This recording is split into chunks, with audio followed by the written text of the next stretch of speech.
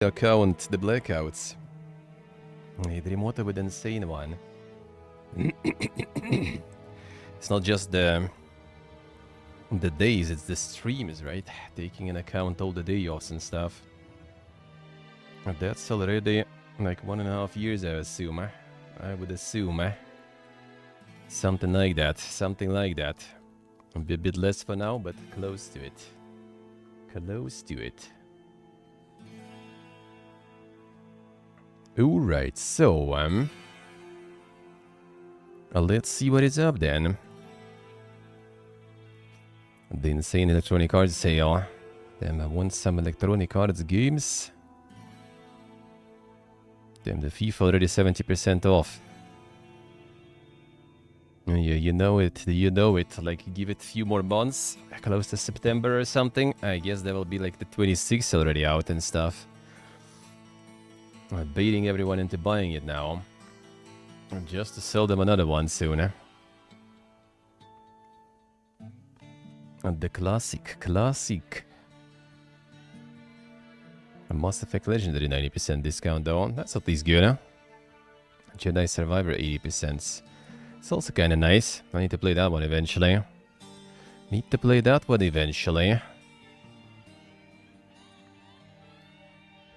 Damn, Sims 4 Businesses and Hobbies expansion pack. $40. What the fuck is that, dude?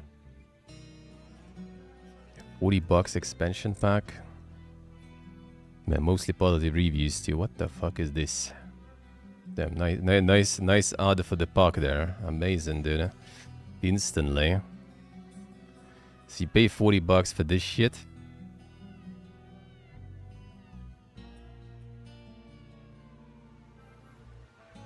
In dream business. The new tattooing skill and the pottery skill. Damn, son. What a time to be alive, man.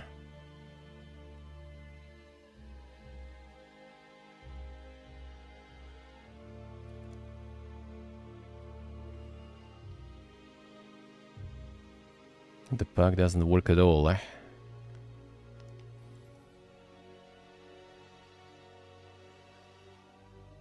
Was it worth 40 USD? No, of course not, but I paid it anyways. Well, there it is. That's how it goes, man. Is it worth it? Not, but I paid it anyway. Hey, dog, hello. A Veilguard 50%.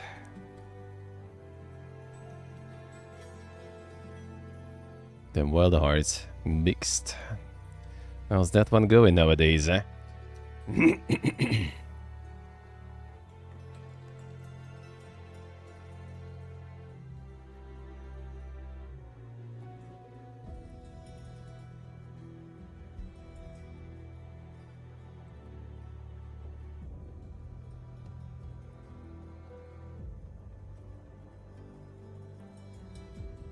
Anything even worth getting there?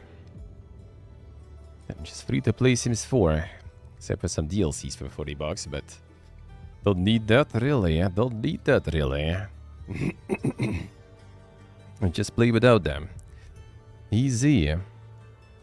MKHP, hello.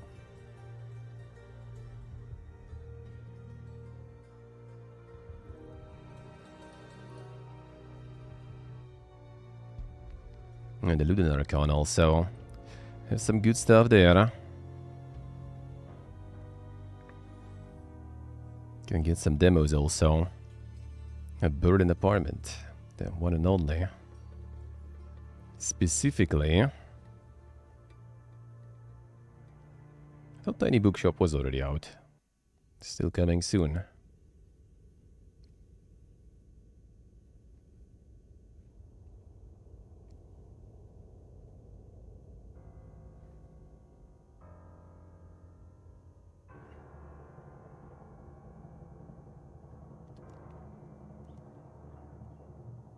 I see the problem with games that are getting more expensive. Well, in case of GTA, I guess you could say so.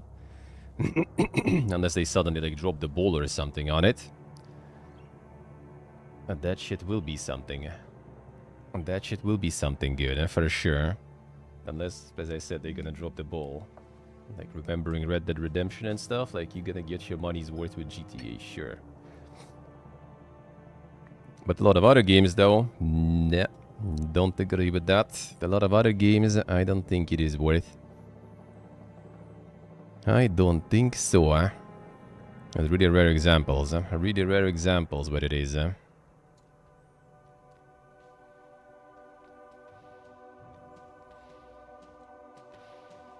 Still dropping due to a higher price.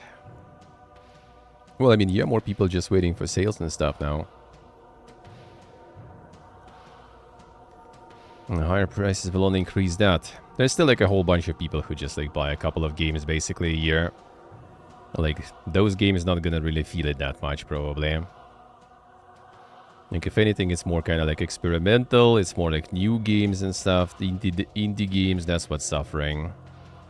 Because, like, if you increase prices for those, then people not gonna be sure if they want to fork out that money or not. Like, we'll see with Dune, for example, how that will go. Like, they do the test at least, so people will be able to check it out. But it's still $50 entry price for the live service. That's a lot. We'll see how that will go.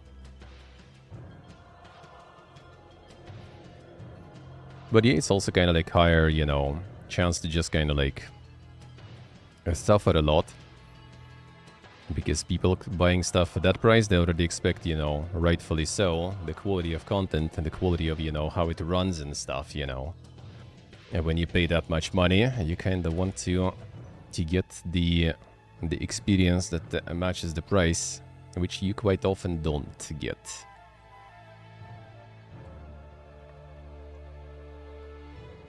Buy expensive €90 game that launch is broken anyway. Yeah, sorta. I mean, I do agree 100%.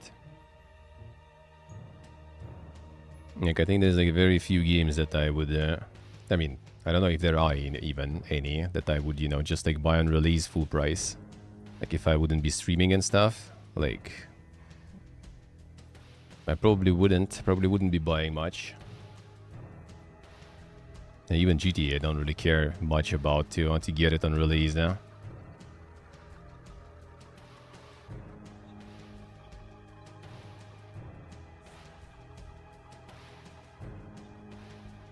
Nice to do more than nice. Yeah, Fellow Traveler is a really nice publisher. Yeah, they have a lot of bangers there for sure. For sure.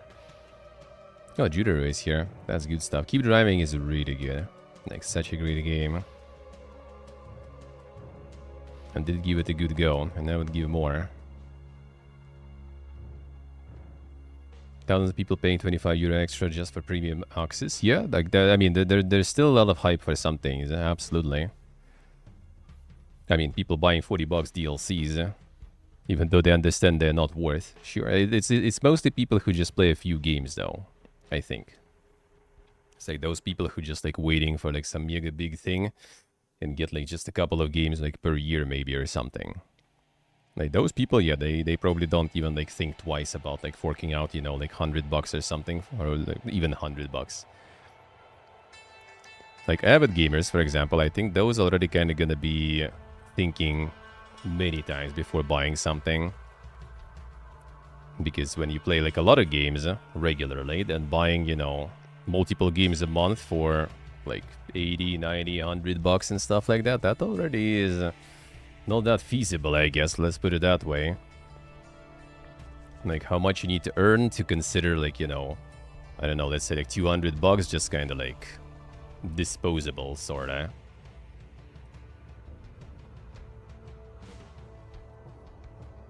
CGRDSC, a window. Play those games for 5 years each. Yeah, exactly. Like if it's something that you're gonna be playing a bunch, people gonna get those. And GTA probably will be one of those. Like 100 for GTA, like will be at least doable to justify. Doesn't mean you should justify. Like I wouldn't. Like if they send the key, sure. But other than that, like I don't think there are any circumstances when I would go for it. For 100, for 80, for any amount. If my friends would be kind of like, oh yeah, let's all get it and play it together in co-op, maybe. And even then, I probably would kind of like debate it really hard. But at least GTA kinda will have the value for that. But that's like one of the rare games that does have. In my opinion. One of the few. See window, I see.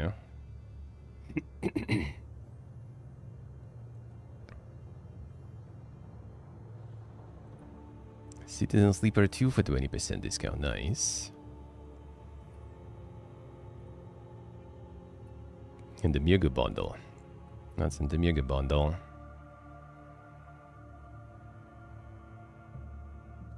A Norco Citizen Sleeper. Nice, nice. Good stuff in this one.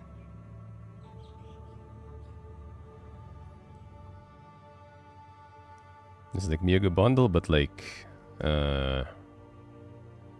where's the button to get the bundle?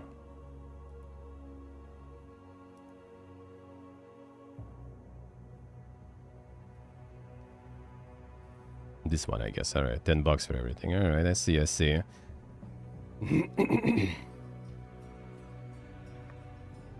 Yeah, Thermask, yeah. I mean, it depends on the country and stuff, right? Like, when you see some people just, yeah, like, going to, like, cinema and dropping, you know, like, fucking $50 in one go to cinema because, like, the tickets are, like, you know, like, 20 or more dollars, and then some, like, popcorn and other shit, they also spend, like, 20 more or something, you know. And people going to watch some foodie and getting some beer and some snacks and spending, like, $50 in some places, you know. That for them, probably, like... Well, 100 is still probably, you know, a little bit of, like, the psychological barrier, you know. It goes 3 digits already, that's a little dank. But 80 for them maybe is kind of not that bad, you know, like...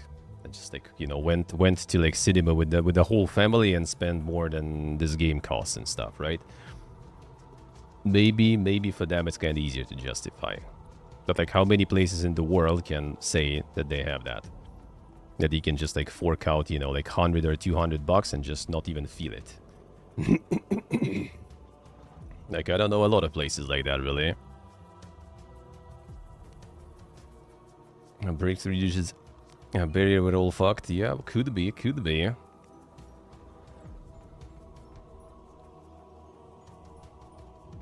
If you don't know, the big hit will be worth it. Yeah, but GTA, at least you kind of like... Well, they need to, like, drop the ball really hard. Like, to actually make it bad. Like, the only thing I'm kind of maybe afraid is, like, optimization. Maybe.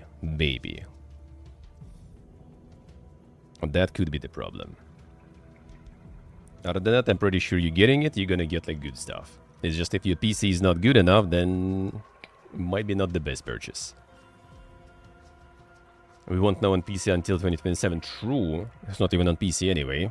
So for console players, it's even easier, right? It should run. So yeah, and other than that, if it runs, then it's gonna be decent. Like, it's GTA, it's Red Dead Redemption and stuff, right? Those things, like, they don't miss so far. Maybe they will this time. Who knows? But I kind of doubt it, though. Like, you know what you're getting, sorta. So that I can see. That I can kind of see. Actually, Red Dead Redemption 2 was the first game I got, like, when the price kind of, like, went up a little. Like, for a regional price was, like, 2,000 back in the day all the time, and Red Dead Redemption 2 was, like, 2,500. And I, like, had no problems with that, because it was, like, yeah, that shit delivers, like, content. Like, I haven't even, like, finished it ever. Played for a few days. I enjoyed it, and then just kind of, like, ditched, because, like, it's so much to do. I just kind of, like, got lost and, you know, already burnt out before I even did much meaningful content, you know, I guess.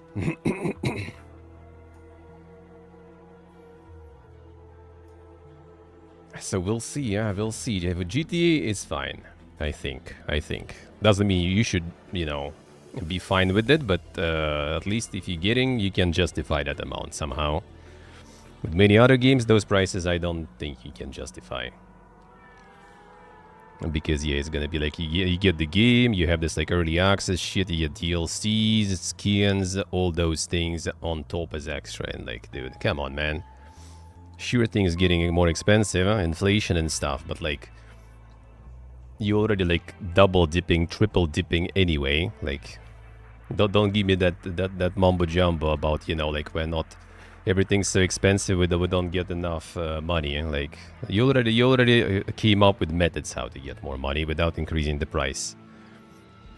We all know that. We all know that. Don't give me that shit. And then again, there is always like, you know, like inflation and stuff, sure. But like, there is always some sort of like ceiling for some things, right? Like, can you increase like, you know, price for like bread or something? I mean, obviously, like it's a bad comparison like games with bread, right? Necessities and not necessities, but still kind of like some prices for some things you just kind of not ready to pay. Kind of with movies, for example, too, you know, like at some point, for example, for me, it would be like completely easier to just not go to the movies, whatever then. If they get too expensive, well, shit, I guess I'm not going to be doing it. Ice cream too expensive, that's actually kind of like what really happened. You know, ice cream got too expensive, all right, fine, I guess we're not eating ice cream, whatever. You know, just like see something on sale and get some every once in a while, sure. Not necessarily, you know, not necessary thing in the ratio, in your menu. Entertainment, sorta. Got too expensive? I'm skipping that. Easy life. Easy life. Not to mention, in terms of games, you also have, like, you know, free ice cream, pretty much, in the face of all the live services. Huh? Then you have your backlog ice cream, right? With all the games you have in the library. And then you have a discount ice cream also, right? All the time on every sale, like this, for example. Like, you get this stuff, there's gonna be like a few evenings of like really good game, at least for one run. That's what it was for me, right? For $3, man. How much was it in the end for me? 8 hours. 8 hours for $3.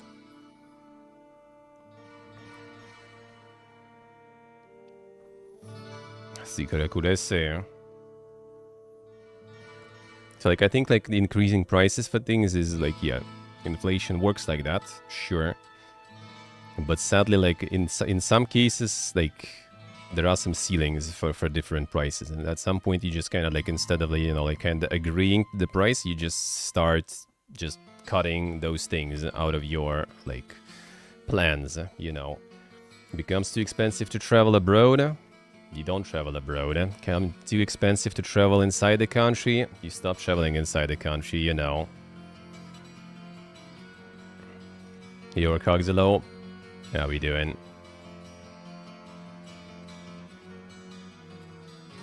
People always will find some alternatives, you know.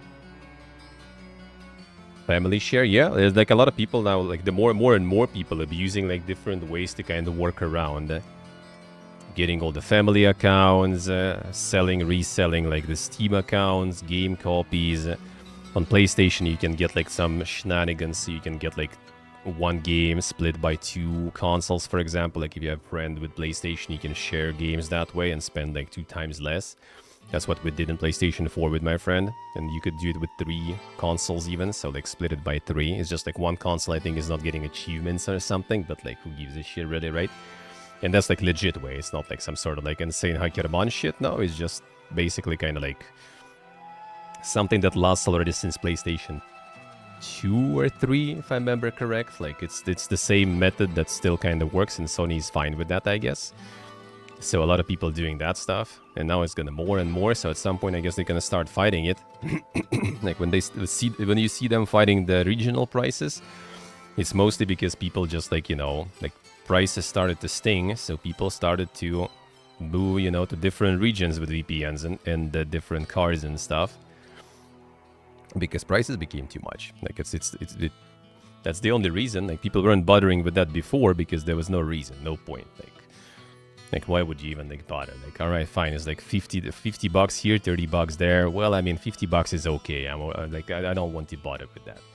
And now you already get situation and people kind of like, all right, I guess it's time for me to bother with that. Like my friend right now, for example, I think has like Indian account and PlayStation store. Before it was Turkish. The Turkish got too expensive now too. Now he's in India. Then they're gonna nerf India. Everyone will move somewhere else until, like, you know, there's no regional prices anywhere probably. Maybe then I hope they will see that, you know, like the sales numbers are actually dropping way harder than they thought. And when the people gonna run out of like cheap regions and stuff. Strict in the family share? I'm not sure. I haven't used, so I don't know exactly actually how it works there.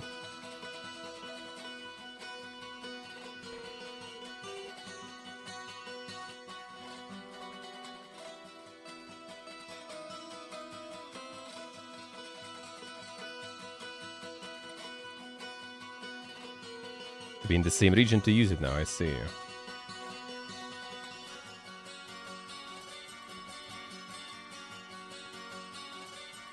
Yeah, people already go in. People already go in. And ways like Fortnite and all that stuff is so popular because it's fucking free. Basically. Basically. Now, View Rising on sale.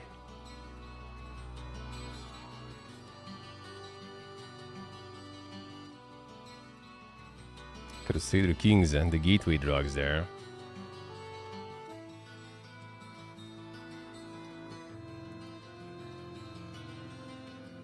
Dark Souls franchise. Boga. Lies of P 40% sale. They still kind of keeping price kind of up, I would say. Still quite high up. Shadow War and Murder for $5. Yeah, I can probably like dump a whole bunch into this, for example.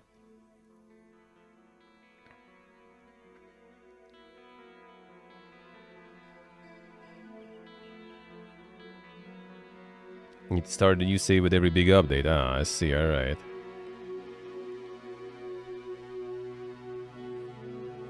See what we have here. Vellum. I got the 1.0 in this one. Defend the Books. Co-op, a literary roguelike. Harness class defining colors, master inspired spellbook. Influence the growth of your enemy. And group or solo your craft plot twisting builds and rewrite the rules in ink. Good reviews on this one. Actually pumping reviews there.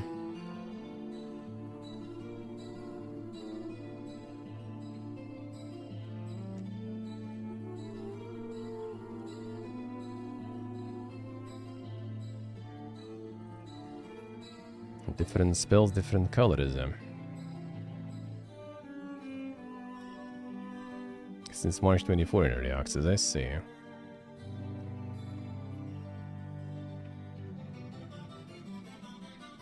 Oh, Ratopia also out. And that one was farming, actually. And that one was farming in early access, I see.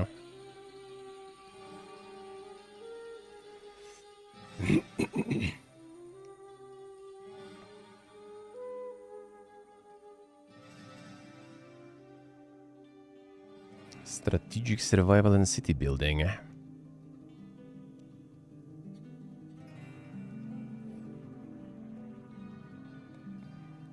Living the red life.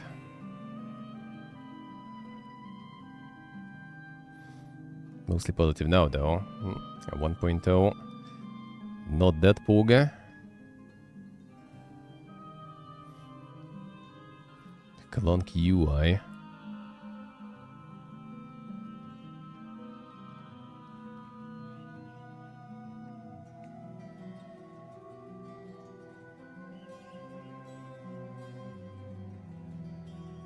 Manual labor for at least first 20 minutes. Damn, son. The whole 20 minutes. I could be playing something else instead, bro. The whole 20 minutes of a manual grind. And Memoriopolis. Construct city that's past 2,500 years of history. I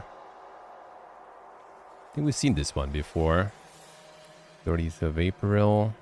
Oh, 29th of August it was initial era, I see.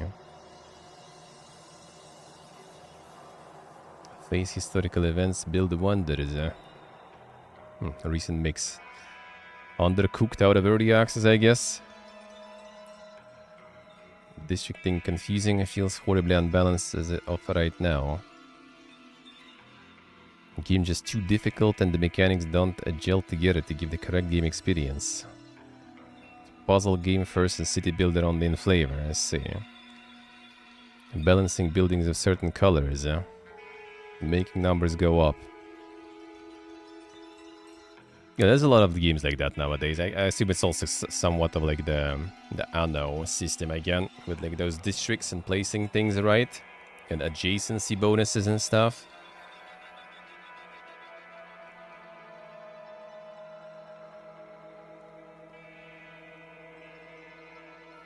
Not a big fan.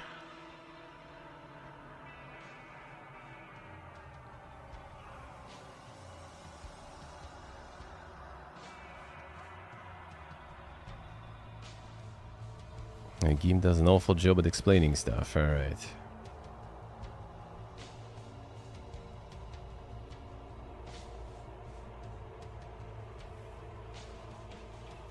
And no one playtested this game. Much better than when the time passed. Alright, so I guess like mixing there indeed. I guess it was even worse before. Oh, the keyboard is out.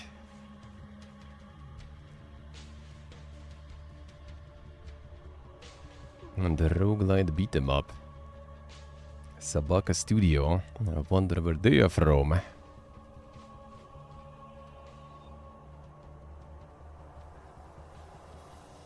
That was also in development for a while, I feel.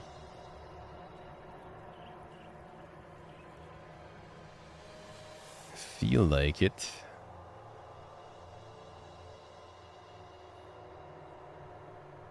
All the bundles there. Farming some bundles, The Secret Accuracy. Yeah, I thought it was already kind of out also a while ago. Seen that around a while. I think demo also was around like a while ago on one of the next fests. Well, yeah, at least it's out and looks alright, so very good.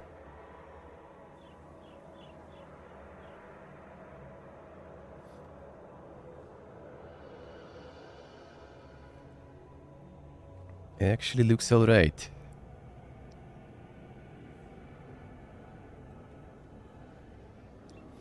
Oh yeah, skin deep. That stuff is good apparently. Yeah, the immersive simulator there.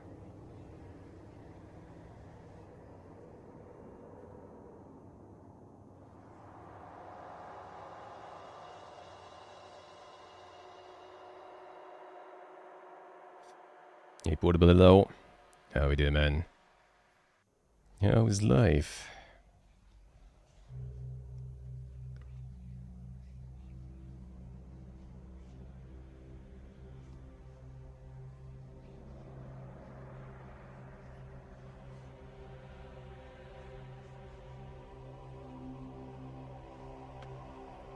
Yeah, this one looked pretty interesting. Free the cats.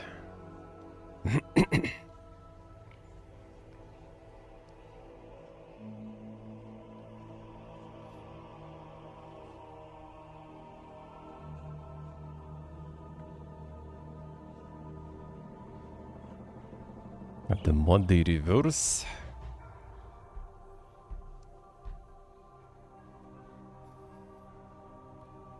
And no Monday yet. No Monday yet. A Monday only tomorrow. Only tomorrow.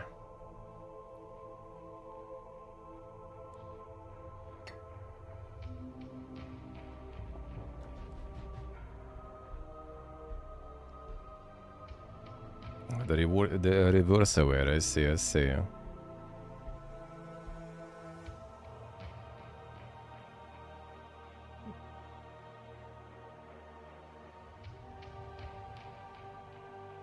Got the mecha and stuff there too. Interesting to try. I would be interested to try this one. It's like a lot of stuff going on though. We'll see.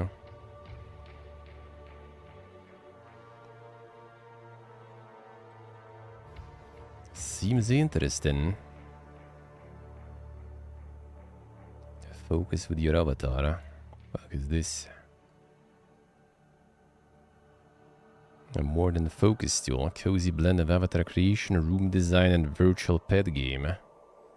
Build perfect space, vibe with lo-fi beats, and let your cute avatar and quirky companion turn work into pure fun. Damn, son.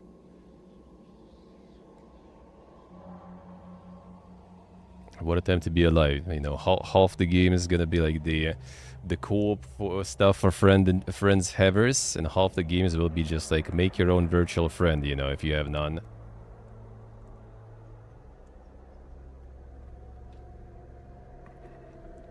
When's gonna be like the crossover, you know, when you make like virtual friends and then you actually play co-op with them. That will be the dank future there.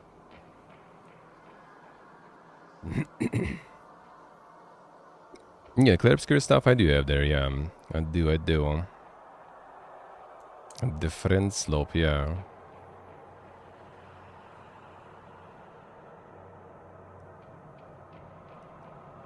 And this the no friend stop, I guess, then. The reverse.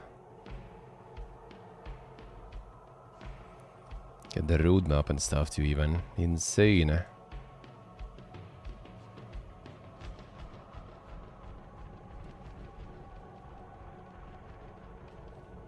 Damn, customization is not up to standards there.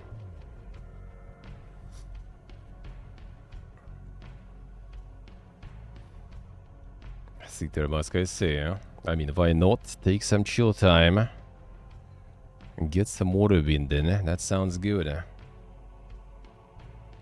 Plan was to start working on Monday. Ah, I see. Classic. This Monday for sure.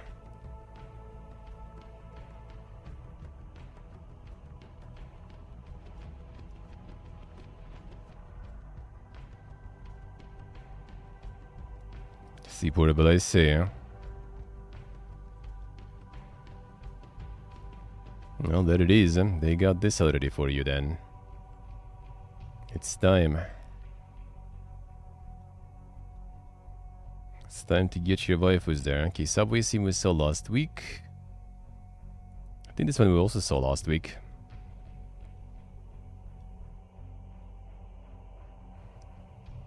The Dink Mad Max, and yeah. I guess it was the popular upcoming. I guess.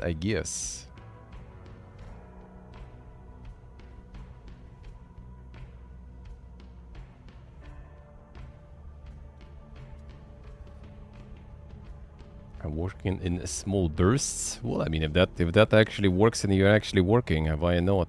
Sounds good. That sounds good.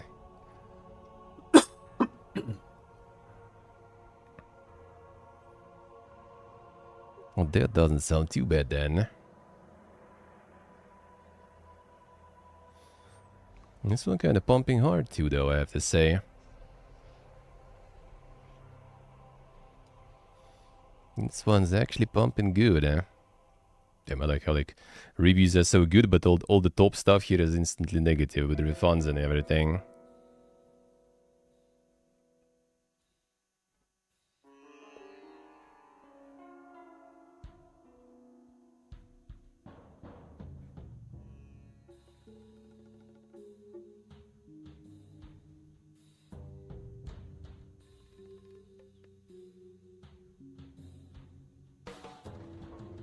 The latest hotfix broke some stuff and now mission stopped loading.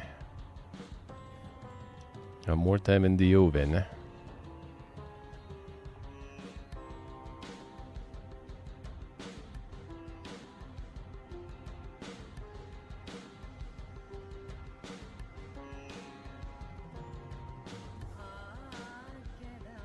Too clunky, alright. 30 axis? No, not even. Not even.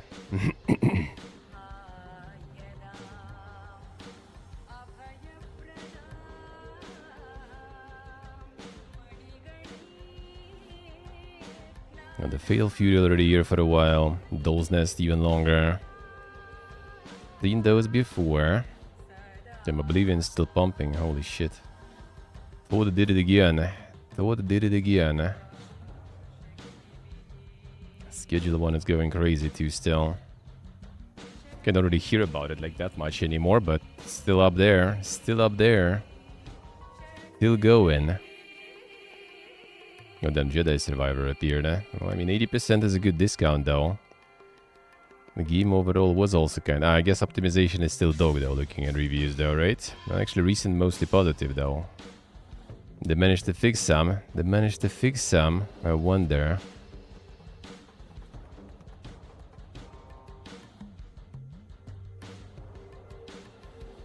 Performance gets great after the intro. Damn, really? Suffers from major optimization issues, 4th of May. 4060 still experience severe graphical downgrades. Crashes occasionally. Monka is... Even after more than a year, the game still crashes every time I try to travel to Jeddah. Alright.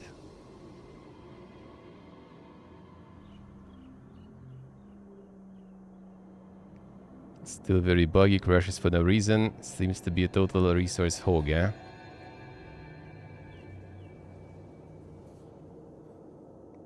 Looks like nothing changed, Absolutely abysmal performance, alright. At least some, you know, things are stable. Yeah, the modern gaming, the ultimate modern gaming there. 100 Aztec cats, then more cats, holy shit. Another one. Oh yeah, the spreadsheet. And that one actually in one of the tabs there. Puzzle game that fuses intricate spreadsheet challenges with a comedic 90s financial vibe in a retro Windows 3.11 setting. Player takes on the role of a new office prodigy, solving absurd tasks and manipulating spreadsheet cells to hit specific targets using clever formulas. And Dark Souls and Microsoft Excel simulators, yeah.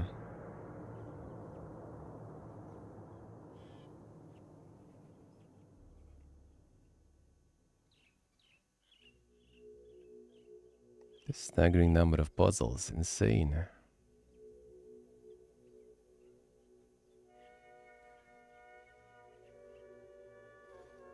Then the Godot engine.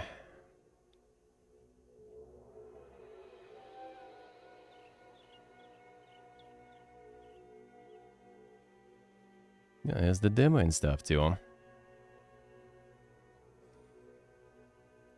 Releasing tomorrow. Puppet team. Control one person with 2 people. Arrange with your friends as you try to complete challenging and hilarious missions and fun cooperative a game of teamwork. And the streamer slope. There it is.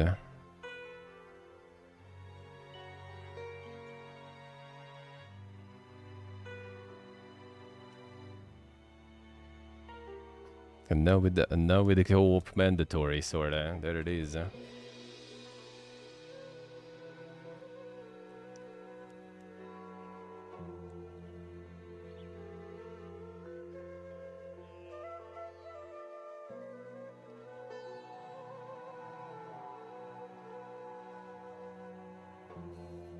Insane P Gaming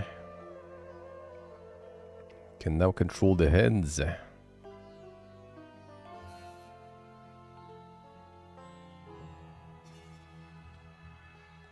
2 people and controls of puppet. Alright, let's see. I don't know how many of those we're gonna have there.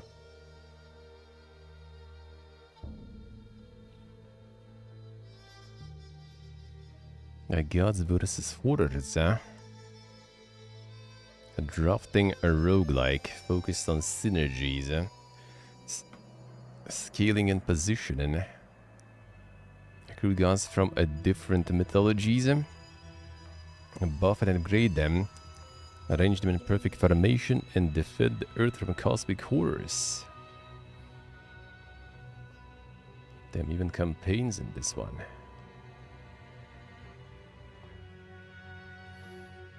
Got the Cthulhu and stuff even, insane.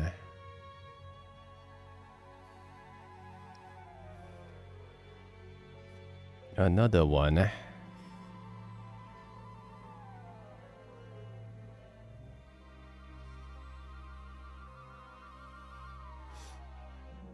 So, I mean, could be kind of interesting at least. Could at least be kind of interesting.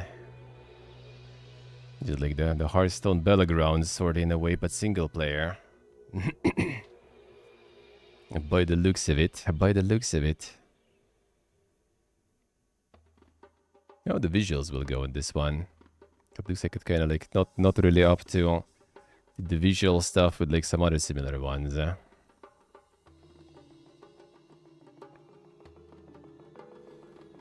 Like you have the insane Reynard's game for that and stuff, for example. A bit different, but still.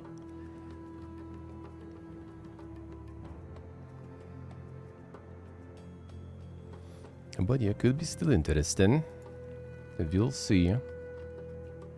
Knights of the Crusades, the RTS.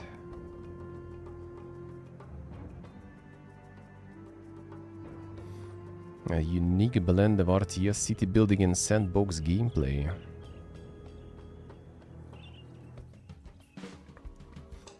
How is that mixing there even?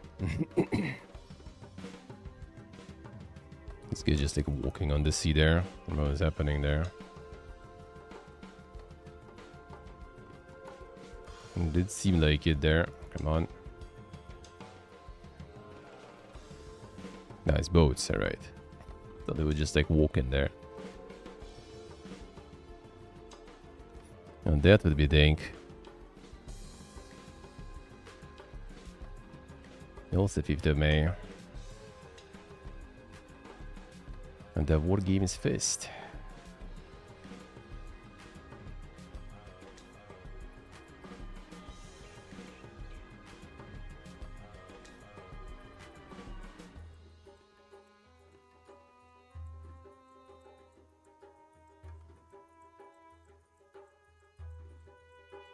The early access though.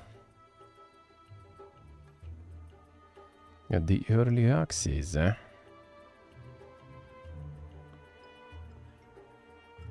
Drop dodge that I think we see, you know.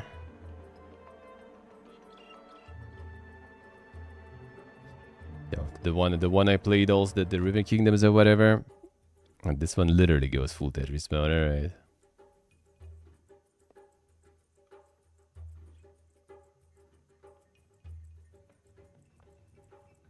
This could be interesting at least too. And the fighting and stuff there also. A way to think.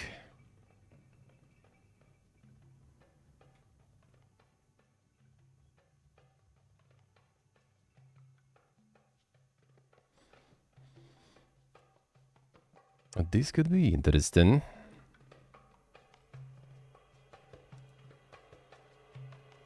And was it also 5th? Yeah, 5th of May also. A Riot Control Simulator, Rookie Day. Then the prologue, oh, Playway, then another one. Another one. A law enforcement role during a minor post-match riots. Manage crowds, establish secure perimeters, and navigate confrontations. Yeah, with the shotgun, classic. That's a free prologue,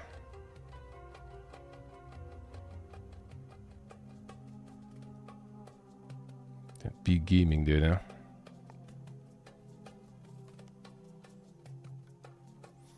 The police brutality sim, yeah. Similar to Groon, Damn. Not so sure about that.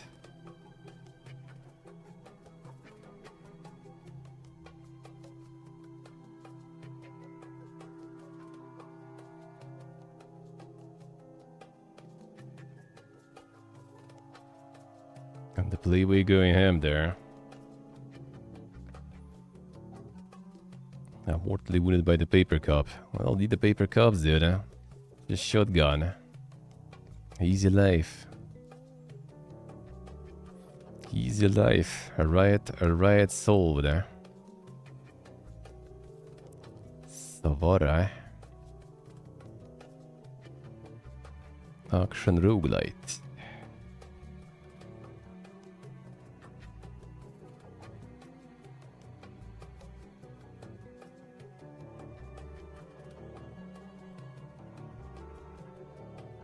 Souls-light. Pog.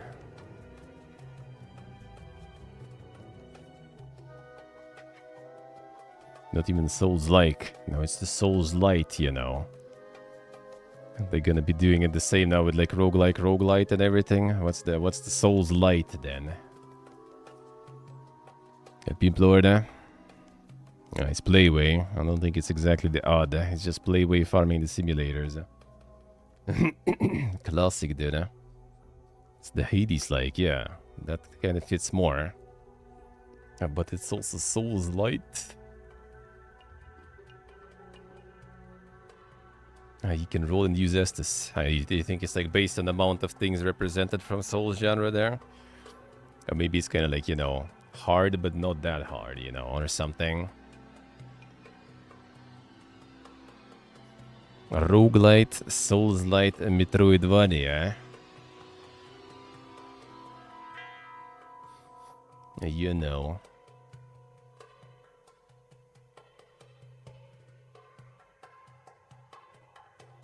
If you wanted to sell game and attract audience, I mean, to be honest, that's actually what you want to do.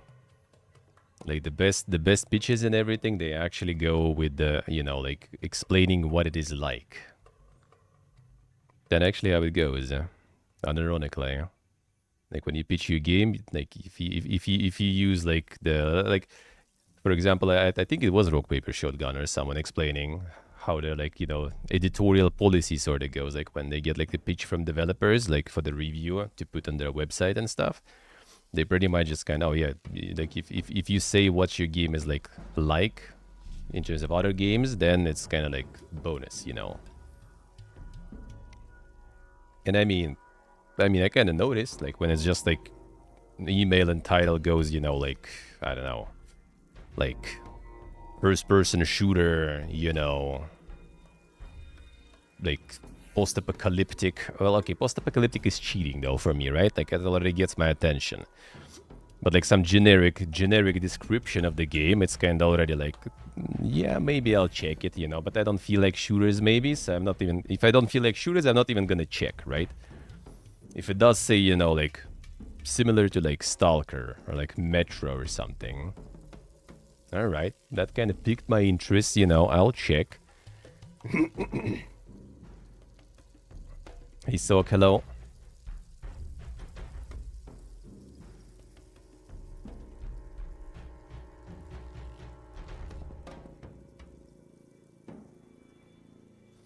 Like for many people, they tune out the moment they see cars on screen. Yeah, true.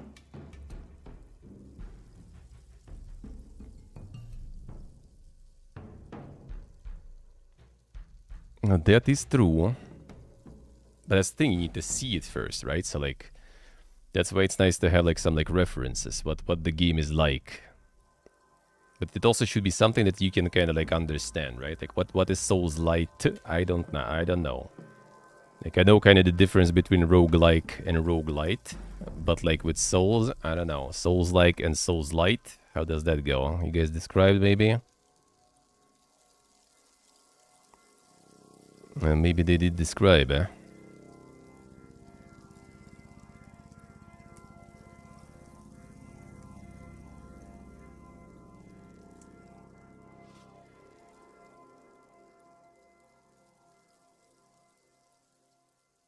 No, not really.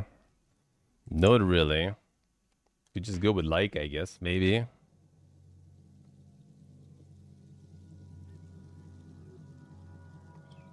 I hate the word card when you can use the word skill. Like in some games, that's actually true, though. Yeah, like in some games, it's literally just skills. Like in some games, like in Slay the Spire, for example, yeah. I mean, you can kind of call them skill in a way, but not exactly. Like it's still cards because they have all the things that cards, you know, have, right? You have like the draw mechanic, you have discard pile, draw pile, you have manipulations of those piles, you have the RNG on like what you draw, you have like mana cost, attack, defense, like all those things. In some games they just kind of like style these cards, but in fact, like if you just use static abilities, nothing would really change.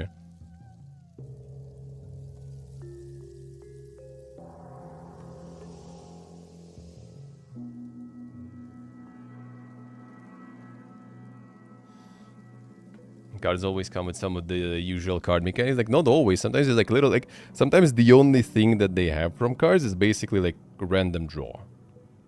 So you pretty much, instead of like having, you know, like Darkest Dungeon, imagine, right? Like you put which skills you want to have on your character and you go into fight with those skills, right? Into the run, in the dungeon with those skills, huh? Instead, they just kind of have like all skills and you just kind of like draw like 4 out of like 6, let's say, right? So it basically just adds this moment when you can kind of get fucked by RNG or something. But that's pretty much it.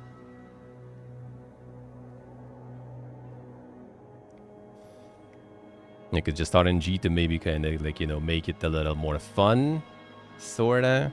But that sometimes ends up not very fun, I guess. Let's put it that way. Elydium, hello. How we doing? But that ends up being not very fun quite often.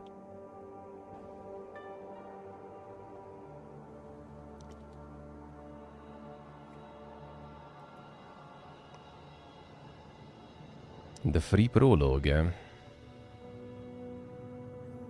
High fantasy action adventure game. It's the real dream world. Fantastical adversaries solve puzzles and fight your way through challenging bosses in a quest to save the world's matron deity and stop the nightmare consuming the dream.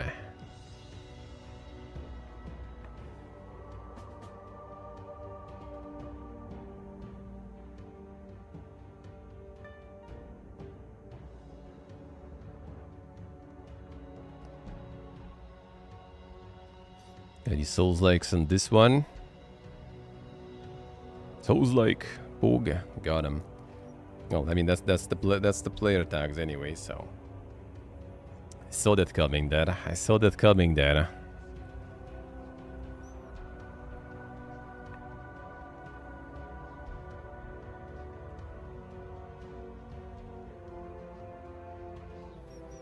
We got some dang samurais and stuff, similar to Expedition 33. Yeah, not sure about that. Not sure about that. And that's a bit of a stretch there.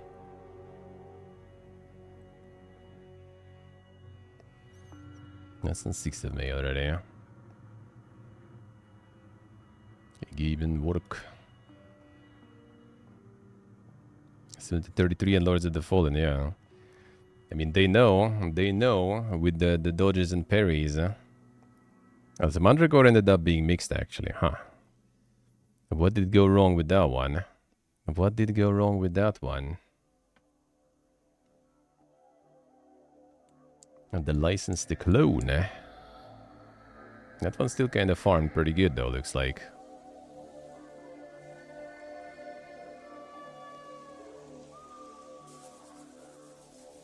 On the worst Metroid is, alright. Big disappointment. No, like most negative ones are just Russians there, alright.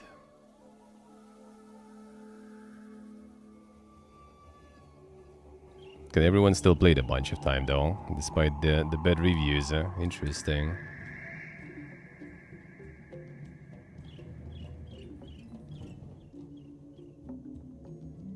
Souls-like RPG elements, there it is.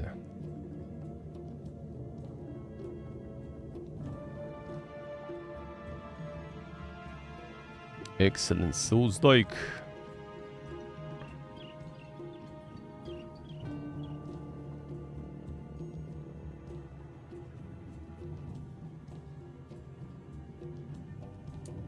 Seeing the damage from 5 stacks of poison uninstalled and refunded. Alright, let's see. Expedition have the soul stack? It probably does, actually. It probably does. Let's see.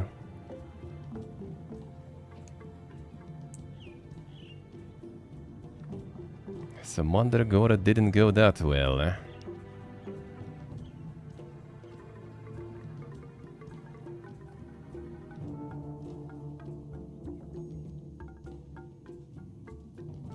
The digital deluxe edition and the quest there.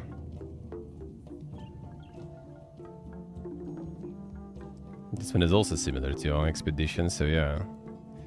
A lot of Souls liking in this one. A lot of Souls liking in this one.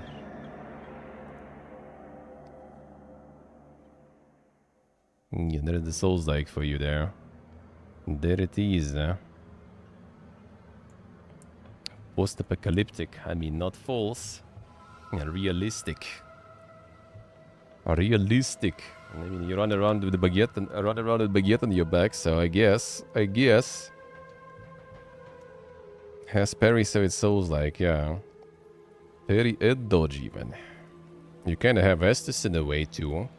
Sorta, that you feel. Which is actually really nice. I like that concept, dude.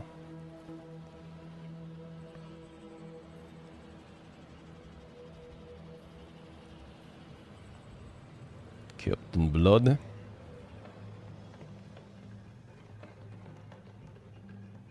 A pirate-themed action game. There's a fearsome pirate seeking golden glory. Expect adventures with cannon firing, pistol shooting, swashbuckling, sword fights, plenty of pirate shenanigans. Hack and Slush features fierce combat, hordes of enemies and flashy combos.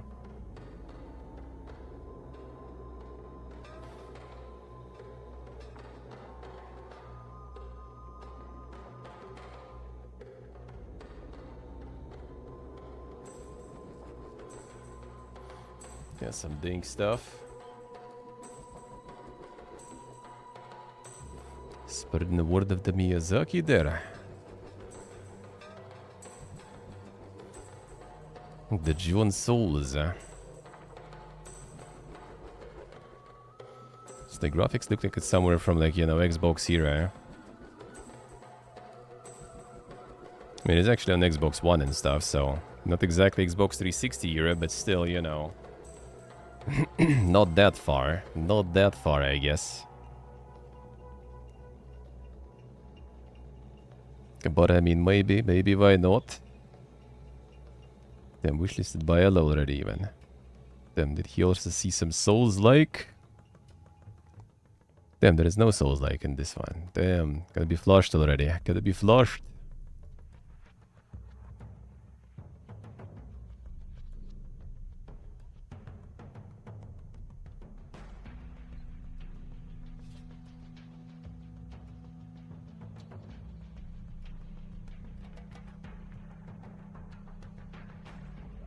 Yeah, underwent several iterations throughout the 2000s. Last showcase in 2010 before vanishing for years. Now we're excited to bring it back, combining original glory with a series of modern improvements for today's gamers. There it is then, okay. So it is actually from like 2010 pretty much, alright. Does seem like it, But maybe not a bad thing though. The worst era for gaming, you know.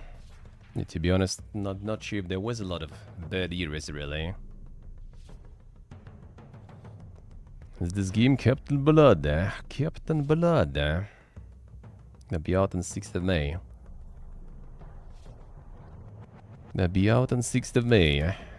Soon, Oh yeah, Lost Sky is out. I'm actually pumping, holy. The Lost Sky is actually pumping. I wonder how the performance is though. Because performance in the demo was not very good, huh? Performance is... It is bugged, sometimes frustrating. Okay, I see. A boatload of bugs still has your defense, alright. A myriad of bugs, huh?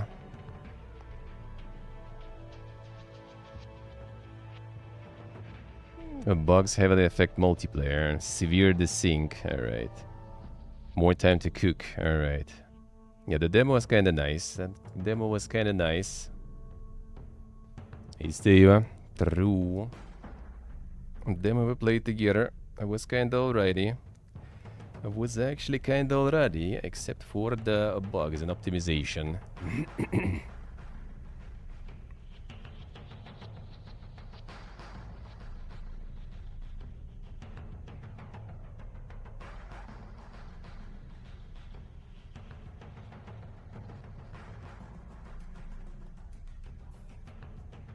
What is it today's gamer? That's a good question, man. That's a good question.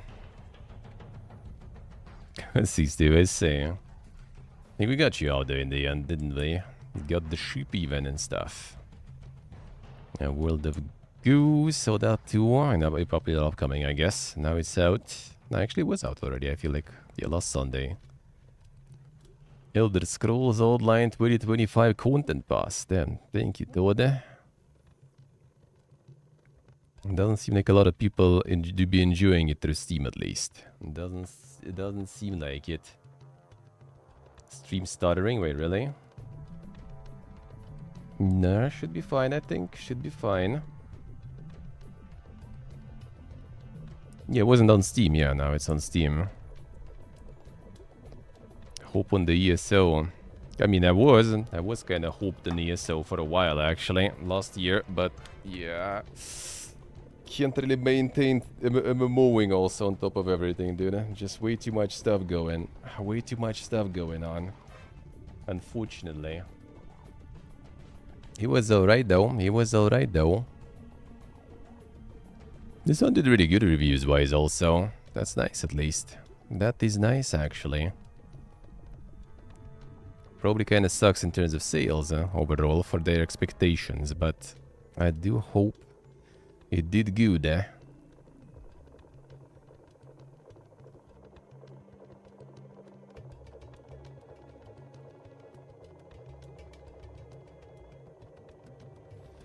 Oh yeah, Forever Skies is out now too. 1.0. Looks like 1.0 wasn't, you know, the pogiest, I guess. Probably also too early for 1.0 or something.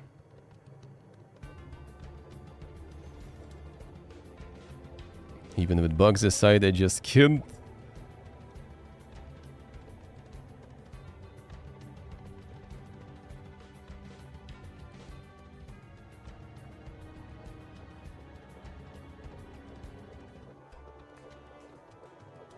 Hey, Sibiana.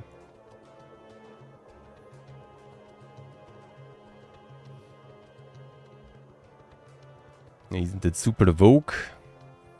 Actually, yeah, I haven't heard a lot of like noise about that one. Haven't heard a lot of noise about that one. I guess people just assumed it's kind of like, you know, like failed and everything, and just didn't even bother, you know, stirring some shit about it. Which I mean, it didn't do like that crazy well. Let's put it that way.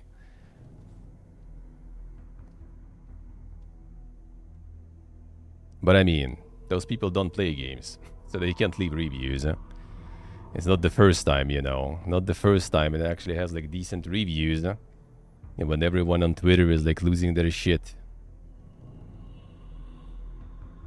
Well, a Game Pass game in the first place? Yeah, I think so. But even like with Game Pass, I think it didn't go like that crazy. Because it was the same time pretty much, right? Around Atomfall. Basically. And like Atomfall was like farming super hard. And these guys didn't do the, you know, report some like crazy successes there. And while Atomfall farmed hard. Necrophosis, so last week. Where's the Endurers? This seems really nice. Yeah, 90% positive. Scorn at home, eh? I wonder if it's better than Scorn.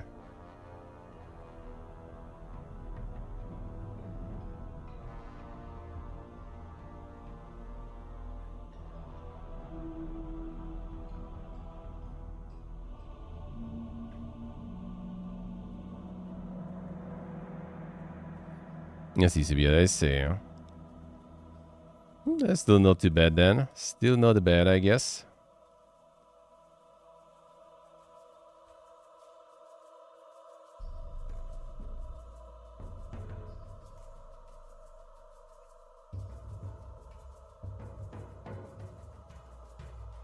Wooden animations. Whole game is divided very small closed section. Each section you do the same thing. Gameplay very shallow. Well, that does sound like Scorn, really. Considering very short playtime, 2 hours. Game is actually expensive. Like, really, 2 hours playthrough? Well, I mean, it kind of looks like it actually. Everyone is like 2-3 hours mostly. For $9. Well, might be regional price though. I guess. That could be kind of chunky. Oh yeah, haste we already seen. Seems like it's doing well. Emissary Zero. From March. Another co-op. Co-op horror fiesta. The content creator slope.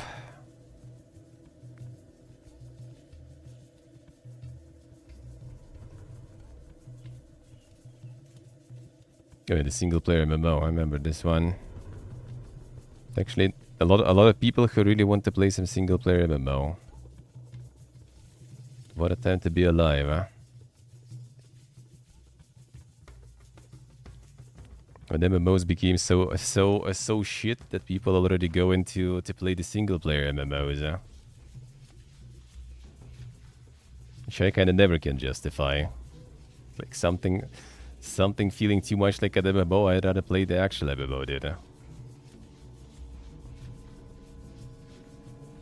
The simulated MMO.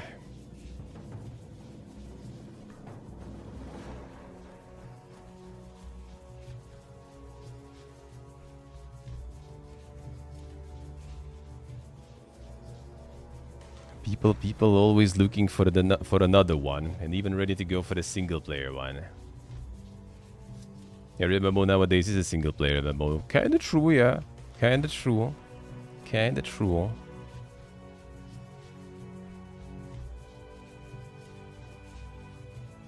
That is kinda true. Yeah, I wonder what's the formula, you know. The formula that would go with everyone. With the new MMO gamers and the old MMO gamers and stuff. What would be the best one? What would be the best formula for that? Will anyone ever nail that, I wonder? I wonder.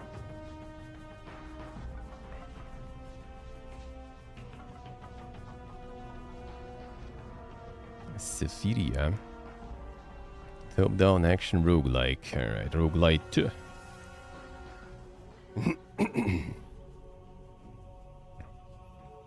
So I'm pumping really hard too.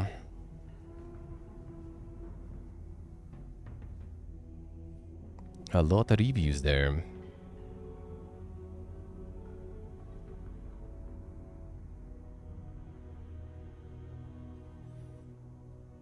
Trash FR ever. Damn son.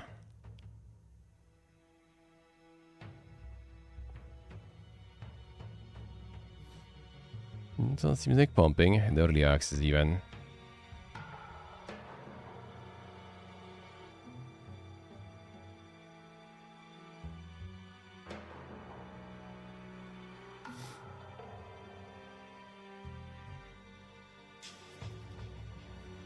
I'm missing one else there in the trailer. The it is.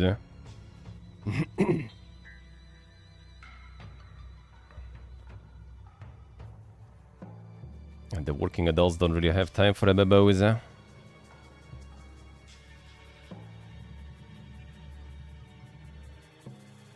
I mean, true. Like that is in a way true, but also like I don't think like, you know, like the teenagers and stuff are also playing the same way MMOs as we did, for example, back in the day.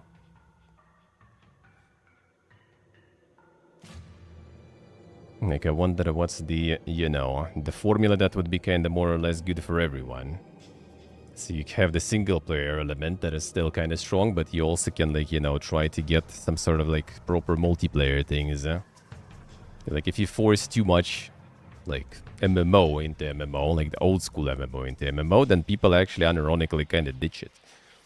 And that's what kind of, like, happened with the... Like even with the World of Warcraft Classic, right? When everyone was like, no changes, don't change anything, give us the raw experience. And then after some time it was already like, yeah, you know, actually like some of those things are kind of cool, man. We don't want to do it the way we did before anymore, you know, like kind of things changed a little.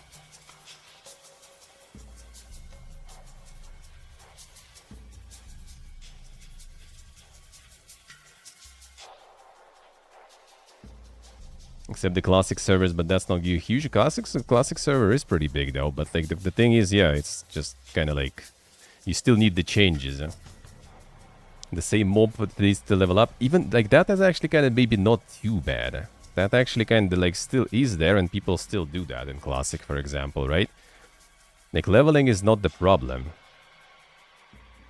Leveling is not really the problem. That's like the constant, you know, like discussion that like everyone has their own, I guess, opinion, and the truth is somewhere in the middle, probably.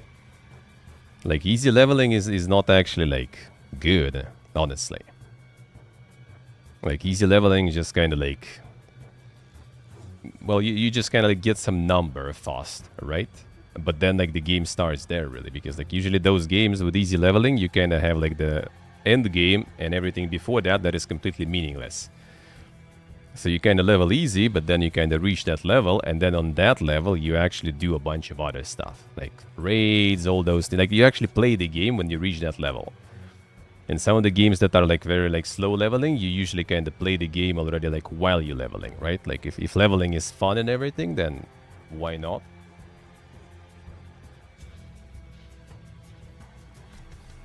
The real old school grind MMOs like Ragnarok Online, for example, dude, I don't mind whatsoever. Like, spending days for a level up, sure. Like, if the process is fun and you get like the loot in the process and stuff, right? Like sign me the fuck up right now, easily. Like, it's all about like kind of like, you know, the like I actually like that more when you like Ragnarok Online is like the peak in that sense, in my opinion. Because leveling is fun. Well, with some classes, I guess. Some classes are not that fun. You know, depends, sorta. Especially like in Modern Ragnarok, it's more fun. Because you at least kind of like have abilities and stuff that you can use, mostly. You have things that enable that. Back in the day, it was more like, you know, you use like the ability 2 times and then you sit on your ass for like 30 minutes to regen mana. Or you spend consumables that you need to farm money for, you know, and so on and so on. So it had its issues, I guess, some classes. But that concept I kind of always liked a little more, because like the leveling, in my opinion, should be kind of meaningful too. The organic tutorial for your character, yeah.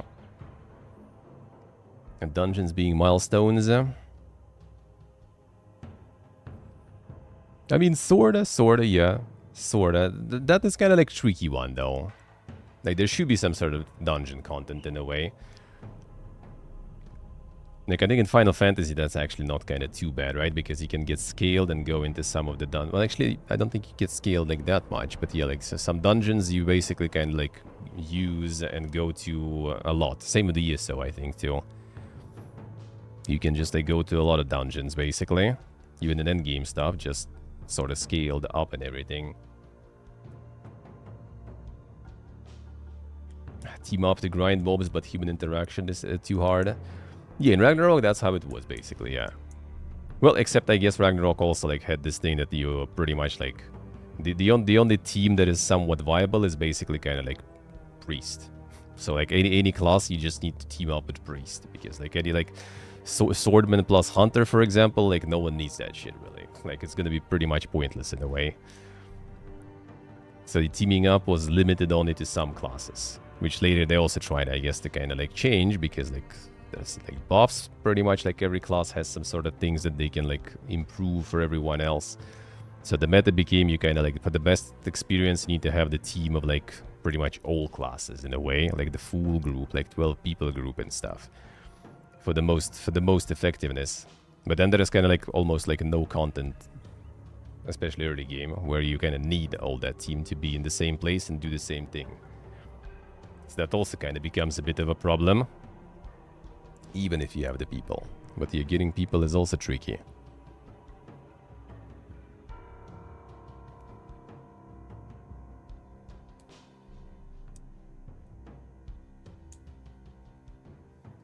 But yeah, like the good progression and stuff I think should be there.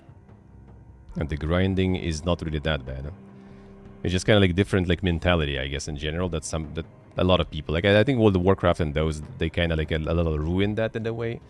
Because people just kind of always, you know, like kind of like they have this like, the aim is to get to this max level and that's where the game starts, you know. Well, in many like older games, game starts like now. And max level might be something that you're going to be reaching for years. So like for people from like, you know, the modern Western MMO mentality, that's kind of just, you know, like, oh man, that's like dog shit. You spend so much time leveling, like when you're actually playing the game. But like, dude, you're playing the game already there from like level 1. That's when you play the game. You don't need to get to the max level to actually play the game. And that kind of like causes, you know, this like cognitive dissonance for people. They don't understand exactly what's happening. And they don't understand what's going on, so they think all this like slow leveling is bad. But in fact, I don't think so. In fact, I do not think so.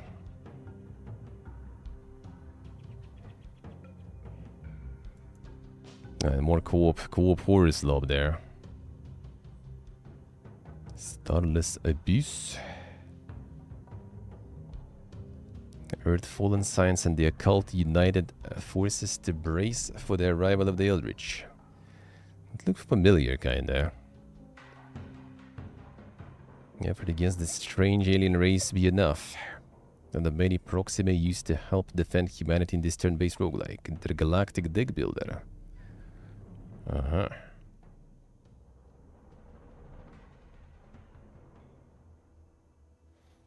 Got the big Frogus there, even.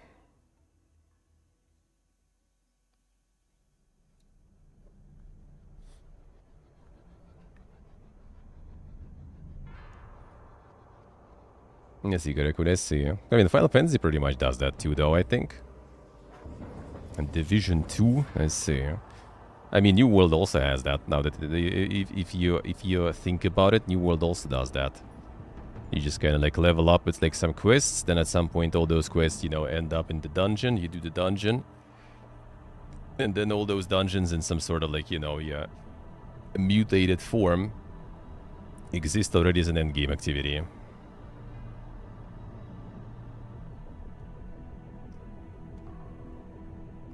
Having to play for hours before it starts for real in single-player games, you think?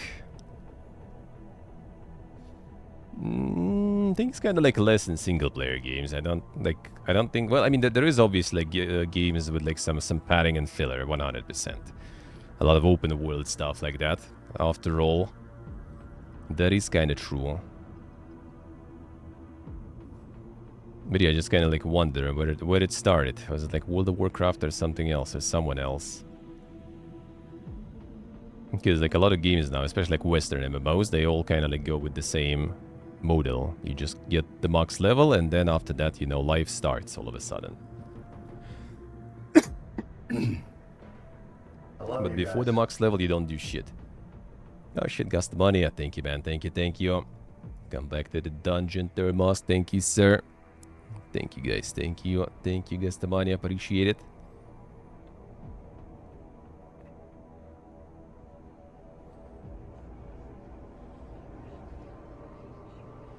But yeah, with MMOs, it's kind of tricky, though. With MMOs, it's kind of tricky. The problem also, MMOs, they last for a while, right? So there is all this, like, kind of, like, content and the power creep and stuff going in. There's more and more and more things being added, and that, like, usually, most of the time, just makes the old content just pointless, basically. Or it gets reused, but in kind of weird ways. So it's kind of like, you need to kind of design in the beginning already, plan for designing into like wide way. I mean, kind of sort of like ESO does, really. Because like the newer content, you know, it adds new stuff, but that doesn't really make like older stuff like irrelevant usually that much, right? Obviously, you get some things, I guess, that are like meta and way too powerful because it's new and fresh to make people buy the expansion and stuff, right?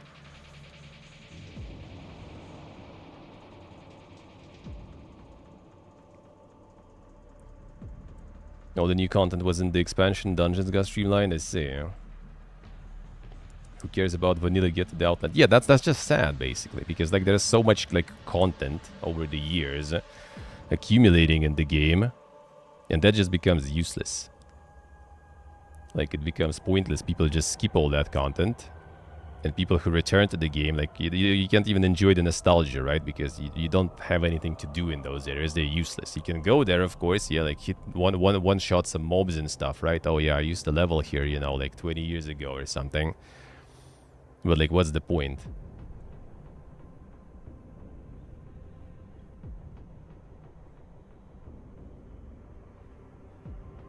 the slow tutorials like the Monster Hunter, for example. Well, if you take like the actually like the high rank play, you know, getting into actual gameplay after the campaign, maybe.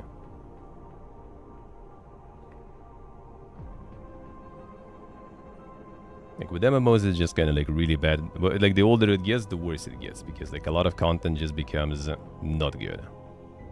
I think in New World now, they even like one of the old areas, they just kind of completely changed into the new area pretty much, because like no one needed that shit anymore already, and they just pretty much replaced it with something new. Which, I mean, in New World, I guess is not that big of a deal, because those areas kind of don't bear any sort of like kind of like I mean, in New World they just all generic and you don't care about those whatsoever. They usually don't really have some sort of like, you know, like memorable characters, stories and stuff like that in the areas. They are like cool dungeons and stuff, you know, fighting, leveling and everything is good, but like there's no like content that is like unique in some areas. Not to mention that a lot of mobs are being kind of reused over time and stuff, so losing some areas is not that big of a deal there, I guess. But in some MMOs, that is kind of like, especially like when there's some sort of like story going through, right? Like in World of Warcraft and stuff. In those, that's sad. Like ESO kind of solves that also with scaling, right? You can just go to any area and it will be kind of fine for you. Like, you're not going to be like one-shotting things. You're not going to be getting like some like useless rewards and the low XP. You're still going to be doing good. But that brings kind of other issues though. Like the usual scaling issues in RPGs, right?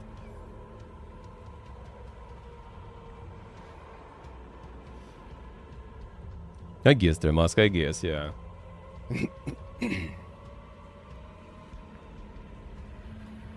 I mean, that's not too bad for someone who's completely new to the game, though. I tell you that, because Monster Hunter is like really like complex and deep. Maybe for someone who already knows how things work, that's kind of already not that necessary. But like for me, for example, I didn't really notice that tutorial was like that long or something, because I really had no fucking idea what I'm doing, and I still kind of in many things I have no fucking idea what I'm doing. So it wasn't too bad actually having the massive and really detailed tutorial, honestly. I don't even mind. I don't even mind, man.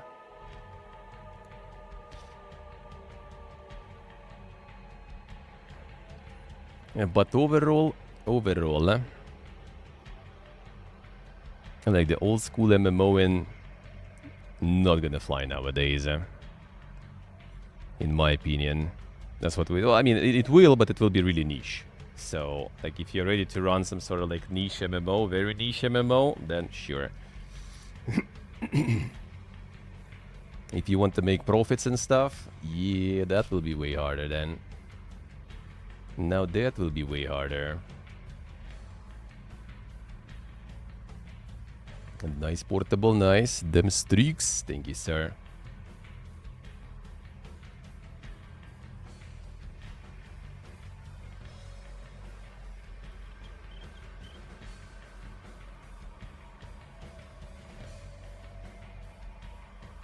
Explain any complexities? Well, at least some of them. Like maybe I guess not all of them, but at least some of them it did explain, sorta. Obviously not all of them, 100%. But I assume without that tutorial it would be even worse, no? I assume it would be even worse.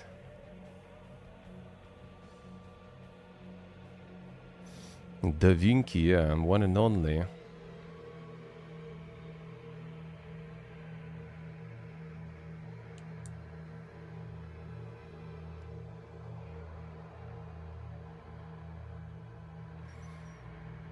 So it does still leave a lot of things that you don't understand, but 100%. But it probably would be even worse if it didn't explain what it did explain, at least. So, you know, it could be worse. It's just like in some games, like it was the same kind in Crusader Kings, for example, 3 when I started, right? There was also tutorial. It was actually chunky tutorial and stuff. But after tutorial, I still had no idea how so many things worked. And I still needed like a few hours of just like watching guides and stuff to get an idea, you know, how things work. It's just like in some games, I guess you kind of can't. You're either gonna make this tutorial even chunkier and even harder. But if you completely cut it very short, then it's gonna be even more confusing. So I guess it's about finding some sort of balance, you know, when the tutorial is like short enough to not get people mad, but also long enough to explain at least like some necessities.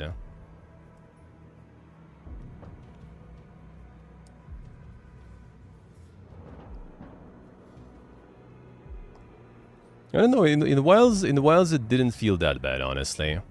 In Wilds I think it didn't feel that bad. There was a lot of those pop-ups, for sure, yeah. Pop-ups were there was a lot of them. Like any dialogue you go in, any menu you press, there's gonna be a pop-up, 100%, yeah. I can see that, I agree with that. Hey Greyfeather, hello. But I don't think it kinda was like grading or something. I think it was kinda alrighty.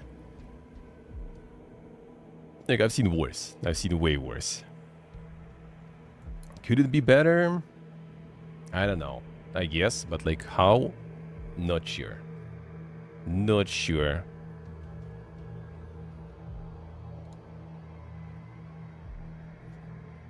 Baldur's Gate 3 devs Larian discuss making 2 new games at once. In practice, we will probably be miserable. I hope I can tell you 5 years from now we cracked it, says Svedwinke. Let's see what else guys say.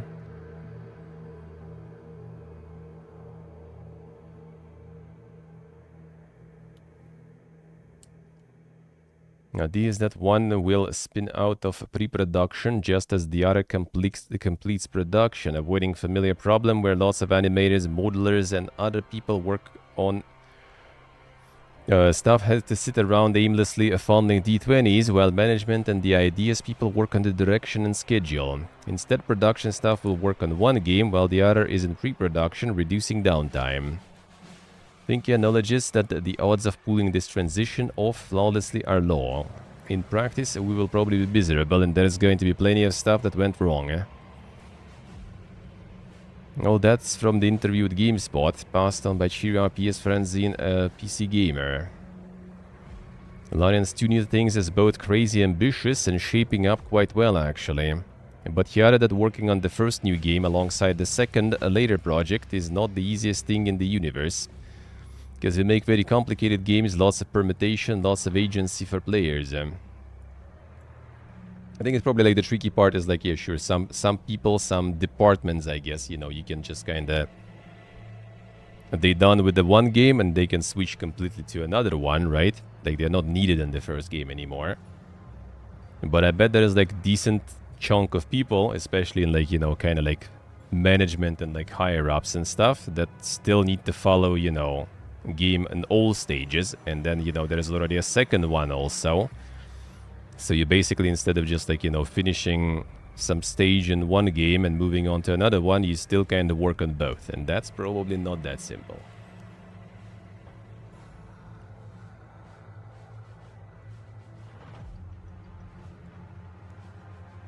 Ah, I see the mask, I see. Feels bad, man, feels bad. Yeah, they moved them. They used to have office in Petersburg. I think I'm not sure exactly where they moved. Did they move that office to some of their European ones with people, or did they move to like Cyprus or something like some other companies?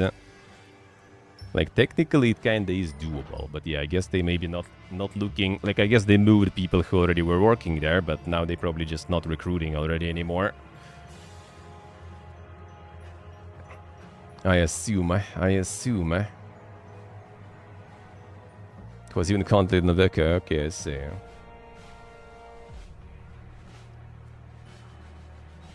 And then the spawn point was wrong.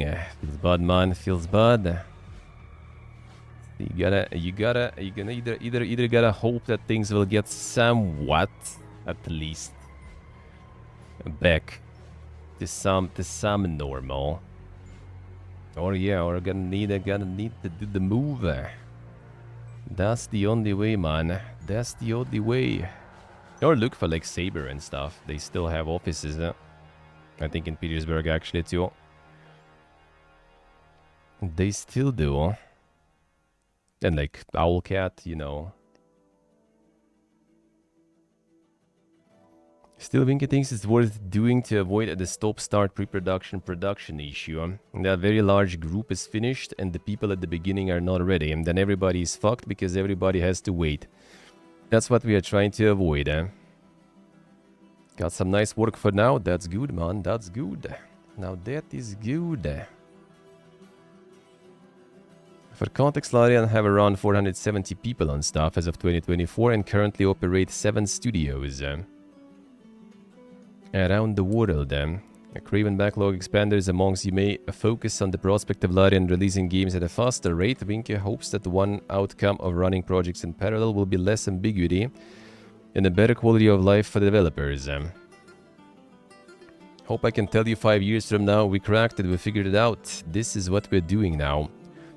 Here's game 1, we're making this completely different thing. Game 2, and when game 2 is going to be ready, we already have another thing that's gonna come. We can make that work in a really good way, that we enjoy our lives, that's gonna be mission accomplished. Now what can the undisclosed somethings be? Divinity Original Sin 3. Crazy ambitious, covers a lot of ground. Be interesting they try to do some sci-fi. That would be very interesting.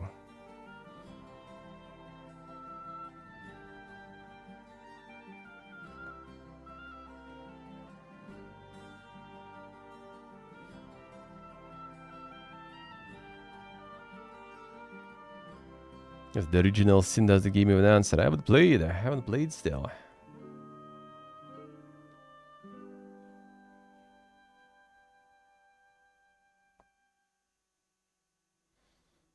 So you currently get the illustration stuff, not for video games mostly.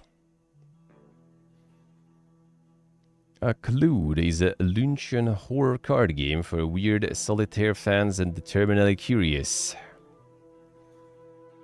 And that Steam page.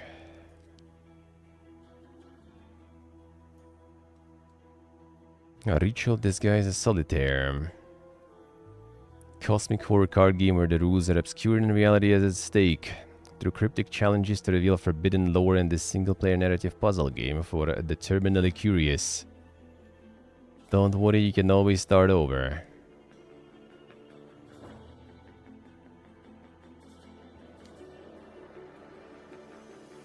Could be interesting.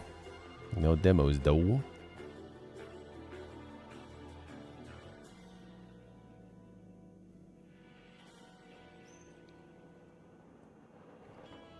Unlocking the lore. Russia threatens to seize World of Tanks studio assets, accusing executives of extremism. 2 studios targeted. And there it is. Accuse game companies' executives of extremist activities in relation to the war in Ukraine. Provide no evidence in the legal action. Seizure casts a grim shadow over both Wargaming, original developers of the game, and Lesta Games. Moscow-based studio who were once owned by Wargaming and who took over the free-to-play game in Russian territories. As Lesta Games who seem to be taking the brunt of the government hostility. The assets were subject to a statement of claim. General names Lesta's executive Malik Khatajaev as the target of the seizure is also the owner of Wargaming Viktor Kisley. Lesta have filed a complaint. Company working in full compliance. Wargaming are original creators of the Tank game studio began a life in Belarus, but later grew to have studios across Europe, eventually heavily relocating their work to Cyprus. Bought their Russia-based studio Lesta in 2011. Fast forward to April 2022, following Russia's invasion of Ukraine, Wargaming fired the creative director who supported Russia's aggression, and that was Serb actually, and later announced they were cutting ties with the Russian and Belarusian studios and would no longer do business there. Yeah, so they kind of like they did the spinning out. They did the spinning out of the business.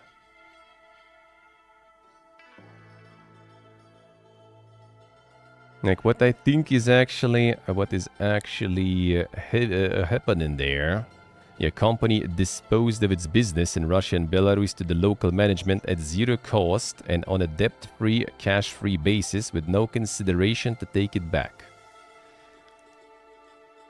Like, do anyone really fucking believes that? Like, honestly. Like, they just kind of like got a whole 2 regions. All their business, all their stuff is just kind of like, take it.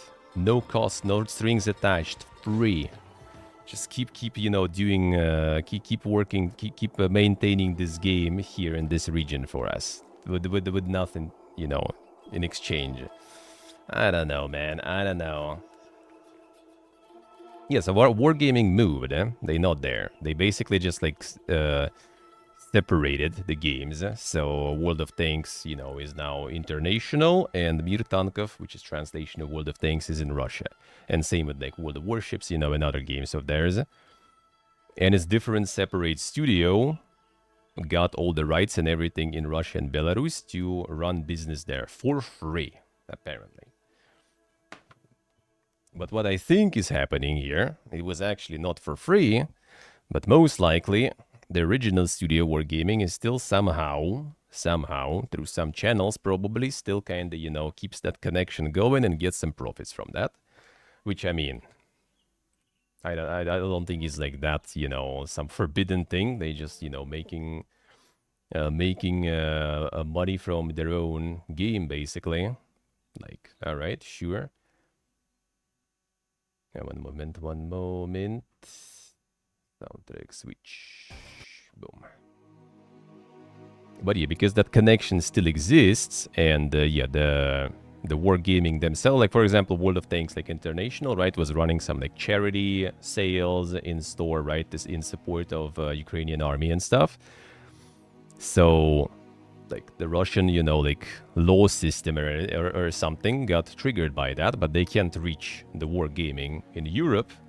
So instead, they are reaching the company that is operating the games in Russia, which would make no sense if they are not connected. If they like just, you know, like completely separate and there's no connection financially or something, they just kind of like, we're running our own games, so like why would they touch them then?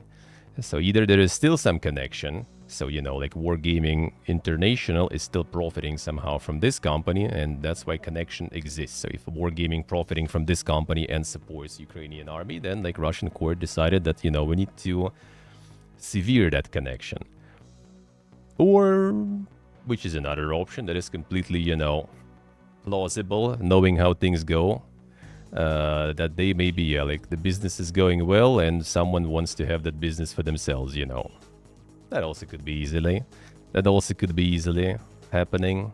But I kind of always like to do this with like a big pile of salt, that like Wargaming was just kind of like, no, we just like give you all the rights in these regions, no strings attached, free. Like, nah, dude, I don't believe that. That doesn't sound right. At least there would be some sort of like, you know, contract that we will take it back later when, you know, like the war is over, sanctions are lifted or something. No, there should be something. But there is no such contract, so I think there is like some sort of like, you know, like third-party companies, some shenanigans maybe, and they still somehow kind of like profiting from that. Because I mean, like, I think it's not separately developed. Like, they still both have the same updates and stuff, like content that arrives in one game arrives in another one. I think I might be wrong though, actually. I'm not really following World of Tanks for a while, but I think it's more or less kind of the same. So it's still kind of being developed in the same, you know, direction and stuff. They still keep kind of some sort of connection between two different versions going. So yeah, I don't think they completely severed it.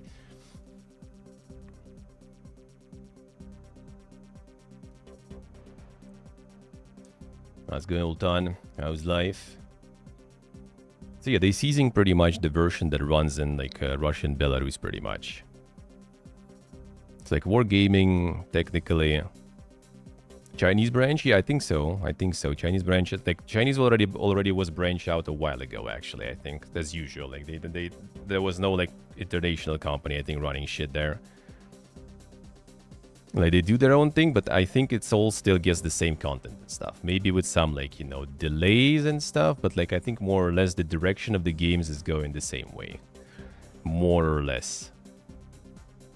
Hamilton. Why? Is it too much Siva? Is it too much Siva?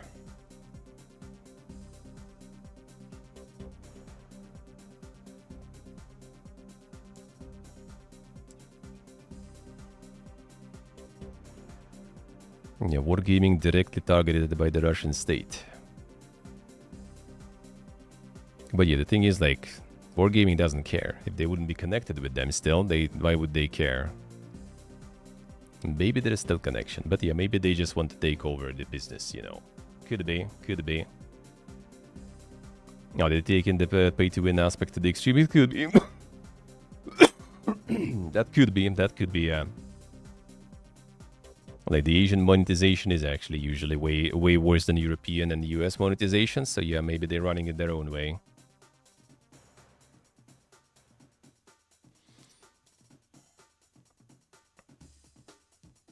People like money, imagine. That's why I don't believe that they just, like, for free completely just, like, got rid of that asset when they could, like, sell it or something. I really doubt it. And they also didn't just, like, sell it to the highest bidder. They literally just, like, gave it to their kind of, like, subsidiary that was part of their, like, that they owned, right? They just gave it to them and, like, cut all the ties and left. Yeah, I don't know, man. I don't know. Sounds kind of sus to me. Medieval strategy sim Bannerlords is getting proper AI village building and upkeep system and fancier castles. Copious revamp plans unveiled for first birthday.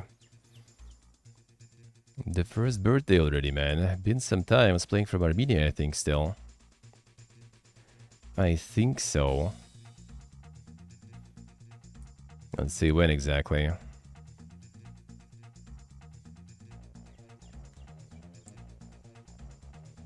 New people in the team. Not a full change log, should give you a good idea of where development is heading. Probably a pretty big one there anyway.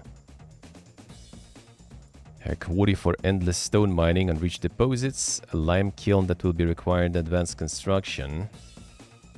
Planned visual changes include revamps for the UI and map resource node, overhaul castle pieces. Juiciest bits appear to involve the AI, which can now build and run a small village, making use of concepts such as burgish plots, a backyard, and the living space extensions that didn't exist in early access launch version. So you can, like, automate some stuff. Well, yeah, like a lot of villages, I guess. AI could use the plot tool properly. Letting AI build villages also obliged a new approach to the game's marketplace, and though Steam Post doesn't go into detail.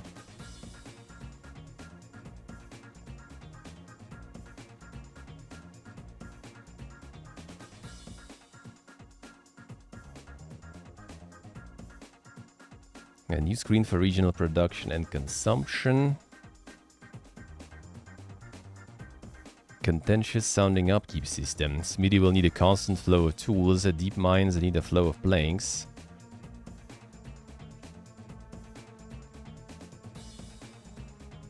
Yeah, I wonder if, like, the logistics will work fine though, because that kind of had some issues sometimes before. But I mean, that's been a while. I'll revisit that one. Yeah, 1.0 is a ways off. Still a ways off. I will revisit that one. 1.0, 100%. That was really good. That was really good. No, Claire Obscure Expedition wasn't made by 30 people. Amulet du Gommage, damn son.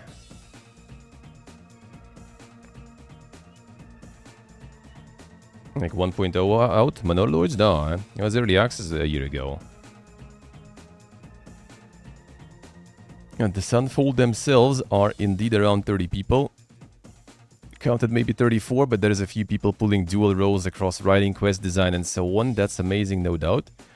Story starts to look a bit different, however, once the bulk of the credits begin to roll.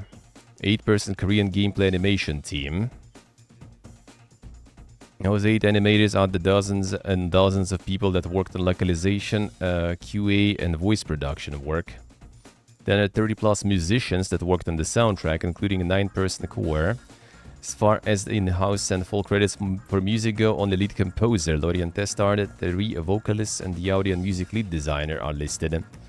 Absolutely not suggesting Sandfall or anyone else is telling Porkies or buying a burying talent here. I only bring this up to say that even just accounting for the music that's so vital to Clair Obscure's essence as a work, we can effectively double that 30 people narrative. Conscious that this all reflects a tendency in UK and US reporting to minimize contributions from outsourced workers and support studios in East Asia and elsewhere. In many ways, this is playing right into the industry's preferred narrative. A few years back, People Make Games reported on the AAA industry's habit of buying crunch overseas.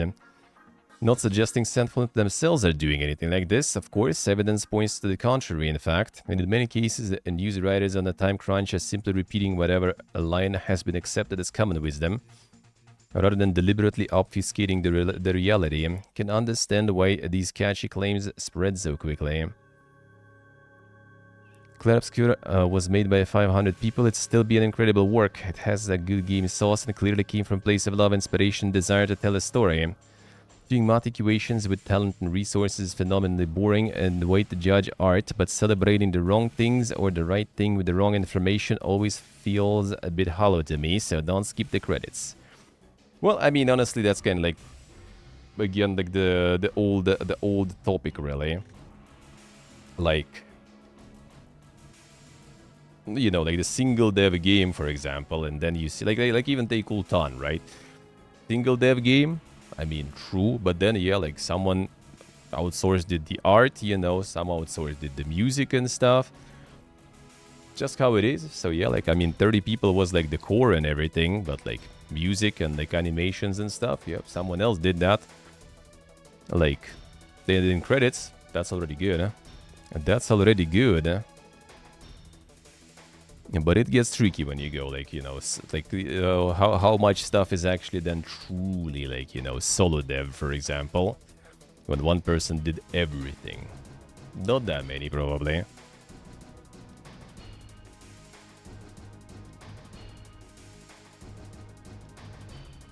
Single-made game, but nothing made you see. True, true. Well, yeah, I think it's just kind of basically, yeah, like the someone just like saw amount of people working in the studio and they just kind of like reported in the news like, yeah, the 30 people studio made this shit, look at this, and then everyone just picked it up, and it's not like they were flexing that, I think, or something. True, so true. Yeah, sometimes they don't even make the credits. True. All the voice work that was commissioned, yeah.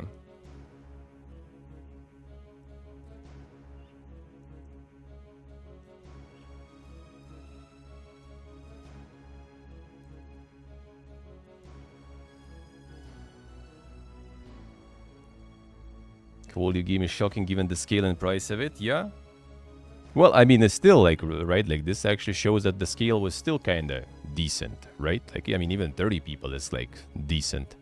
But even like more with all this, like the main things are like, yeah, like music, animations are really good, and yeah, that was made, you know, like in Korea basically. So it's still kind of a lot of people working, but obviously less than any AAA game, absolutely. So yeah, it says right, it is impressive nonetheless. No matter how many people worked on it, it is really good and worth the price. It is, but still kind of, you know, gotta get the data correct. The data correct, how many people were there and stuff. Respawn reportedly lay off staff across Apex Legends and Star Wars Jedi teams and cancel 2 incubation projects. It'd be nice if they could just be honest for once. True. And between 300 and 400 positions have been eliminated across Electronic Arts, including around 100 at Electronic Arts, I guess at Respawn. One of the cancelled incubation projects was also apparently Extraction shooter set in Titanfall universe. Well, not surprised really with extraction fee has to go in. And the entire Unity Engine team, yeah.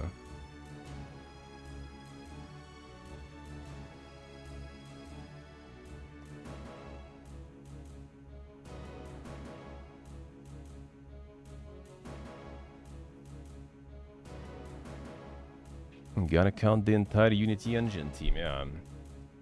It's kind of hard with this one though, but I think yeah, like if you are the one who kind of like made the very core of it and got it all together, then and yeah, everyone else was just kind of on the outsource. Then I mean yeah, that is all you. That is all you. Almost all you then. And the entire Windows 11 team. As long as you credit still people who contributed, then it's good. Then it's good.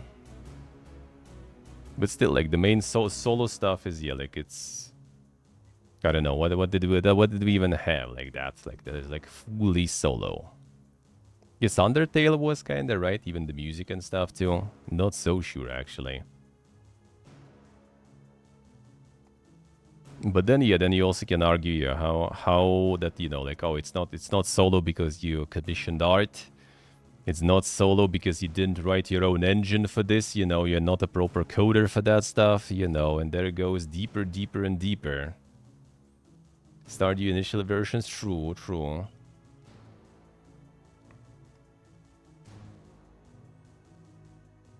I'm gonna build it all on your own, from the ground up.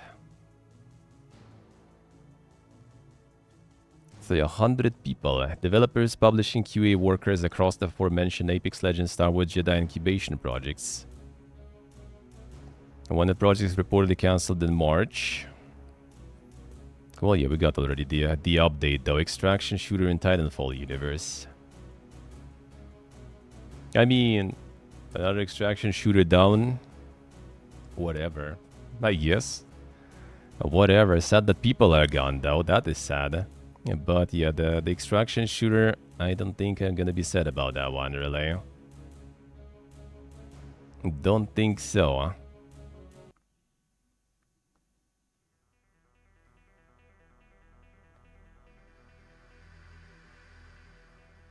Yes, either boss can see. Borderlands 4 gets an earlier release date as accidentally revealed by Randy Pitchford. Oops, time zones. The original date of September 23rd being shifted in some sort of bizarre anti-delay. New date is September 12th. There it is. There it is. And the state of play was there. I'm gonna get the tidbits from the state of play. I'm gonna be watching like all of it, but some info from that. Yeah, the code masters. I like later. Yeah, some tabs for that. We'll get there. Like the whole rally game franchise is kind of gone apparently.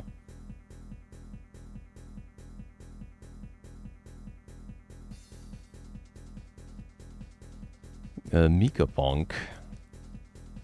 A new Atlas Hazard crew, a squad of other robots with unique gadgets rid the galaxy of deadly fungal menace in this hyper-customizable mission-based co-op shooter. Friend Slope. Got the demo. Devolver actually publishing.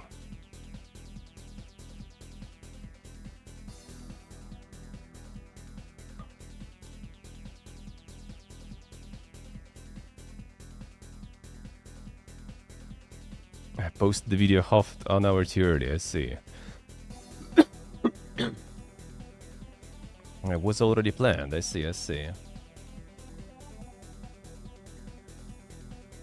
kinda looks alrighty. Style doesn't look bad. And my favorite, you know, post-apocalyptic brown looking things. Let's go. I mean, it does have some dankness on top of that. It does have some dankness on top of that.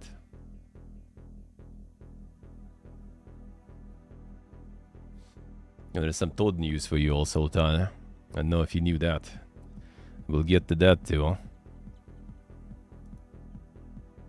The important Todd news. Well, I mean, kinda this too, I guess. The Scrolls 4 Oblivion's level scaling was a mistake, says designer, so why is it in the remaster? Proven out by the fact it did not happen the same way in Skyrim. The remastered version's creators made some significant adjustments to how you gain levels instead of improving major skills and then sleeping to boost your attributes depending on said measure skills. New version of the RPG doles out XP per skill up and lets you pick which attributes to improve. Actually went ahead and changed the game design underneath, some of the system design. That's pretty much unheard of in a remaster because the whole idea is that they wanted that old experience. So I consider that to be a very brave thing and probably helped the Oblivion remaster to be significantly more popular, assuming they have done what they said and bring it to a more modern understanding of things. That is going to make the game more playable for modern sensibilities. Now, why is level scaling still in then? Unless it is as confused and horrified as you are. A very substantial hand and voice in both leveling systems. The nuts and bolts of work, the mathematical mechanics, that was my work, and I'm intimately familiar with how both of those things work. I think the world leveling with you was a mistake, and that's proven out by the fact it did not happen the same way in Skyrim. But we came up with a much better way to continue to provide the player challenge without making it feel like, oh, it doesn't matter that I went up in levels, dungeon went up in levels with me. So in Skyrim they did get the better scaling. I haven't seen people complaining about Skyrim that much, I guess.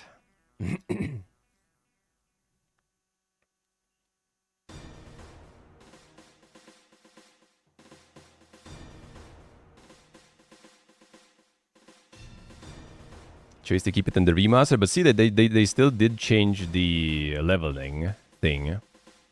They still changed the leveling system though. So, you know, kind of like very selective changes in the remaster, I guess. Changed the leveling system, but didn't change the scaling system. But I guess leveling system was kind of like less impactful and easier to change than, you know, kind of like changing the whole system how the scaling works. Which, I mean, is not pretty hard to do. Mods already did before, right? Still scuffed as fuck there, right? I see. Scaling would be much work. I mean, I assume it's like it's mod level of change, right? And mods still work for from old Oblivion to the new Oblivion. Those that change mechanics, you know, like numbers in the engine. So it would be doable, I guess, to do. But yeah, like leveling is way easier, probably.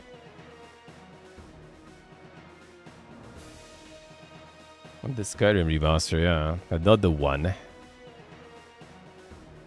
Yeah, this one I've already seen. Fallout remaster coming first. I mean, after this one, since they already got, you know, this like system of layering Unreal Engine on top of their engine, like we're gonna get the remasters of everything, probably. I would assume. Just give them some time. Who knows if Stardew Valley is finished, but the dev behind it is committed to not working on it until Haunted Chocolatier is done. Alright, so switching fully to Haunted Chocolatier now. Announced 4 years ago. 1.6 update is pretty settled at this point. Ongoing console ports and bug fixes, but it's pretty settled now. Committed to not working on Stardew Valley until I'm done with Haunted Chocolatier. I think it's in good place. Feel very solid about it. Think if anyone picks up Stardew Valley for the first time in 2025, I'm very proud of it. And I think they'll have fun with it if they like this kind of game. Finally done pumping the free shit for the game. Can you imagine? Can you imagine? Fallout 76 remaster. I mean, technically, that actually can happen because it's also like, you know, just running on the same engine. So kind of applying another graphical layer on top of that would work. But I doubt they will though, because that just opens way more, especially in multiplayer environment. That probably opens like Pandora's box, you know, so I doubt they will. Not to mention, like, it's kind of live service multiplayer stuff, so it's supposed to run on the potato, and it already struggles to run on the potato, let's be real. So, like, moving it to Unreal Engine 5 will make it probably completely unbearable. Yeah, already a logfest without Unreal Engine on top. So yeah, doubt they gonna do that. Doubt they gonna do that. And I mean, you don't need to remaster that. They just keep pumping content for it. It's in a good spot. It's in a good spot already. And yeah, the graphics there kind of look alright, not gonna lie. It looks fine. Same with Fallout 4, really, also. Like, it doesn't need that level of, like, remastering as, like, the older ones. It doesn't need that really that much. The full log all day long. Now, in those, they're not gonna do it.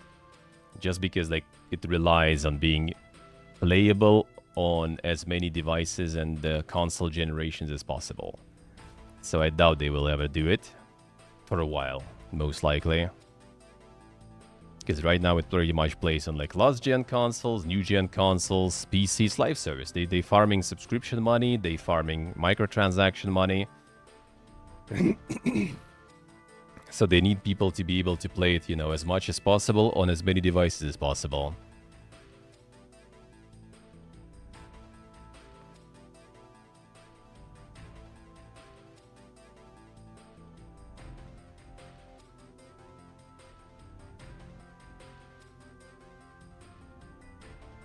Let's see, there must I say. And the deep lore, the deep lore.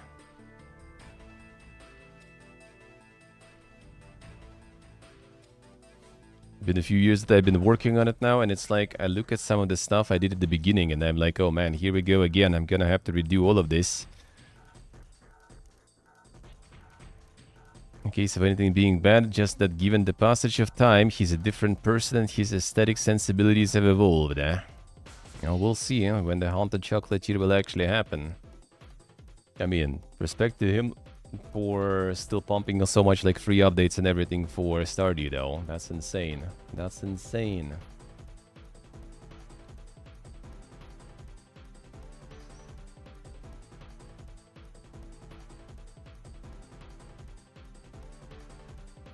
Splitgate 2 is almost ready for you to try it out, as the portal with actual gun shooter set a date for its open beta, and there'll be infinite maps apparently. The fuck? I guess because of the portals and stuff. Yeah, I wonder how this one will go. The first game was basically just kind of like all the rage for like a few days. It just came out, was like big poga. And then, like, in a month or a couple of months, it was completely dead. I think they ended up even, like, closing stuff, right? Or something, and just making a second one. Real quick, also. Like, it's been, like, what, couple of years, I guess? And they're already pumping the second one, so... We'll see how this one will go, then. How long will this one go? A new StarCraft game is on the way from the publishers of Dave the Diver and The Finals, according to reports. Nexon is Blizzard's preferred bidder for StarCraft and Overwatch Mobile. So are we getting a StarCraft extraction shooter? I wonder.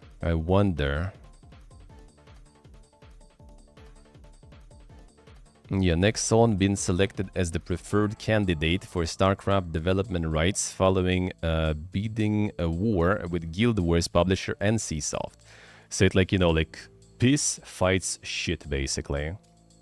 Like, honestly, I think shit won, to be honest. Like, NCSoft kind of close, but it's still probably piss, though.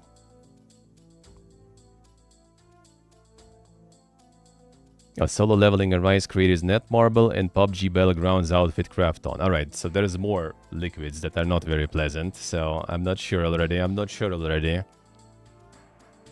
So you're basically, like, picking up, you know, least of the worst, I guess. Like, looking at the candidates, it's gonna be, like, interesting. You can see that they're all aiming at full, like, Korea, though. So, like, it's gonna be probably, I would assume, maybe they will do the same as, like, what was the Not Tempest Rising, the what was the name? The something Gate, or what was that? The wannabe StarCraft that was free to play. I assume it's gonna be the same stuff. There's gonna be like the like the full multiplayer centered, competitive, you know, free to play strategy probably.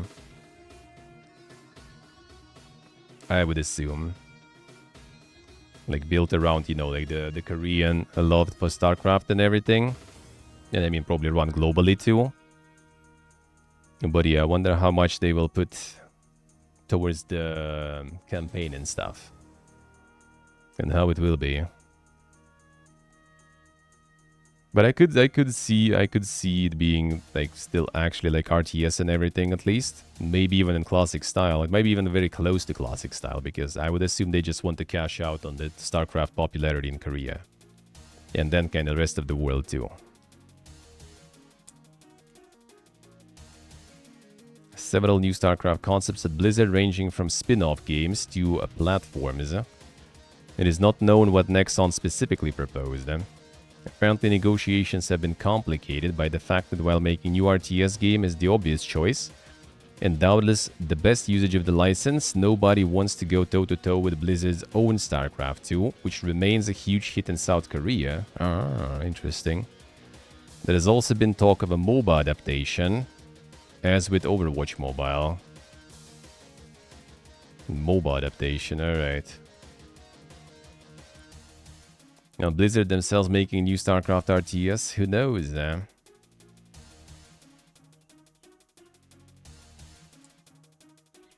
Yeah, I don't think they want to.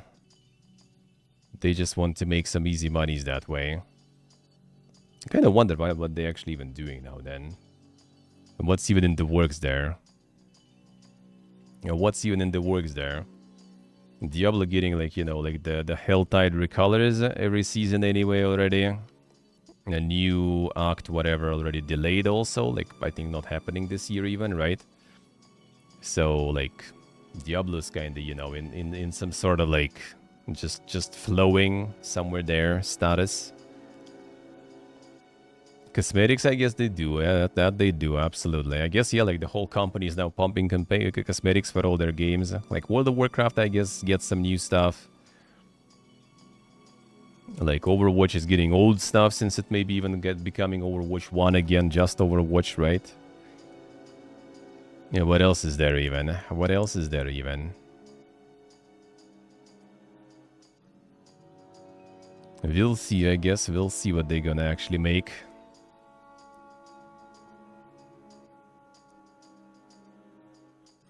Hey, Belial, cosmetics are so overpriced, they're insanely expensive, yeah. A lot of people do. Like, a lot of people got, like, some mega editions of expansion. Like, my friend is, like, grinding every season, basically, in Diablo 4 and Diablo 3. And when the expansion was just out, he was like, dude, like, there's, like, everyone is on this, like the pre-order, early launch, or whatever, like, horse or something. Like, there's so many people on that shit, like... People overpaying so much for that stuff.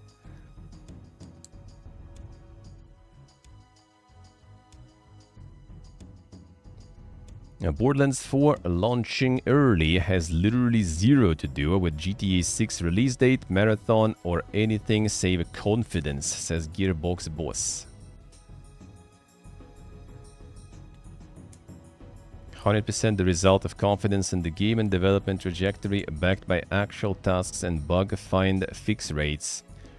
Decision is literally 0% about any other product's actual or theoretical launch date.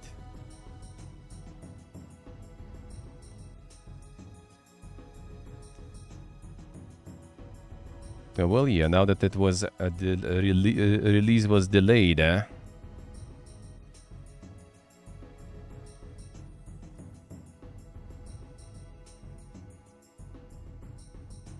See, Marathon is the main culprit. I think Borderlands would be kind of competing with Marathon there.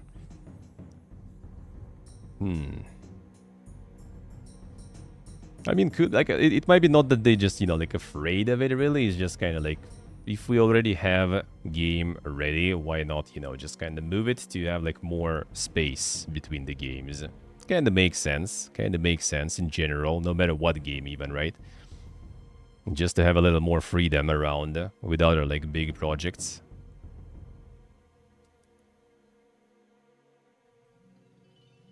A very good RPG, Sea of Stars, gets a free 8-hour DLC campaign about a creepy clockwork circus, out 20th of May. Free. What the fuck? Which year is that, man? Which reality is that?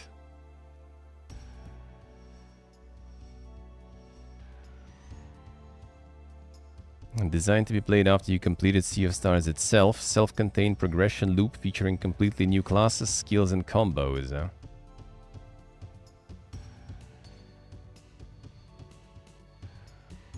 Yeah, that was their stretch goal for from the Kickstarter. Ah, I see. That makes sense then. That makes sense. That makes sense then.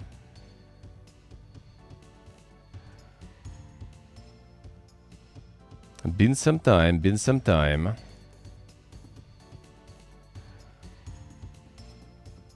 The original Chrono Trigger composer even. Nice, nice. No just guessing. Not sure, not sure. Doesn't exactly say here, at least.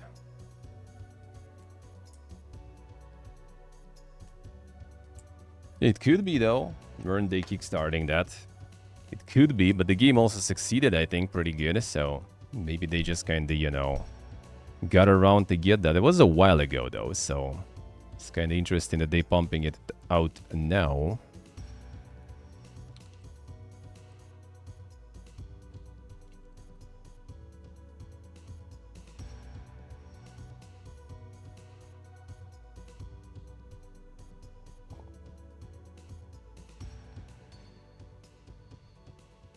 Free update in November they had also. August 2023 it was out.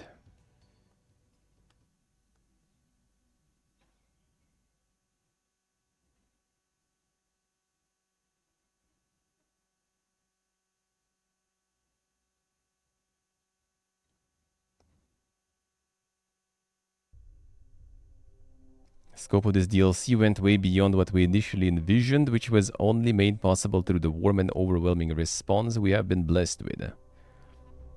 So they kinda, I guess, planned it already, but the scale and everything is thanks to the success of the game. The couch co-op and stuff.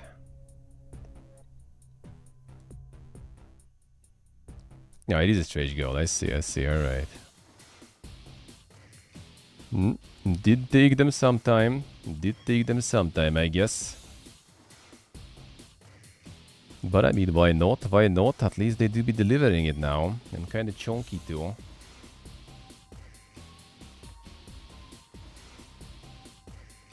Evil Dead the game is now ironically a literal dead game as its developer removes it from sale. Servers are staying online though. And people even playing that on those servers. Removing game from digital storefronts. Anyone who has purchased the game will still be able to play it as we plan to keep our servers online for everyone. Want to extend a sincere thank to our community, those who have been part of the game from the very beginning. And those who have recently joined us, appreciate all of your support. New content for the game was stalled back in 2023, 16 months after the game launched.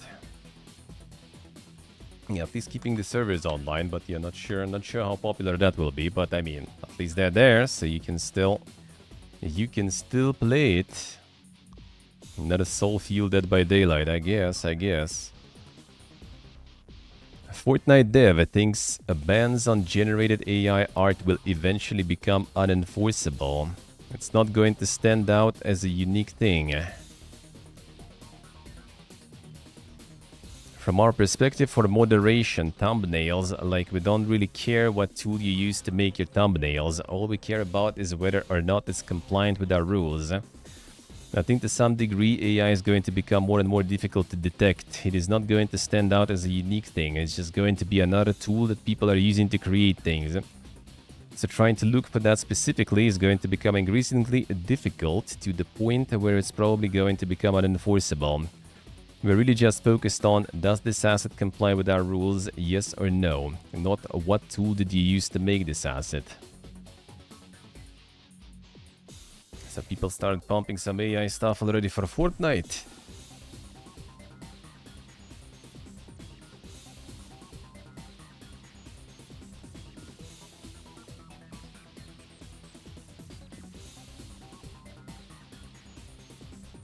And what exactly happened there? AI Slopalypse o'clock. Damn son. Issue of Fortnite players using a latter-day generative AI tools to conjure up thumbnail images for their profiles. Oh. Oh, making pictures for their profiles through that, okay. So they're not making like assets for some of like the Fortnite store thingies, whatever they have there also with some assets or whatever.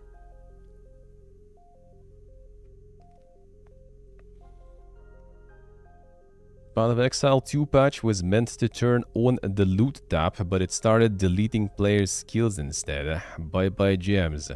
What the fuck? And what's going on there now? For the last 2 weeks, we have done major rework to item drops in order to try and address these issues. These changes significantly improve the effect that item rarity has on the quality of the items you receive. Overall, you should see significantly better items when killing more challenging content.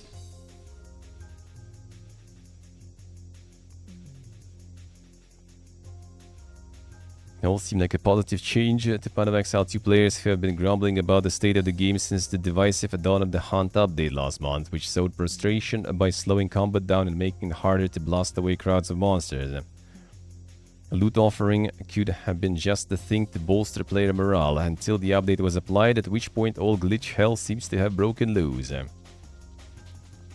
Experienced around 5 hours of realm downtime for Path of Exile 2, said developers in post explaining what happened. After deploying the update, we had reports of people's skill gems being deleted on login. We immediately shut the realm down to prevent further damage to people's skills and attempted to roll back the database. A rollback procedure itself became sticky, and in the end the shutdown lasted much longer than anyone would have liked. The reason skill gems started going poof is basically down to a database stuff. The gems were supposed to be marked as being unable to be changed, an adjustment that evidently went badly wrong. There are multiple ways in which this kind of problem is normally caught, but they all failed in this case. I will be making improvements. The classic. Okay, is it now always some fiesta with Path of Exile 2? It was so like kind of like smooth and alright in the beginning and just the release, and now all you hear is like people upset and some changes being PP and stuff. A life-affirming RPG, Keep Driving, now has gamepad support and junkyards. I'm getting some more stuff in there. Also introduces Casino minigame for the 8 Cobra location, a new location in the form of junkyards where you will presumably find leftover bits for your car. Wash that down with some borderless full screen, campsite side stops where you can rest for free, new decals, and the ability to refuel jerry cans at gas stations. Witness it all in motion in the below celebratory trailer.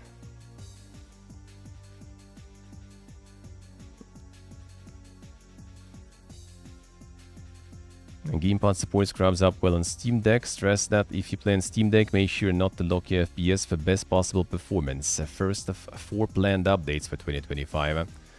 Smaller content update coming in May, some additional new bits on localization features in late summer, and console support by winter. I feel like I'm gonna return to that one even at some point. This one was really good. Keep Driving is really good. Oh, very nice, very nice. Buy a truck and keep driving. Yeah, I guess it does. I guess it does kind of echo, you know, a little with my current shit and stuff. So I do like it. I do like the game, dude.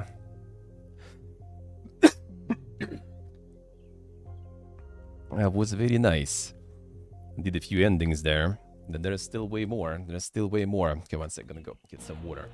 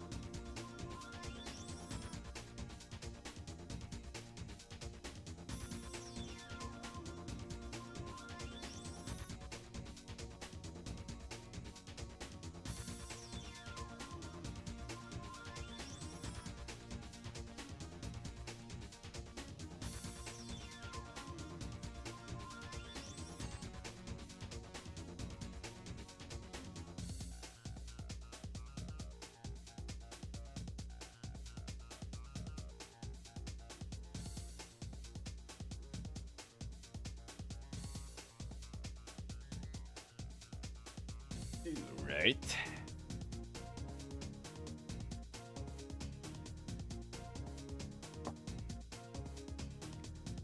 Some of them coffin peels, huh? Annoying coffin.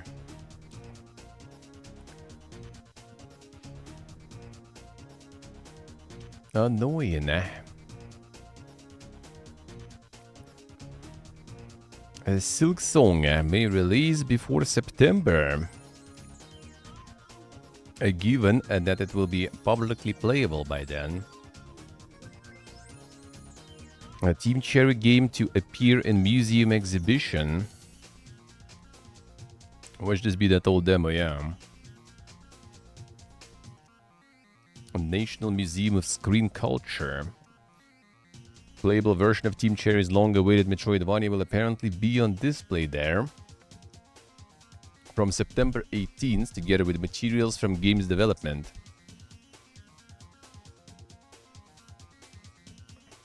Yeah, I kinda doubt it's gonna be finished version though.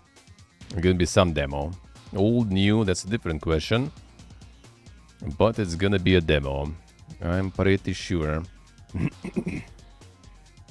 That I am pretty sure.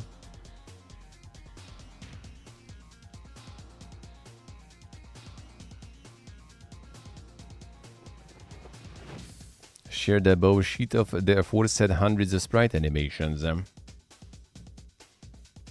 sure my body isn't capable of that many sprites. I risk putting my hip out if I go over 30.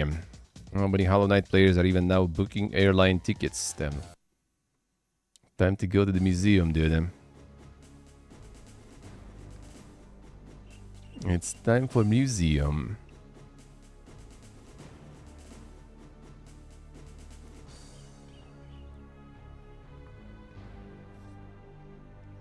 Bethesda are so chill about Skyblivion that they are promoting it in Oblivion Remastered videos. Oblivion Remastered art lead is excited to see their interpretation.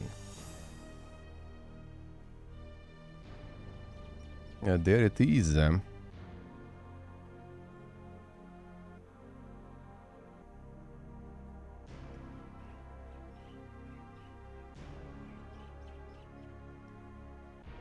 Skyblivion crew profess themselves undaunted by the news. Community is a win-win.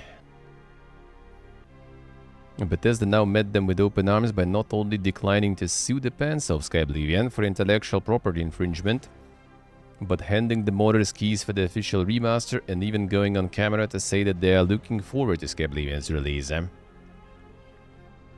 With the work on Oblivion Remastered, I'm still excited for Skyblivion. Art and development lead Dan Lee comments in the video, as noticed by Possible Crappy Gamer. Think what they're doing is very special, and I'm excited to see their interpretation of what we've done in the past. I think it's a great year for Oblivion fans.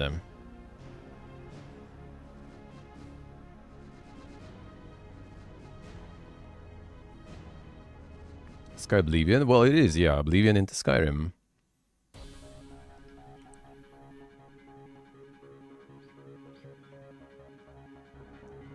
Okay, there was any lingering ambiguity about Bethesda's goodwill. The video closes with some footage of the mod. The Skyblivian team are naturally very happy about this. Then we're just as excited to get Skyblivian into your hands this year as you are to play it. Thanks for the shout out and kind words.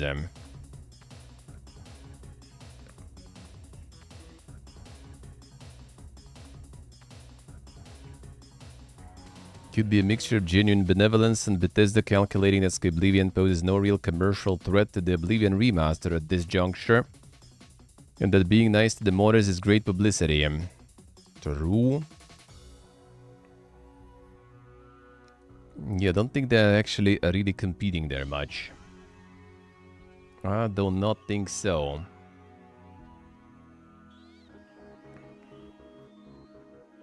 Rust adds a jungle biome, the biggest change to its map in 9 years. Damn, son. The insane jungle updates.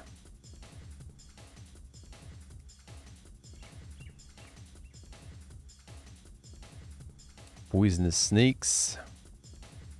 Ruins and temples hidden. Swing from vines, perhaps inspiring a whole new life in the canopy. Now tigers and panthers stalk in the ground below.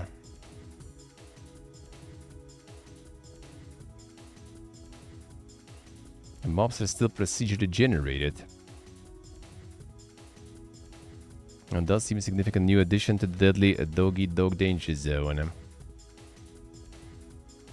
2 new weapons, boomerang that returns to the player and the blowpipe for those who enjoy causing problems quietly. Loaded up with different types of dart ammo, including incapacitate dart that slows its victims and obscures their vision for a time. A radiation dart that simply stacks radioactive ill health onto your foe.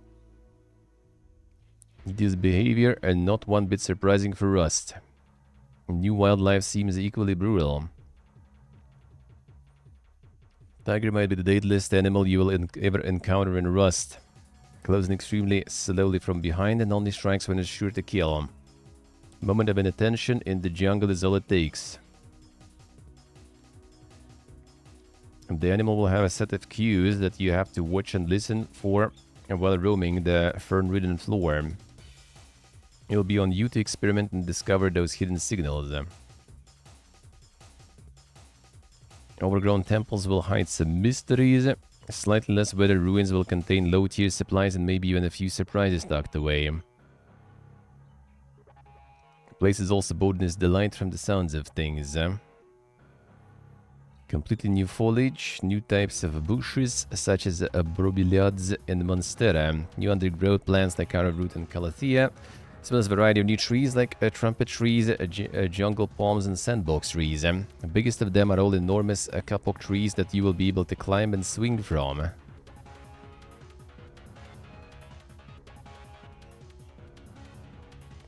Bunch of other stuff, including beefing up of servers and a DLC pack with an Aztec flavored AK-47. Damn, son.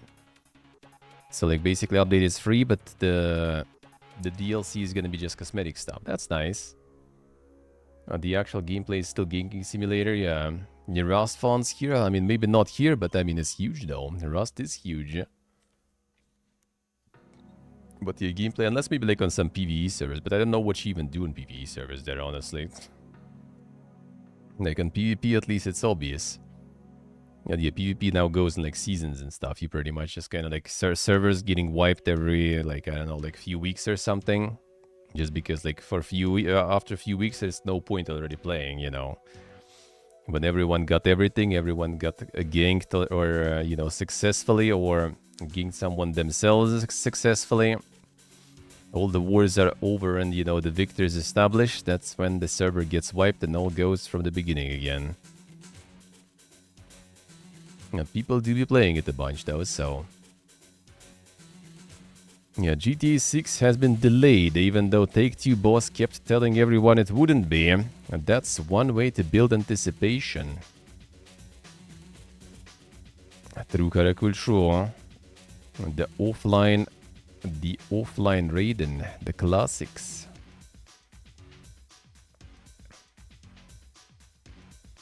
Set to release May 26, 2026. I'm very sorry this is later than you expected. Interest and excitement surrounding new GTA been truly humbling for our entire team. But now it's the concrete day though, yeah. It was just like autumn sometime, and now they have actual release date. The fucking mosquitoes arrived already. Why are you here? Alright, not here anymore.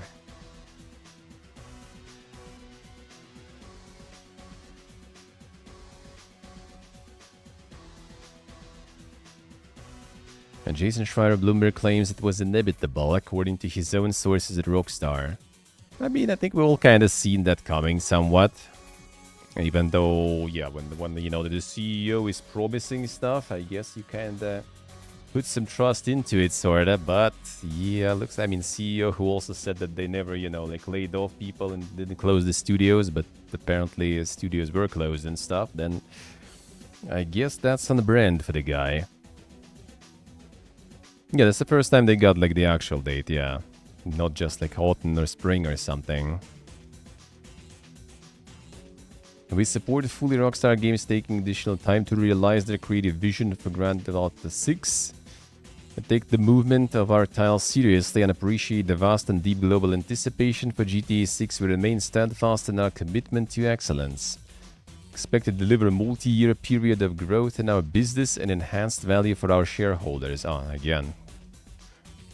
And not like, you know, some like a multi-year period of like content and, you know, and the quality games for our players. Nope. Growth in our business and value for shareholders. That's the main shit, man. It's all about the value for shareholders, man. Sandfall have no plans for more Claire Obscure Expedition 33 just yet, but chances are good anyway. We're honestly still just trying to process everything that is happening. Always said if there is a strong desire from the players that we would love to do something more, and based on the responses so far, I'd say chances are good. So there might be a DLC then. Nothing concrete yet. There's a new Honkai game on the way with characters from Star Rail and Impact 3rd, and it sure does look like a Pokemon clone. Just don't expect much from the trailer. You know, like the leak trailer or something. Not really like posted here. Now, part of the live stream held earlier today. Alright, so yet another new game. Brand new Honkai game.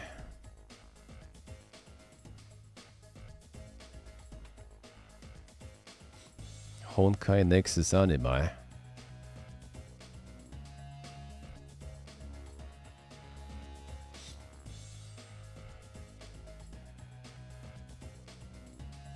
And the more weeb shit, more gacha shit even specifically, I guess. Staking their claim on Pokemon's cash cow. Wonder how that will go. Wonder how that will go. We'll see. If it's something interesting, maybe I'll check it for some time also. But yeah, not sure. Like Zenless Zone, I already like played it for like what, like two pieces of my stream and then never returned. Elden Ring celebrates 30 million copies shipped. Miyazaki before man, dude. 30 millions there.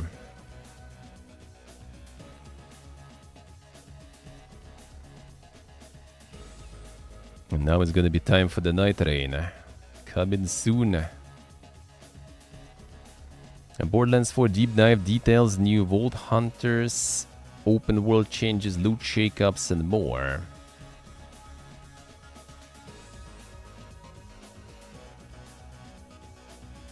Some new planet, 4 distinct biomes. And Dictator game antagonist, the Timekeeper. The Borderlands 4 will return to a more grounded tone, reminiscent of the first two games. You can page from live service titles like Destiny Open World features dynamic weather and events such as world bosses and border patrols. Players can even spawn their own speeder bike-like vehicle, which can be customized to cruise across the terrain quickly.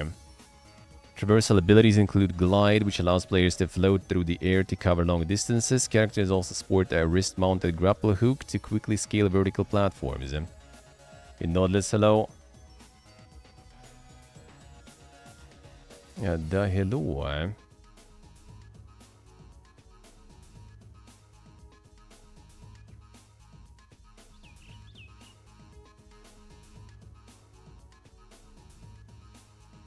Got masterpieces like Starfield and Suicide Squad. You get mad at Nick molding about the weeb shit. I mean, he's weeb himself, so. Vault Hunter sports 3 action skills, class-specific abilities, and each action skill has its own skill tree and can be further bolstered by augments and capstones to change or improve its properties. Vault Hunters also sport passive abilities called traits. Borderlands is all about loot, and the 4th entry features weapons from 8 manufacturers, 3 new to this series: Jakob's Maliwan, Vladov, Tidior, Torque, and the newly added Order, Ripper, and Daedalus. Each brand sports various perks and traits, and the new licensed parts system combines various abilities from multiple manufacturers into a single weapon. Enhancements replace artifacts and act as gear slots to augment weapons based on the manufacturer. An example would be an enhancement that deals extra firepower for using a Tidior gun. Grenades and heavy weapons like rocket launchers no longer take up slots in your gun rotation. Instead, they occupy a new shared slot called Ordnance and now operate on a recharging cooldown meter. Means you can use these more explosive weapons continuously in any encounter. Overall, Gearbox are responding to player feedback by overhauling loot drop rates to ensure rarities matter again. To that end, it states legendaries now drop far less frequently than in Borderlands 3 to ensure they feel special again. Ability to replay entire missions and boss fights also been added, meaning players can easily rerun bosses without reloading saves.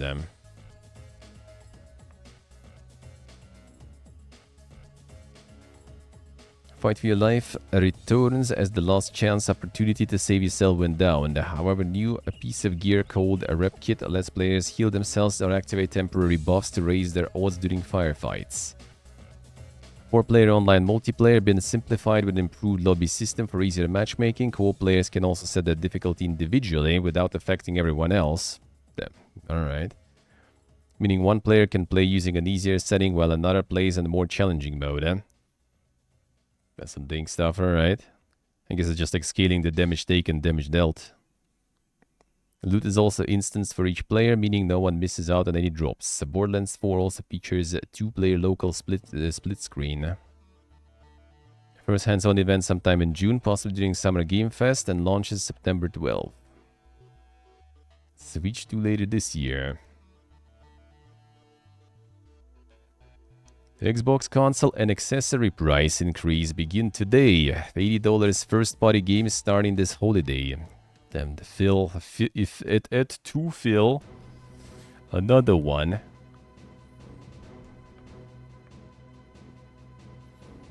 It's like $80 increase for the consoles, and even 100 in some cases. Then the digital one going 100 there.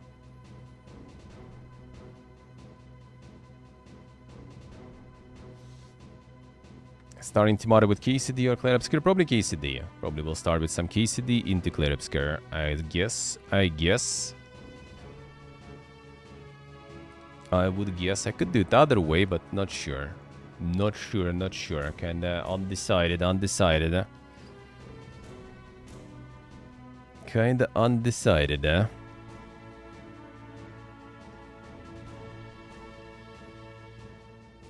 Could start with Clair Obscur actually, and then into KCD. Maybe. Could do that.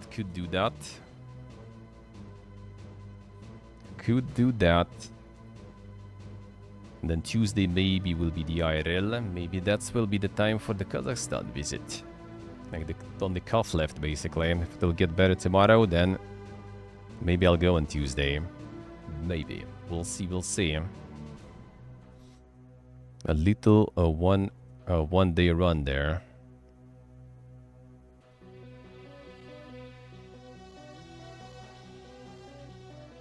Certain upcoming first-party games will retail at $80 beginning this holiday season.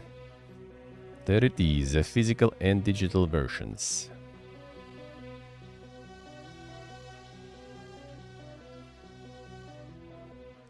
Stand these changes are challenging, and they were made with careful consideration given market conditions and the rising cost of development. Looking ahead, we continue to focus on offering more ways to play more games across any screen and ensuring value for Xbox players. Yeah, everything is Xbox now makes even more sense. When Xbox becomes that expensive, huh? Everything Xbox sounds kinda good, huh? The Gates of Skildal. Cold classic Czech dungeon crawler from 1998. At the mythical island of Rubenland, a party of adventurers sets out to stop 5 rogue mages from the Tower of Skildal. Enjoy turn-based combat, powerful magic, and tricky puzzles in this legendary RPG. Yeah, with some mega reviews there and stuff. Some classics, then €4 also. Insane.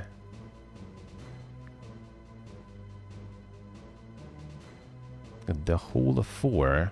That actually should be the international sort of price there also.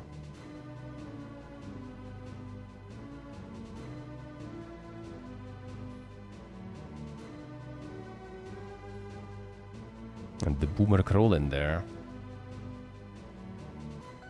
That's 43 also aspect ratio there, I guess. Then the Booba Ladies even. Insane.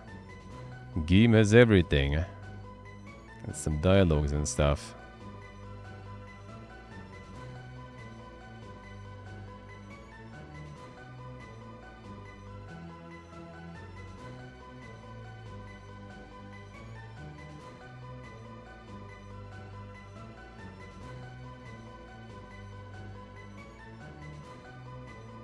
Yeah, some dink dungeon crawling. Might be interesting. Reviews looks good too.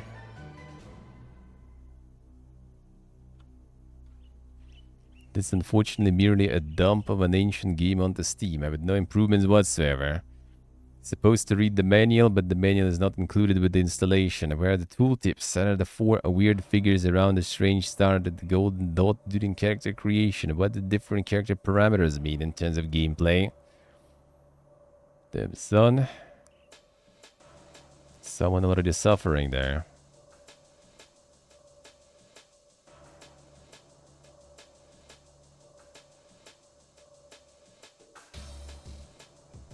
Yeah, the guide is not included. That's kind of sadge though. That is kind of sadge.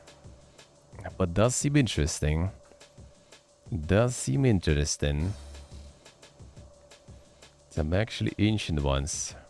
Oh, the Shadow Syndicate is actually apparently unavailable in the region.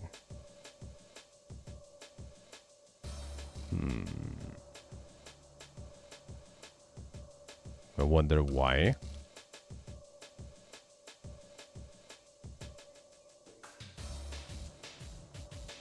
Huh?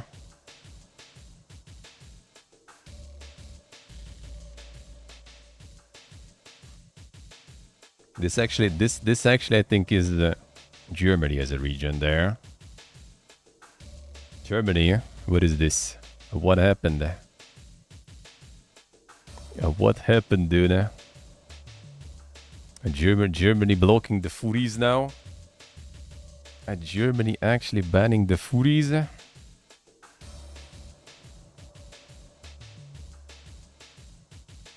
Bro, did it fill out the form? Got like the rating thingy?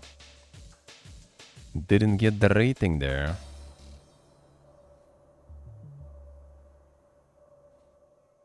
And Germany just removing the foodies there. See how it is. A noir stealth action game.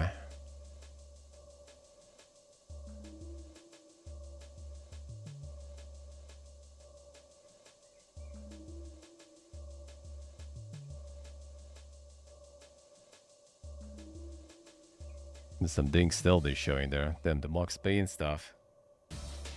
The Four Payne, eh? Max Four.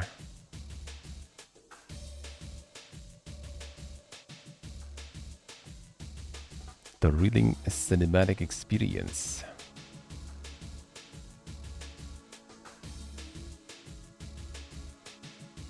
A narrative driven. We'll see, could be dink, could be dink.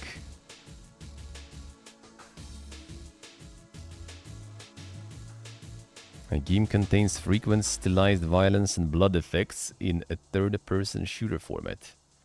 There is no glorification of violence, fascism, or related ideologies. Game does not include sexual content, nudity, or substance abuse. Damn, you need to get the descriptions like that nowadays, still. Instead of what you have, you need to say what you haven't. Interesting, interesting. One way to do it there, I guess.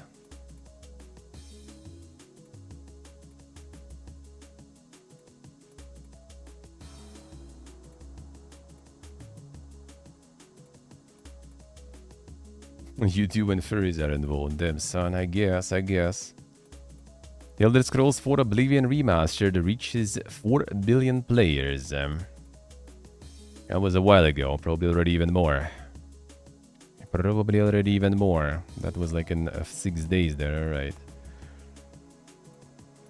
More Todd cultists, more fresh joins to the cult. Krafton posts record high quarterly sales performance in Q1, attributes record results to PUBG IP expansion in Inzoi. Yeah, what was the PUBG expansion there? Demonstrates sustainability by surpassing 1.4 million concurrent users in March.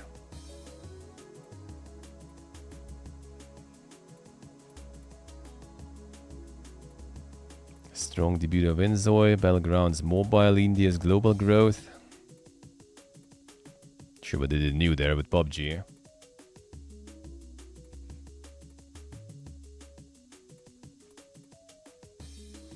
Yeah, WoW has 10x less concurrent players, so it shit through.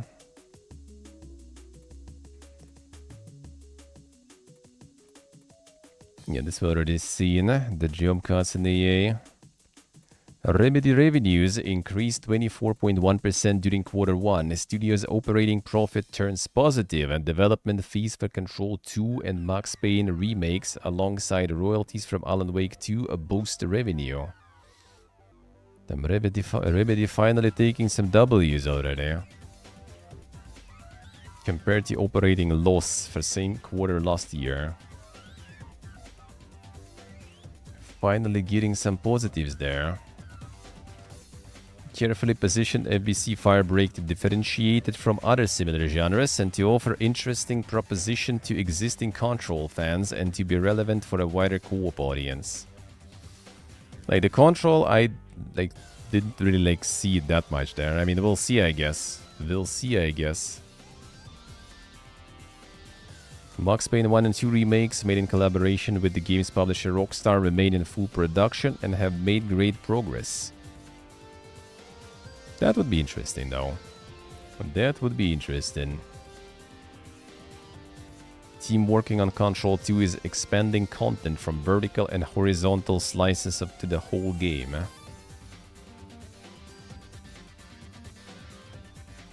Yeah, fate of Codemasters WRC team uncertain as Electronic Arts pauses World Rally Championship Series. See, 300 people fired, and now the World Rally Championship is also on the thread there. So Codemasters also got some, looks like.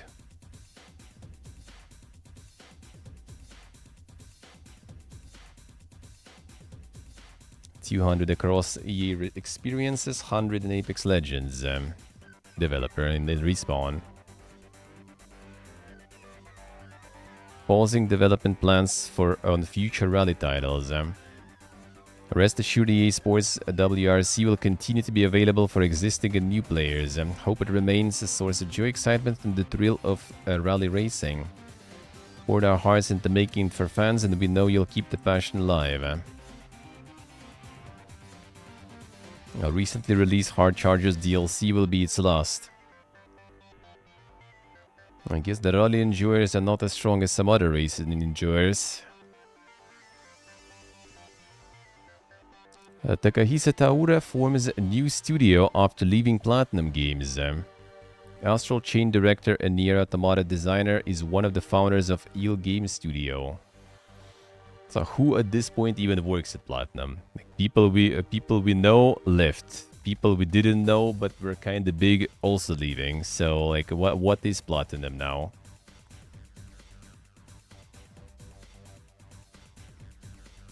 Kamiya left. Then Kamiya, I think, also managed that there was a bunch of people left.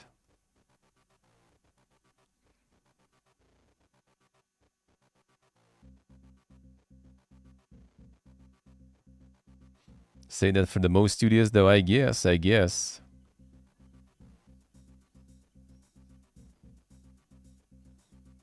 If I was satisfied at Platinum, then I wouldn't have left.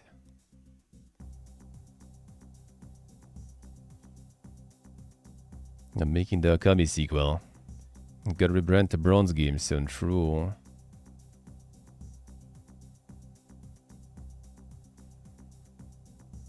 And the Eel Game Studio.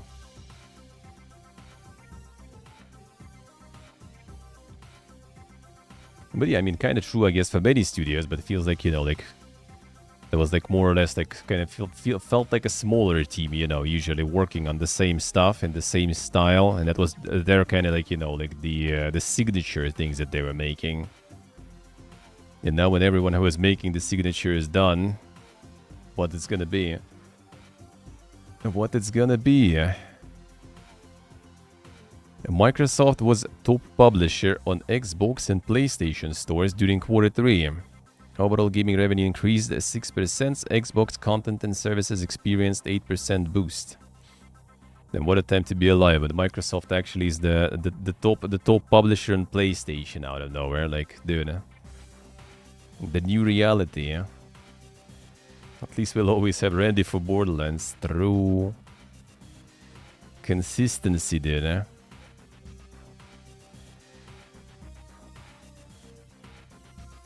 Revenue Xbox up 6%, operating income up 16%, net income up 18%. A record quarter driven by its cloud services. Game segment also saw increase of 5%, Xbox content service experiencing 8% rise driven by success of Xbox Game Pass, Call of Duty and Minecraft. Microsoft is top publisher on Xbox and PlayStation stores when it came to pre-orders and pre-installs. Game Pass revenue increased over 45% year-on-year, while Xbox Cloud Gaming set a new record this quarter with 150 million hours played compared to 140 in Q2. Continued success of Minecraft movie, which surpassed $550 million globally after 10 days in theaters. It's interesting how, like, you know, like all the critics and stuff, like, were shitting before the movie was out. Everyone was shitting on it, then the movie is out and it just goes fucking ham.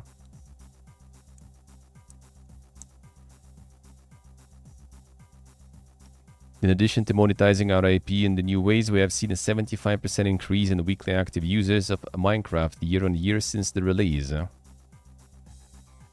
Yeah, they got like Jordy, Stave, and Hello and others also on Discord. Looks like to hope on that Minecraft thing. Even though I guess that they did it even without watching the movie. But somehow it's a coincidence there.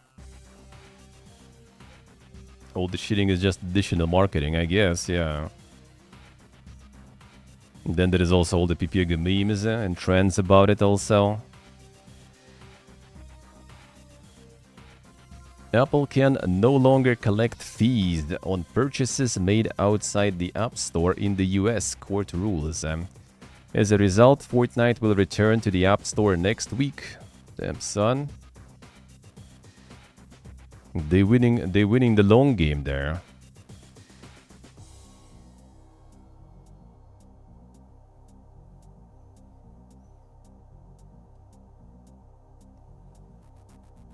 Apple and its Vice President of Finance, Alex Roman, to the local U.S. attorney for investigation regarding criminal contempt.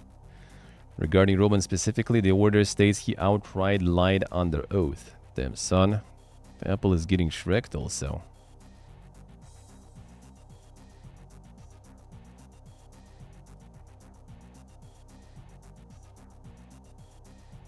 Epic puts forth a peace proposal if Apple extends the court's friction-free Apple tax-free framework worldwide, will return Fortnite to the App Store worldwide and drop current and future litigation on the topic. Damn, son. The trading there.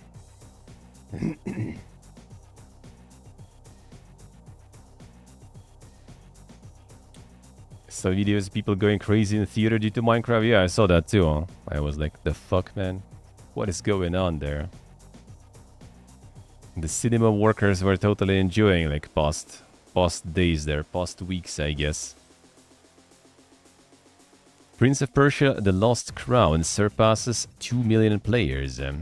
Ubisoft's action-adventure title launched on console and PC in January 2024, macOS December, and mobile in April. 2 million players, so that's also a bit late. Well, I mean, subscription is not that big for Ubisoft, but still.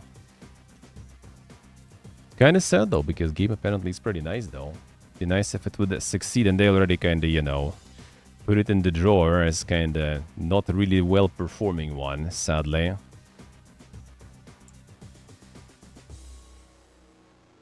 Polygon sold to Valnet, editorial staff hit with layoffs. The owner of Game Rant acquired the video game and pop culture website from Vox Media.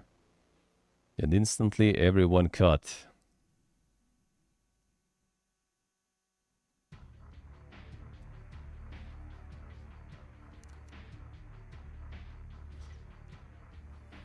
Co-founder, editor-in-chief, senior writer, deputy editor, games writer, and senior reporter, among those sharing that they are no longer with Polygon and social media. The immense pride and gratitude that we welcome Polygon into our growing family of world-class gaming brands. And instantly fire a bunch of people from them too. With immense pride and gratitude, dude.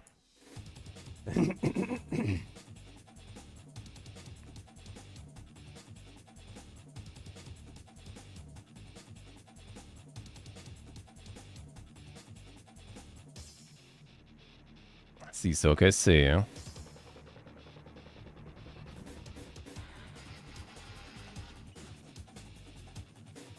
Star Wars Eclipse concept art leak. It gives a glimpse of the game's characters. Yeah, at the request we have removed the images, so don't want to watch the leaks, dude. 3 different species, Zenesians, Rhodians, and Gungans. Jotras Kamzik. So they're gonna have the Gungans even there. Going ham there, looks like. 13 images were found in total. Now, the artists who posted the concept art of their portfolio, which have since been removed. I'll rip that guy, probably. The assassins already arrived there. The Darth Jar Jar, yeah. Didn't they add like the Darth Jar Jar or something now in Fortnite or some shit as a skin? I think there's some sort of like Star Wars collab they have again now. And actually I think like all the like the Jar Jar pronunciation and stuff in English, I don't even know, because like back then I watched obviously like in the Russian dub, so they also kind of like voice him very dank, but yeah, don't know how it sounds in English. You okay? No, I'm sick.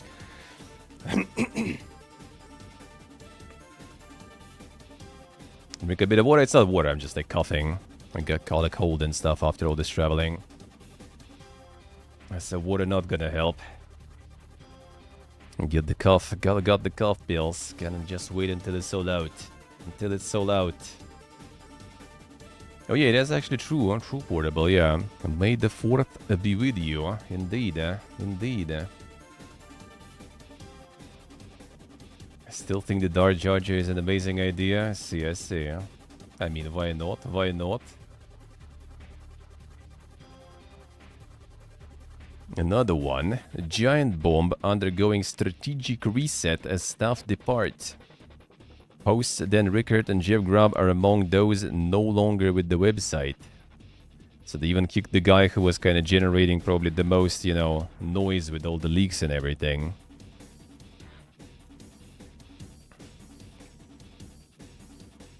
Oh yeah, owned by Fandom, I see. No longer working for the brand. Strategic reset, you say? No longer with Giant Bomb. Well, that was a dream come true. Knew it wouldn't last, though. Out of a job at the moment. No longer be contributing to Giant Bomb. Nothing but love to all the wonderful people from there on GameSpot. And Dan Rickard no longer participating in Giant Bombcast either. Another one. We understand this programming pause isn't ideal for our audience, but it's part of strategic reset and realignment of our media brands. Have some creative ideas for the future of Giant Bomb, but that we are actively working on, that we'll be able to communicate more about soon. Yeah, all the like gaming news media and everything, I don't even know what they're gonna be doing. Like even IGN at this point already like trying to kind of like get their fingers in all the pies possible, like with movies, with everything, pushing their ups and stuff, you know. Not to mention that like IGN is already like, you know, one of the few still standing.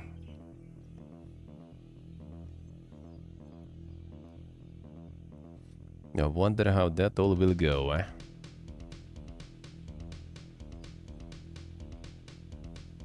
And just isn't profitable when you have Twitter. Yeah, it's like it's really is hard to kind of like monetize that stuff. Like unless you have like some sort of like, you know, like really like dank journalism going, and that's like just a very few people. Like Jason Schreier pretty much, maybe like a couple more, which like on the different scale even, right? Like that's weird that like Jeff Grubb, for example, was like posting all the time some sort of like insider info and like leaks and everything, and like they still got him out. Like the fuck? That's weird. But I mean, they're probably like cutting expenses or something. That's it. Yeah, Jeff Grubb, you hear from all the leaks at least. That one I know. And then there's a few that like every once in a while also post some sort of like, you know, investigative journalists, more like the Rebecca Valentine, for example, also from game industry before she was, I think, I don't remember where she is nowadays and which one. But yeah, mostly like Schreier with like the dank stuff.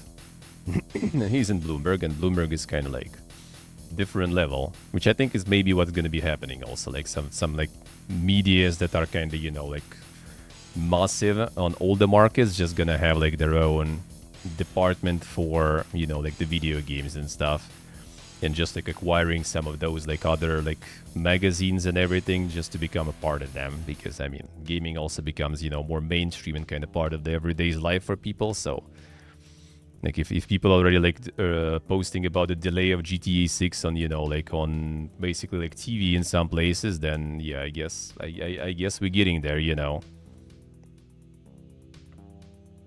I guess there it is. The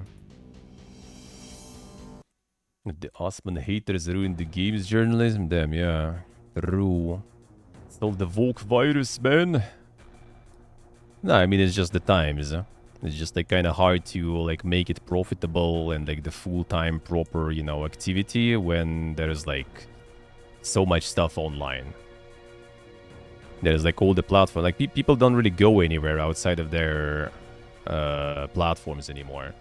You ask? Yeah, you did ask. I think I might start with Claire Obscure, because like I see a lot of people, you know, kind of avoiding spoilers and stuff. So maybe I will start in the morning, and then during the day just do K-City when like more people tune in. So let's do it that way maybe. True, no, it's true. Well, I mean, that's kind of like, you know, you kind of like, you know, exaggerated, but that's how it is. Like people just kind of like like people tune in here, right? Like a lot of like I do it for years already, and this is actually like when I have like the most people around usually, because people know that on Sunday they just come here and like listen to me up about the gaming news, right? Like why read all this stuff when you can just go listen to someone do it for you. And then there is also like Twitter, right? There's Telegram and stuff. Where like there's channels where you can get all those like headlines, like boom, boom, boom, boom, or something is interesting. All right, I'll read it. All right, more like headlines. Twitter, you know, like Blue Sky. What else we have nowadays? Like people search for news and everything on fucking TikTok and stuff nowadays, you know. Instagram reels and stuff. Like wherever people sit and what they use, they prefer to consume everything there. Like why would I go to some like different website or something for that? No, I'm just gonna like, you know, like search for it like on YouTube or something.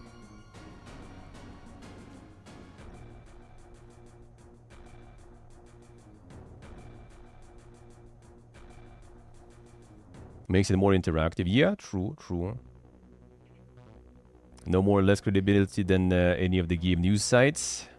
I mean, kind of depends. Like, obviously, comparing him to like Schreier or something is a bit different, right? Because like one actually has some insider knowledge and everything, and knowledge of the industry, and another one is just like attic dweller, you know, that just consumes content and not even sure about that nowadays, to be honest.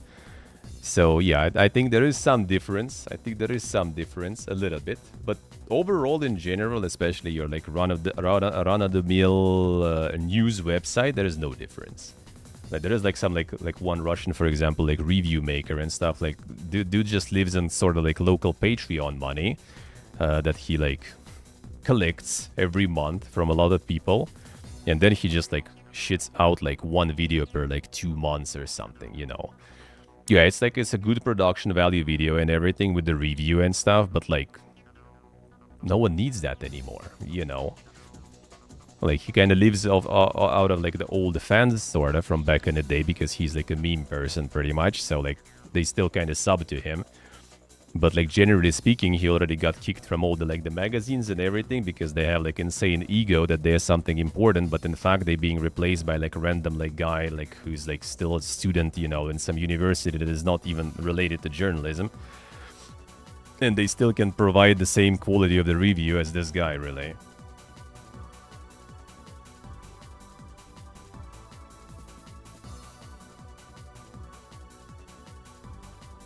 The items retribution 2. Wait, which game that mod is for? What?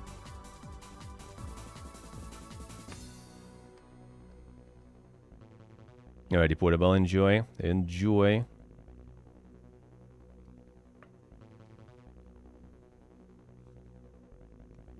Oh, the Fallout 4 items retribution. I mean, we'll see, man. Totally not currently. Currently, everything is just way too loaded, so not right now for sure. I have too much interest towards way too many games, man, at the moment, and too many playthroughs that I need to start. Yeah, 3 big games in the list right now, basically. Whole load of stuff that I started and I need to finish. And then on top of that whole load of stuff, the new one that I need to showcase. And there is like stuff that I would also love to play, but not sure if I will have time. Like Tempest Rising, for example, to play some more. That was good though. Epic Games to launch web shops for developers. Publisher also announces change in revenue share, the Epic Games Store, with developers paying a 0% share for the first $1 million per app per year. Damn, the generosity. Following the legal win against Apple, and I'm celebrating that way, I guess. And web shops will be hosted by Epic Games Store and will enable developers to offer out-of-app purchases.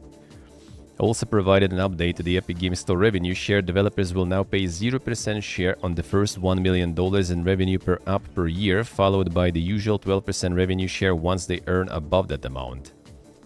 Both features will be available from June 2025. I mean, not bad. Not bad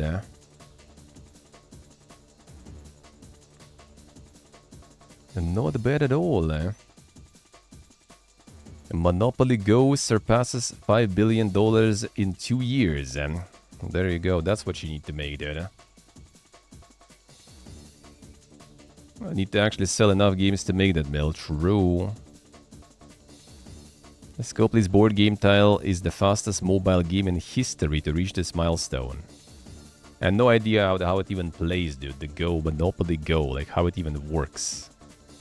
Like I heard about this, but mostly from these news. Yeah, I haven't like heard it from anyone. I haven't seen anyone playing that. I don't know what it is, man. But yeah, 5 billions. I guess Monopoly things, dude. Huh? Clarabscur Expedition 33 is selling more than twice as fast as other JRPGs on PC, analyst says. Here is a why. Let's see. Outselling Metaphor of Fantasio by more than 2 to 1. Certified hit. Alright, sure. How well it's selling. Alright. A launch-aligned copy sold on Steam for the following games 7 days after launch. So on Steam alone, 785, huh? Yorfir, hello. Buying stuff for the new PC build so much money. Monka is. Yeah, that shit is expensive, man. That shit is expensive. But new PC sounds good, though. Sounds good. Hope you'll get some dink stuff. Gonna get some dink stuff to be able to play some Oblivion Remaster or something nowadays, I guess.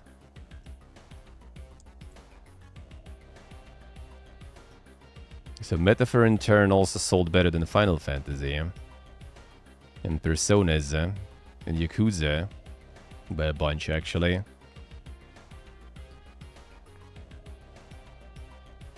Oblivion Remastered is what got you to upgrade then. How I got it right there. 50-70 sounds good, man. Sounds good. Enjoy. A wallet is not gonna enjoy, but hopefully worth. Yeah, worth noting that 2 of these are ports, but the data still speaks volumes for how much gamers are drawn to Expedition 33. Also sold more than 350,000 copies on PlayStation. Elliot says the game has more than 1.5 million wishlists on Steam, setting it up well for a long tail. The game is fantastic, stunning visuals, alright. A low price point likely also factored in, as our Steam data shows that many players bite the bullet when AAA game goes on sale and drops below $50. At the moment when Xbox is about to high game prices to $80 and Nintendo already beating them to it, choosing the the price point worked in publisher Kepler Interactive's favor. Undeserved a part of the JRPG niche with this project, turn-based game with graphics that get the audience excited. Opening for the modern, realistic-looking JRPG. Square Enix was reticent to do it with the Final Fantasy series, now it's probably kicking itself. Giving RPG fans something they always wanted, the JRPG should look like it'd be something like this.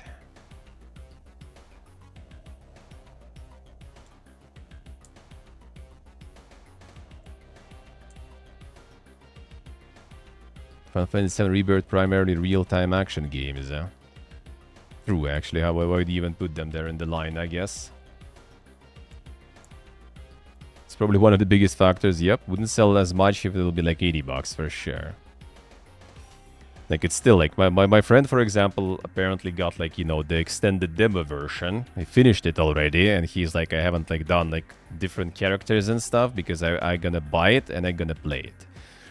But still, like, the price is kinda, you know, even this price is still for him kinda not that good. So he probably gonna wait for like sale or something.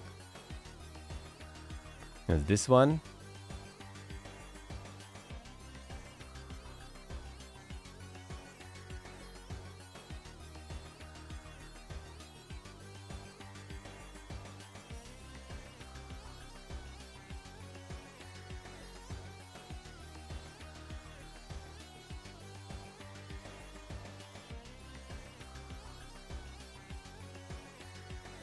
Oh, because of the all the discourse then and everything. I mean, that's the classic thing. Like, people Yeah, I haven't read, but I see what it is all about. I saw all that stuff on Twitter and everything. Yeah, it's just like people, like something got like a lot of noise and people just instantly like using it as like a fuel, you know, for like, oh yeah, to shit on like Square Enix and the Final Fantasy and stuff. Yeah, Square wasn't like gaslighting anyone that like people don't want the turn-based games. It's just like, yeah, they decided themselves that people kind of, you know, want something else and started to do something else and to do things differently. And I mean, I don't know, was it actually like working good for them or not? Hard to say. Totally works good for Expedition though.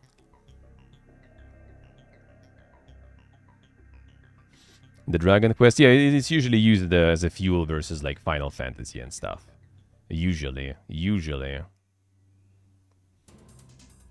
Yeah, they got people kind of like, you know, like go and using Expedition as an argument against Square, just like going, you know, like Final Fantasy full real time and stuff. But yeah, I don't think they went anywhere. Yeah, turn-based is still around. It's just like it's same with RTS and stuff, right? Like it's just like AAA enjoyers just like living in their own bubble and stuff, and they don't even know about like existence of like, you know, turn-based genre, and then something actually goes into the mainstream and they kind of like, oh shit, look, this game actually like returning the turn-based and everything. Yeah, it was always there. Maybe it didn't have like such bangers because yeah, like it's quite the difference in the results. So totally turn-based is, you know, back in the spotlight with that, I guess. Let's put it that way. But also in the same time, like, would you really call it fully turn-based, man? I don't know. I do like the parry and dodge thing. I do like it here in this game specifically.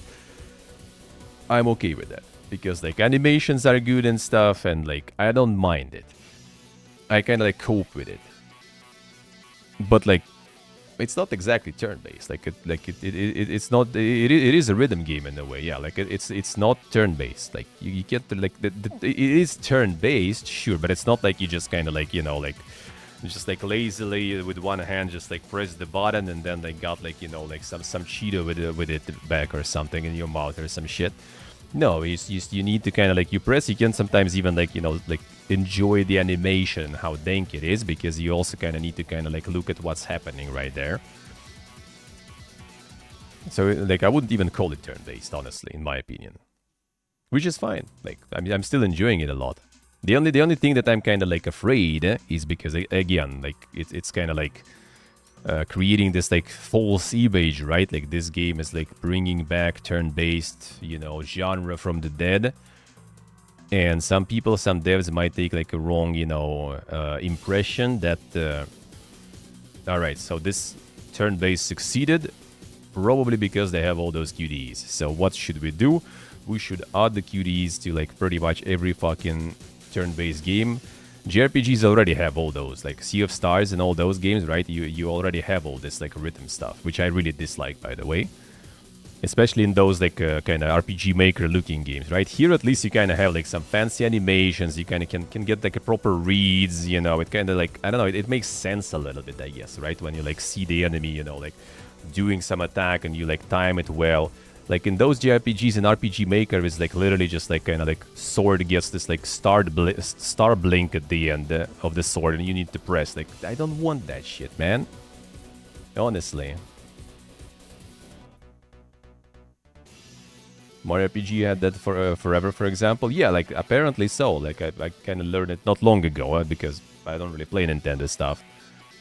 But like I don't really find it, you know, like great concept, honestly. Like it's fine to have both, but like I just kind of like don't. I hope they're not gonna gaslight themselves that everything should be like this. Like oh yeah, it's like this succeeded because they added all this like, you know, interactive stuff. So clearly, you know, the modern audience wants that everywhere. And then let's start shoving in any like, you know, turn-based game. Let's start shoving those interactive, dynamic mechanics. I hope that's not gonna happen.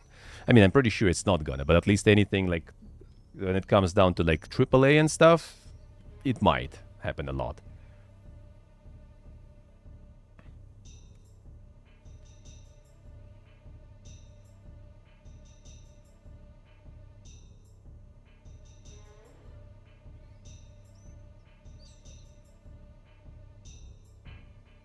Yeah, people will also like about Baldur's Gate also were about the turn-based, about classic RPGs, right? About Baldur's Gate returning the classic RPGs. Classic RPGs were also all over the place all the time. There's like plenty of them releasing regularly, you know, like take like Pathfinder, right? Like the Warhammer one, the Rogue Trader.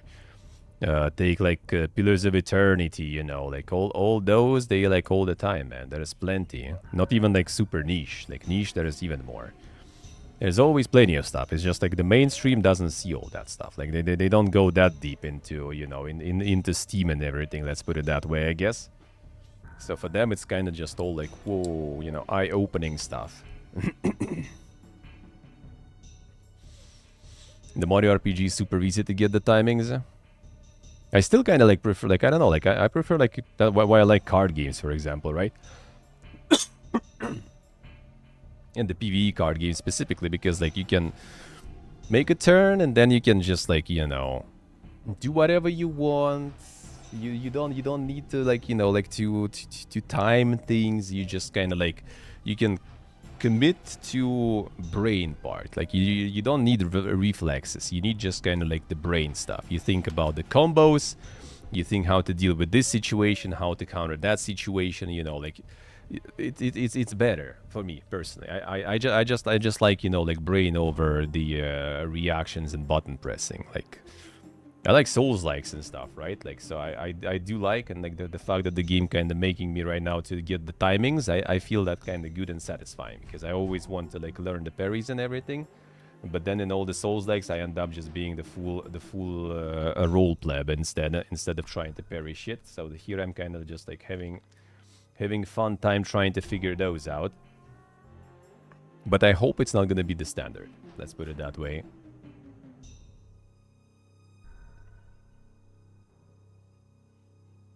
Most don't and won't have any QDEs, but majority also don't even get close to Sea of Stars. Sea of Stars, then there was, what was the name of that one? That was on Game Pass. I played it also for a bit. I forgot the name. I forgot the name of that one. That one also wasn't, like, super crazy popular, but kind of big. That also had QDEs.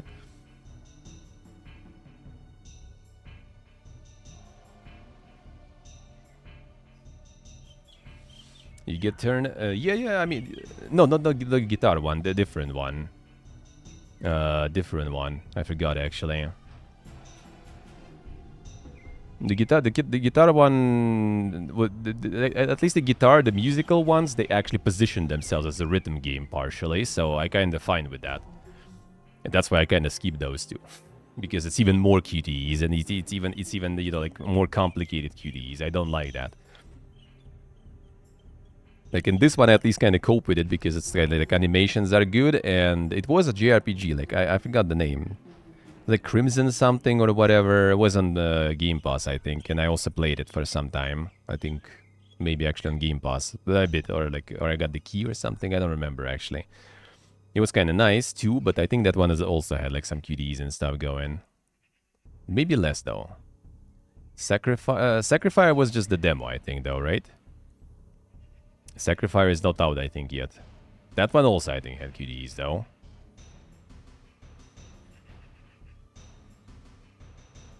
I think. I think it should be kind of just like, I don't know, like two different options. But then again, it's kind of like hard to balance that. You know, like having like QD version of the combat and stuff, and just like non-QD version, but like more, you know, like complicated in terms of like the gameplay, right?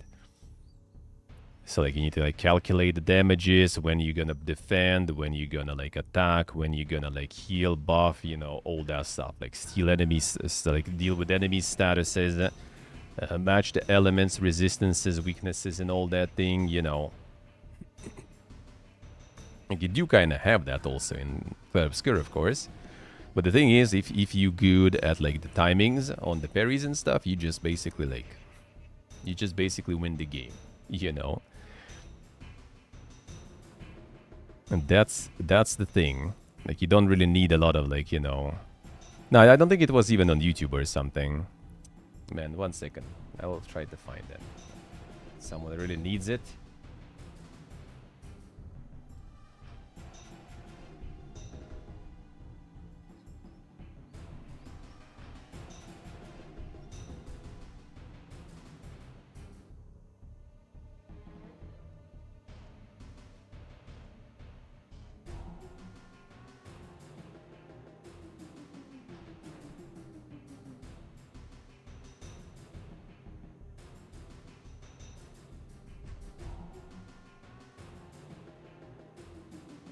mint.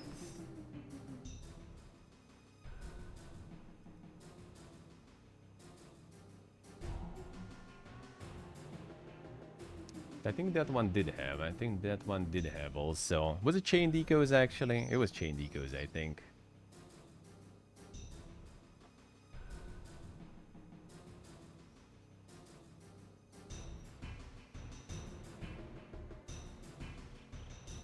Yeah, I think it was chain decos. Maybe.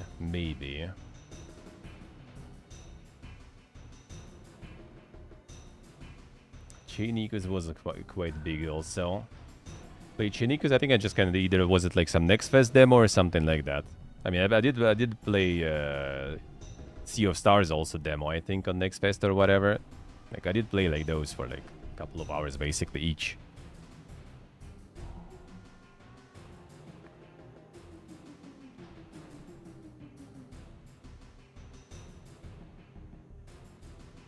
That one didn't have time button. Alright, let's see. That's from 2022. Yeah. I think that's the one. So that one doesn't have. Alright. Like I remember like Sea of Stars, like a Sea of Stars I remember specifically because I didn't like the button, especially the boomerang attack. I remember I really didn't like that.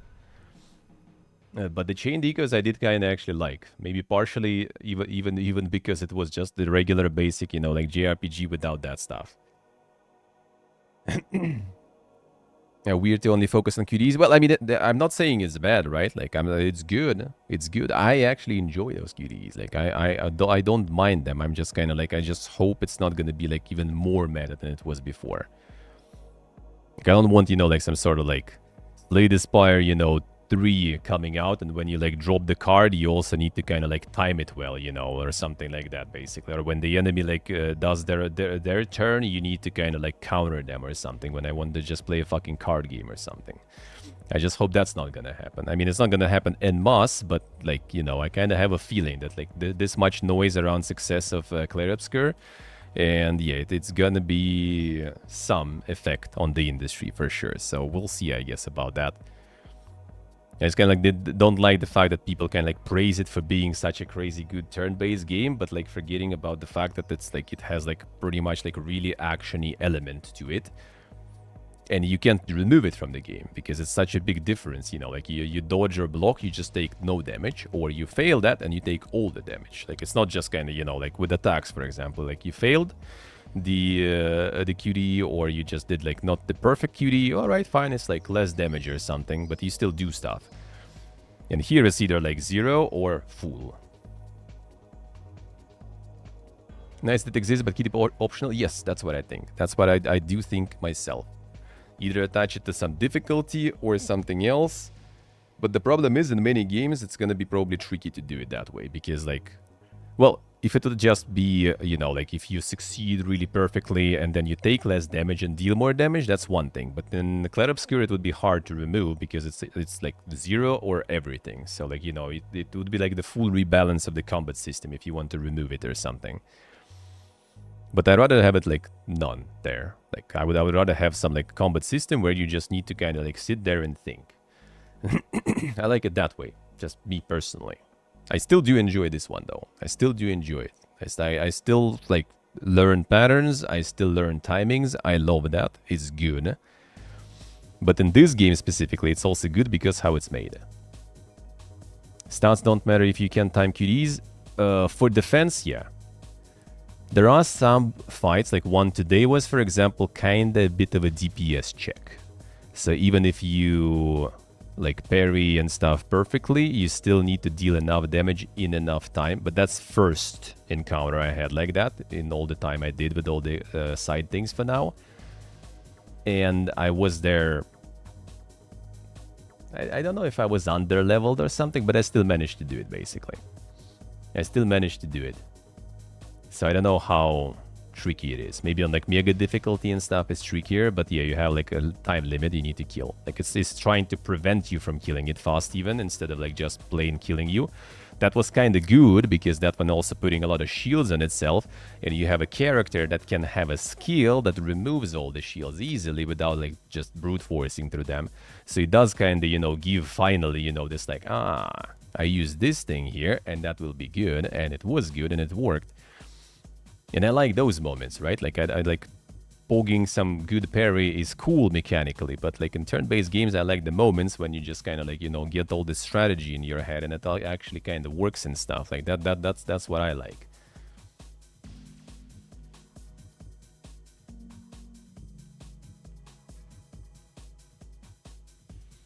When you overlevel, you just instantly kill stuff. Yeah, that is also a good thing to do for sure. For sure, huh?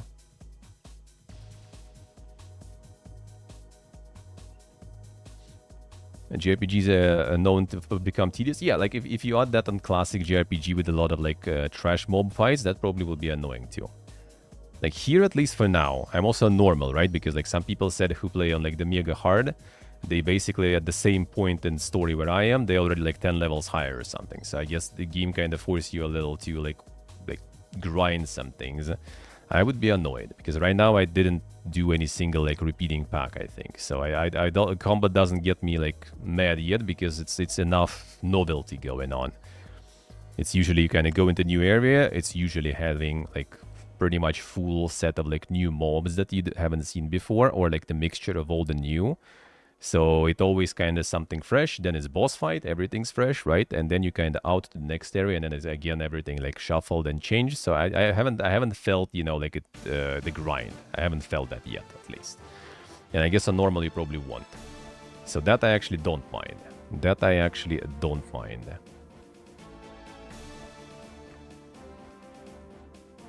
Story time. I think you can grind to infinity if you really want. I think you can. You can also return to any point pretty much later if you feel like dealing with some stuff easily. But yeah, you go to the mob just one-shots you and you don't do that much damage. Alright, I just like sit there for like 30 minutes, get more or less decent at, you know, like parrying stuff, and worst case like... Well, there was one, for example, today that does like AoE that basically if you fail, then everyone's dead, so you can't resurrect anymore.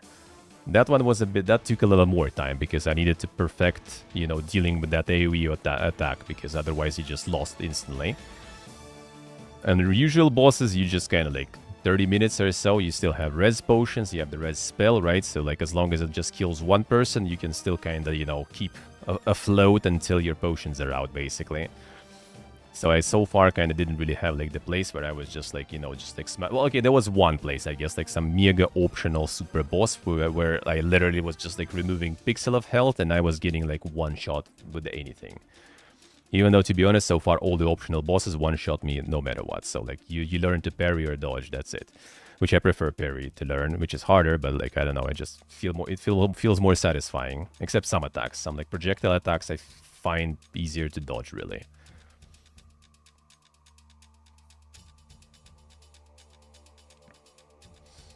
If you block attack, it does less damage. Yeah, something like that. Something like that. Like your attack QDs are less important. Like you don't feel too bad failing them or not doing them perfect. They kind of fine. So that you can remove. And you can actually, like attack QDs in Expedition, you can remove. There's option. You can just remove attack QDs. But defense QDs you can't because it's literally like 0 or all damage. Like you can't. No mini-map or game map. In Overworld, there is a map, which is good. But when you go into location, yeah, there is nothing. And that ends up being annoying sometimes. Because, yeah, you want to find all the secret shit. And then, yeah. And then a lot of maps are just kind of like, you know, like basically labyrinths and stuff. So you're just kind of like running around. Okay, have I been here? All right. Like the mob design is kind of nice. There's a lot of like, you know, different branching out things that you can go. And then you just kind of end up being like, did I check this or not? Because I think I already missed one thing because I had that thing in the demo, I clearly remember, but I think I also searched everything in that area and I haven't found it, so I probably missed it. And then you rest and all the mobs respawn and yeah, here you go again.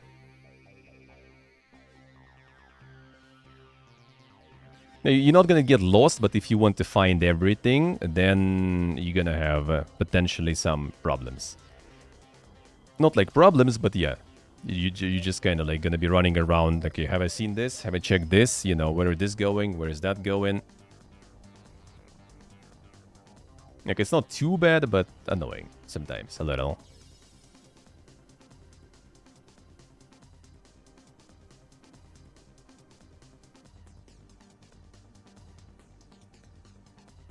From generation grew up with the command and turn-based RPGs.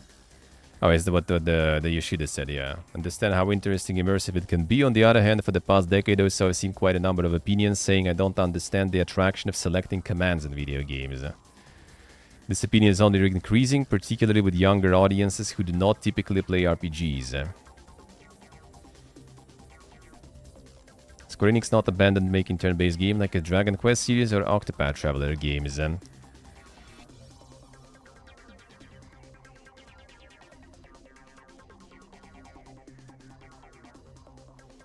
Launching on Game Pass worked in favor. I mean, absolutely. Inclusion in Game Pass always cannibalize premium game sales on Xbox itself, but inclusion can and does snowball into word of mouth that increases sales off platform. Third parties also benefited. Marketing support from Xbox was also robust with a reveal at Xbox Game Showcase. Atomfall is another recent example of game benefiting from similar phenomenon. Even launching against Oblivion Remaster hasn't showed a slowdown Expedition 33. Oblivion Remaster is selling twice as fast, but that's expected. True.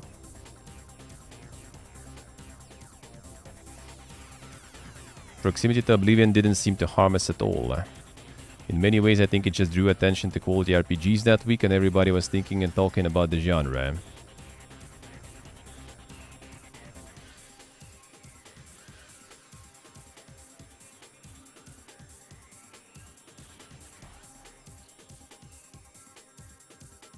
Be some free content. Well, they said that they want DLC, but no plans for now because like too busy, you know, too busy with all the success now. So we'll see, I guess.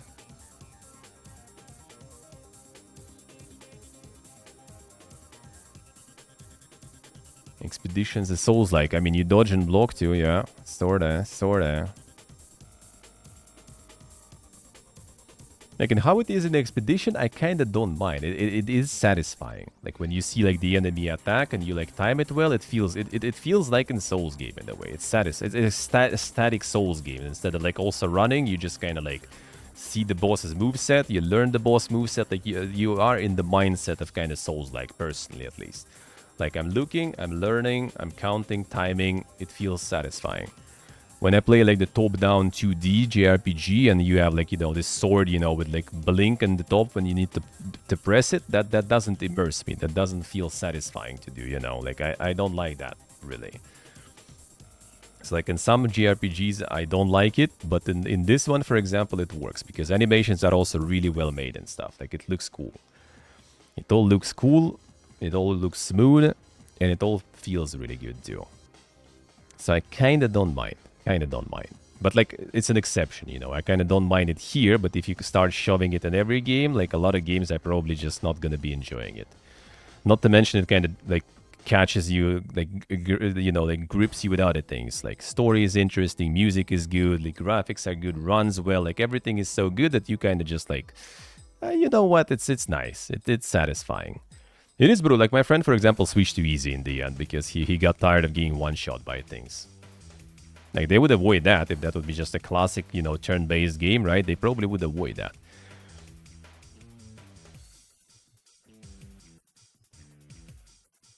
Let's see, Nick, I see. Well, like, you also don't like that. Like, and I can see that. Like, some people like that, but I do think that there's still plenty of people who just want to send commands. And even the newer generation, like, generations are all the same, man. And, like, we are the product of our time. Like, if Zoomers and stuff, you know, just, like, see and hear everywhere that, you know, like, turn-based is this, like, boomer lame shit that our dads played, our grandfathers and stuff, then they kind of assume it, right? But then they try it in some game that suddenly became popular and everyone's playing and it's cool to play it, and they play it and they're like, oh, that's actually nice, you know.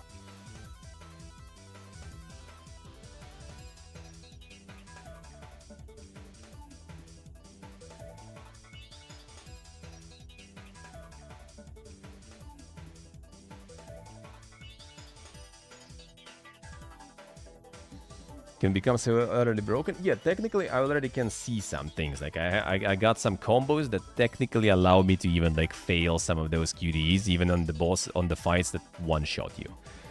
Like, you can build something that will allow you probably to tank it all. Like, I'm pretty sure. Like, when I got this, like, 50% damage reduction, then at half HP you get 2 shields, then you get the shell.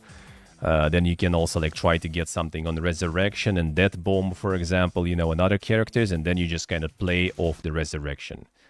Just make a really tanky, like, res character, sorta, and get all the potions that you have, right? And just play around that, for example. Like, boom, mega AoE, everyone dead. Res, you know. Here we go again. Next time, I'll be luckier with QDs.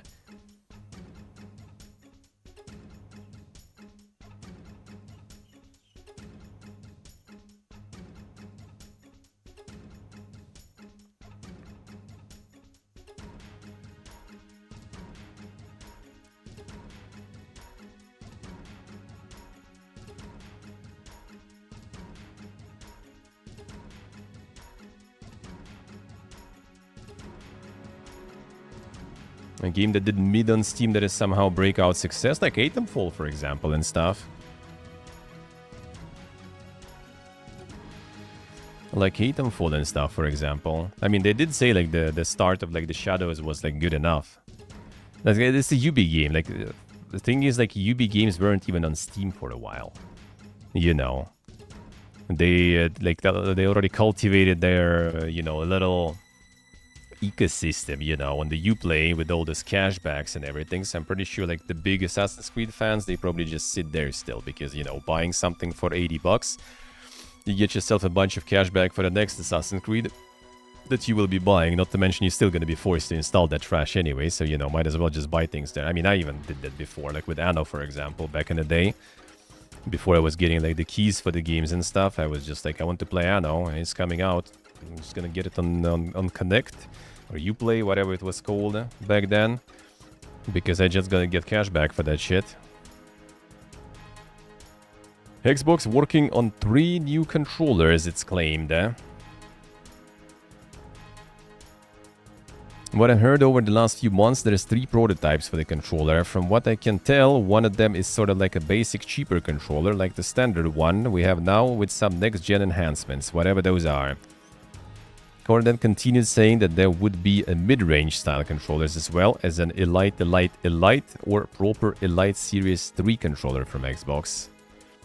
Now, the full features of the controller, Gordon believes high-end controller will have a direct-to-cloud Wi-Fi connection that allows connection via Wi-Fi instead of Bluetooth.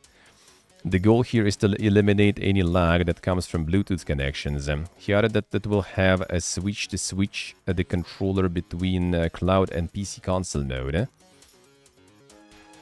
Doesn't know when that will happen. Thinks announcement next year alongside the next-gen Xbox. Well, I mean, that makes sense if it will be together with some console. PS5 one, dude, like I had, like, it's well, at this point it's over a year old, right? But, like, when it was, like, just hitting 1 year, this fucking left D-pad just stopped working. Like, everything perfect, left D-pad doesn't work. So I just needed to, like, I ordered, like, from AliExpress, like, the replacement contact films for, like, you know, $5 10 pieces. Disassembled it, replaced it, now it works again. But not everyone, you know, I mean, it's not really like any, like, rocket science there, but not everyone will, like, you know, bother with doing that and then go to repair and pay a bunch of money or get a new controller. And that's not supposed to happen in a year. Like, I have 360 controller at home that still works. Drifts, but still works since fucking years, like decades, like over a decade ago already. And it still works fine. The homemade submarine use, true. Yeah, this we already read. Nier Automata director says AI will replace all game creators. This actually kind of little... No, wait a second. Was it actually him? No, that was the Fortnite guys. Yeah. This different one. The Yoko Taro, actually. Yoko Taro was asked about AI in game development. I also think that all game creators will lose their jobs due to AI. In 50 years, game creators may be treated like bards. Right, that's Yoko Taro, man. I feel like he might be memeing here, but you never know, though. Eventually, I think we will change from an era where people imitate the style of their favorite creators to an era where they can generate their favorite scenarios.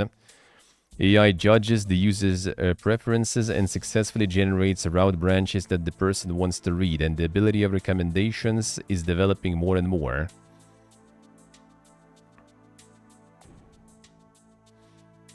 It says in 50 years. Yeah, I mean, it's Yoko Taro, so he could be just like memeing there.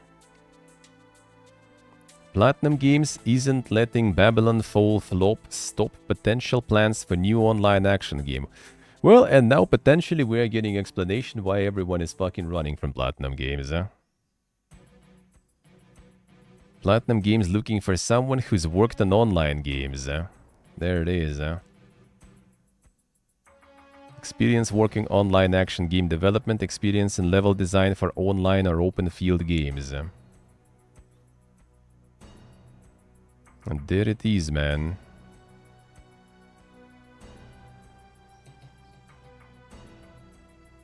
So they still committed to this.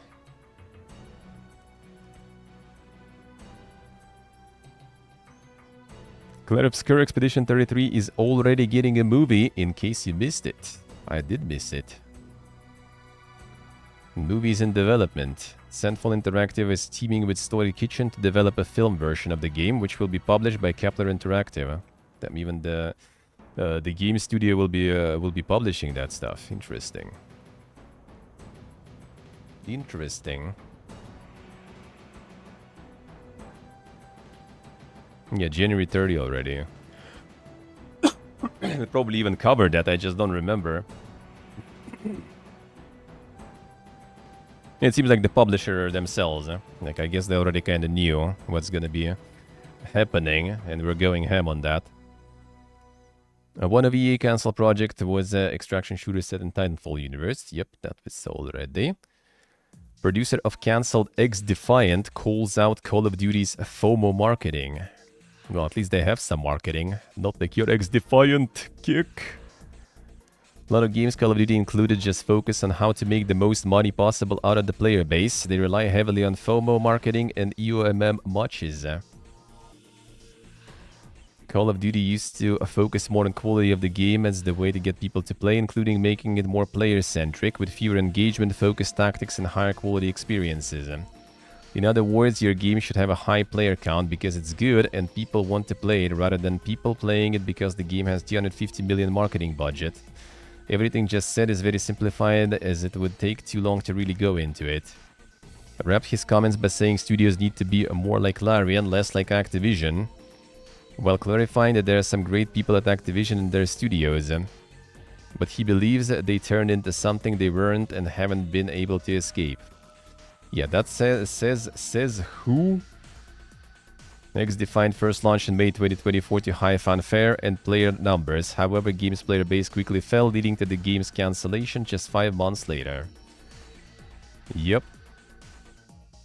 So what did go wrong with yours then? Should have a high player count because it's good, huh? I guess it wasn't good, huh? The marketing budget was low. What exactly is the problem then with yours, man? I wonder. He's not wrong about Activision no matter. True. That is true.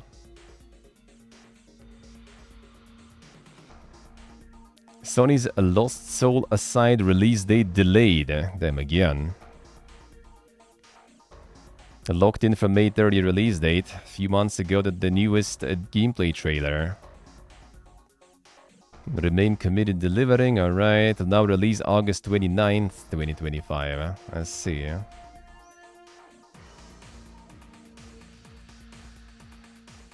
Like Final Fantasy 15, yeah. Well, Ultan arrived exactly for his news there. Soon. Sonic Rumble delayed yet again by Sega. Oh, yeah, we're all waiting for Sonic Rumble, man.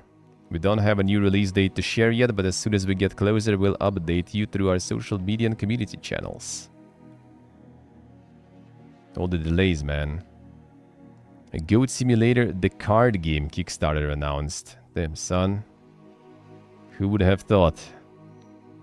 Wacky cards, a throwable goat plushie, franchise references that fans will know and love. Okay, so it's like a physical card game. I mean, tabletops are farming, so I'm not surprised they're trying to get on that one too.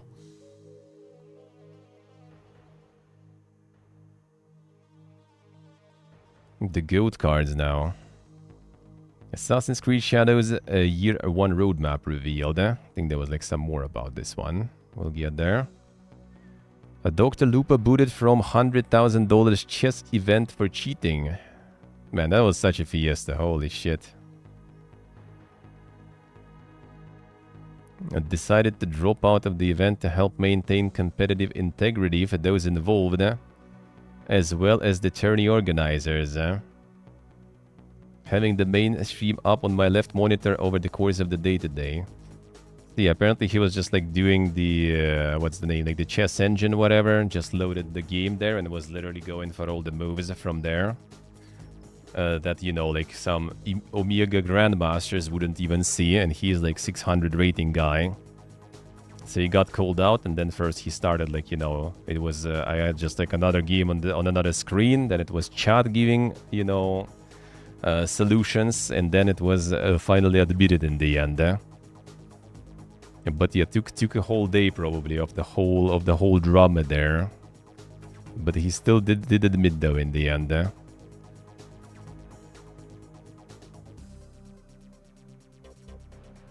Tips in another monitor. Yeah, and later said that and yeah, he didn't drop out. They kicked him for cheating. Would you do that? I have no idea. Well, I mean, he said that it's because he has issues with like his ego and everything, so he just couldn't, you know, like lose, sorta.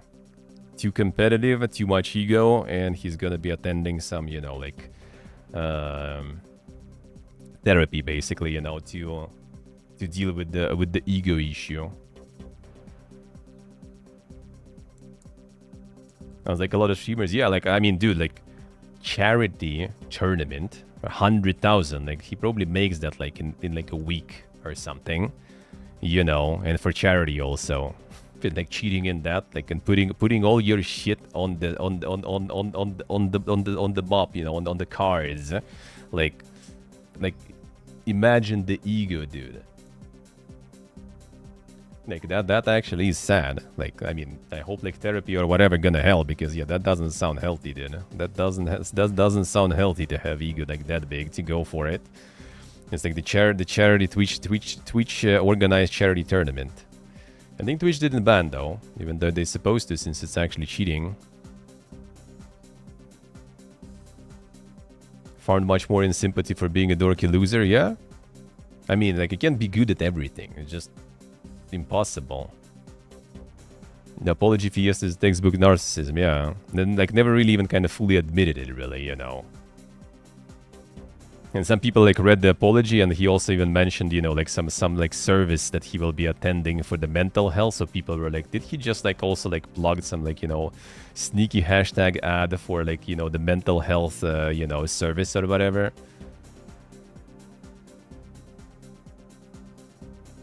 You won't see a second of therapy? Probably, yeah, probably.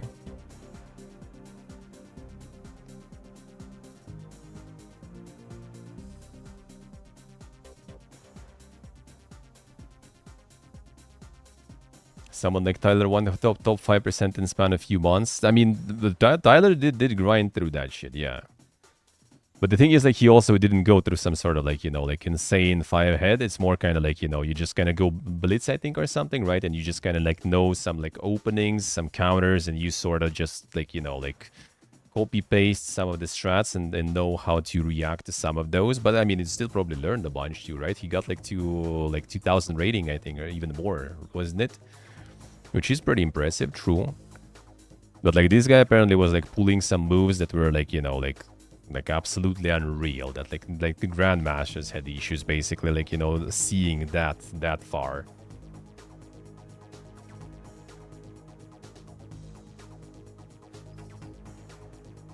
Probably, Gustavari, probably. I mean, could just, like, slap on the wrist, you know, for a day or something. I mean, they did ban XQC, who in the similar, actually, championship and, like, the Twitch rivals, right? He actually grabbed, like, Dr. Lupa there or something, like stream sniping or some stuff, and got banned for a week, if I remember correct. That was XQC, too. you know, so could at least kind of do the same stuff. Maybe they did. I haven't checked today, like the continuation, because like I think like now it's like a bunch of different drama already going there, and everyone forgot about this. So I don't even know what's going on now. Maybe already got some. Probably not though. I doubt it. I doubt it. Yeah, 1 second. Different soundtrack. Stop.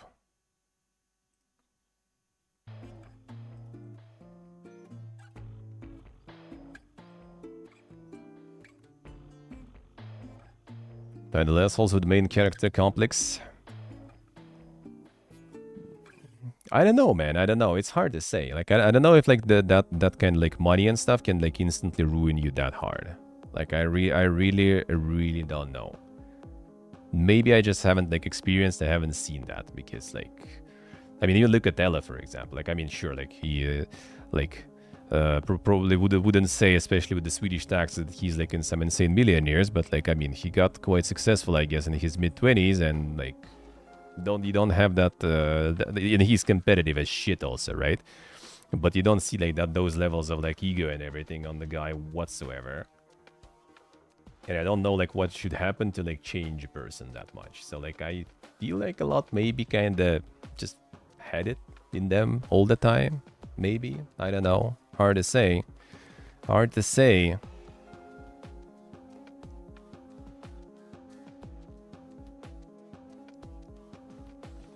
A deadlock open beta could be in July, it is claimed. It was is erect now, I guess. About time.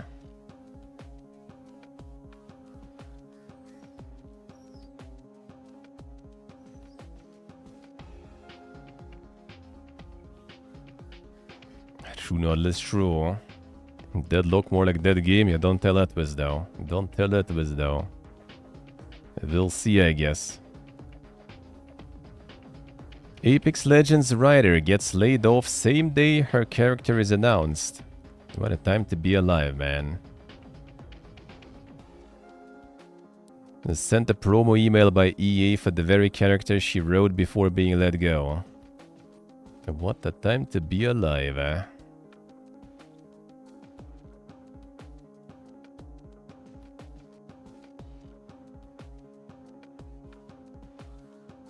Former narrative writer for Apex Legends at Respawn. A character Sparrow. Damn, so damn.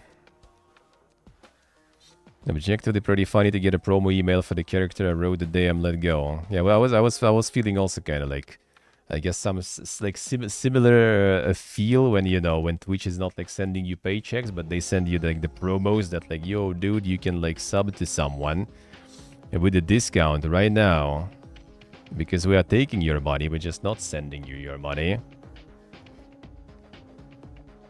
Now there it is. Oblivion Remastered lets you Roman Todd Howard. Let's go, Ultan. It's time to make the purchase. Oblivion Remastered still features an appearance from the game director, Todd Howard, and players can interact with him and even romance him. There it is. To summon Todd Howard in Oblivion Remastered, players might bring up the console, their keyboard, and typing Coke Toad test. Then testing your Coke with Toad.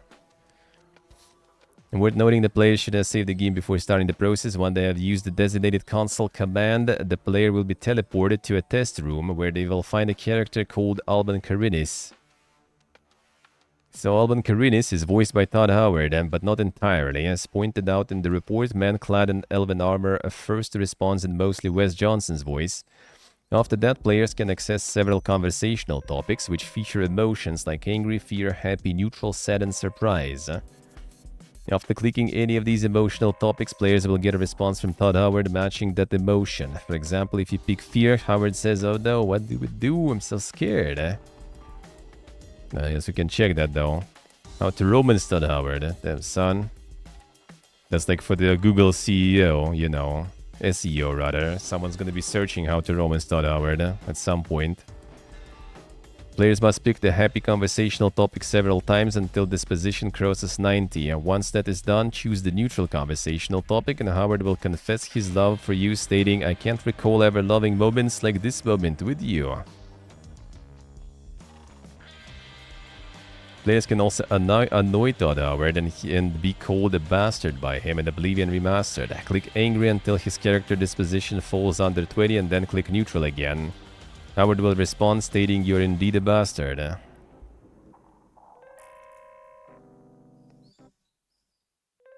like a bunch of test NPCs there. Nice quality there. At least sound is there, I guess. I knew one day someone with unyielding virtue would heed my words and speed my release. You risked much to perform such... Oh no! What do we do? I'm so scared. Damn, that's him. Alright. That was gonna like actually try to increase the quality and then it's gonna be lagging, I guess, right? Brother, I fucking hate this internet here. Not gonna miss that shit for sure. Whatever, give me like the little quality, I don't care. As long as sound is there. It's not gonna load now probably though. I have the insane voice acting talent there. Missing. 1 second. Let me try Mozilla then. It usually kind of works. Like it's like sometimes one browser does better some stuff, sometimes it's another one. Another one.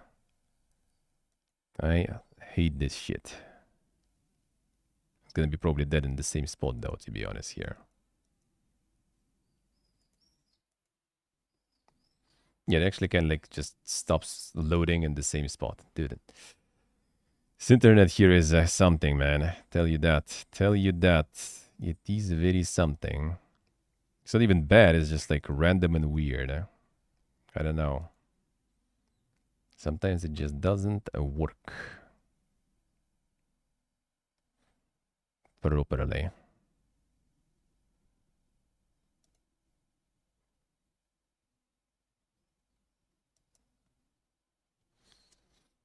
Can't use the console and Xbox. Ah, shit, feels bad, man. Time to get the PC Game Pass then. Yeah, it just doesn't load. Well, I mean, you got the idea. You got the idea at least. I can now you're actually loading something. All of a sudden. Took some time. And now it's gonna take forever again. Then he tried to attack Toad. How dare you? PC Game Pass and the PC, I mean laptop. I already think laptop not gonna handle that. Buffer alert, yeah, welcome to the Uzbekistan internet, dude. It's not even the evening debuff. The evening debuff is at 9 p.m. It's not that bad usually. It's just like some sites somehow they just like don't fucking work. Like I don't get it sometimes. It's so weird. Thankfully we're moving.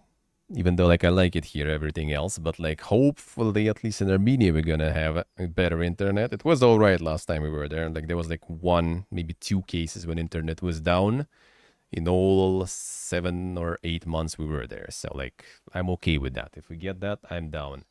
But this year is like, I mean, it wasn't down that often, but like download speed and those weird lags sometimes, especially when you want to watch some show and it just kind of like dies and you're like, dude, I hate this shit. I hate it. I do. I really hate it. Oh, it also doesn't have the proper solo and duo queues. It's like never happens nowadays, whatever. We saw it, so yeah, you can try that. You can try that.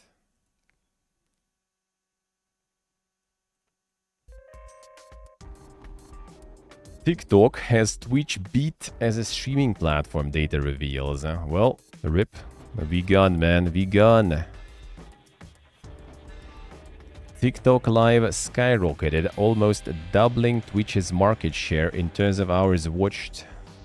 Not even YouTube or something. Fucking TikTok, dude.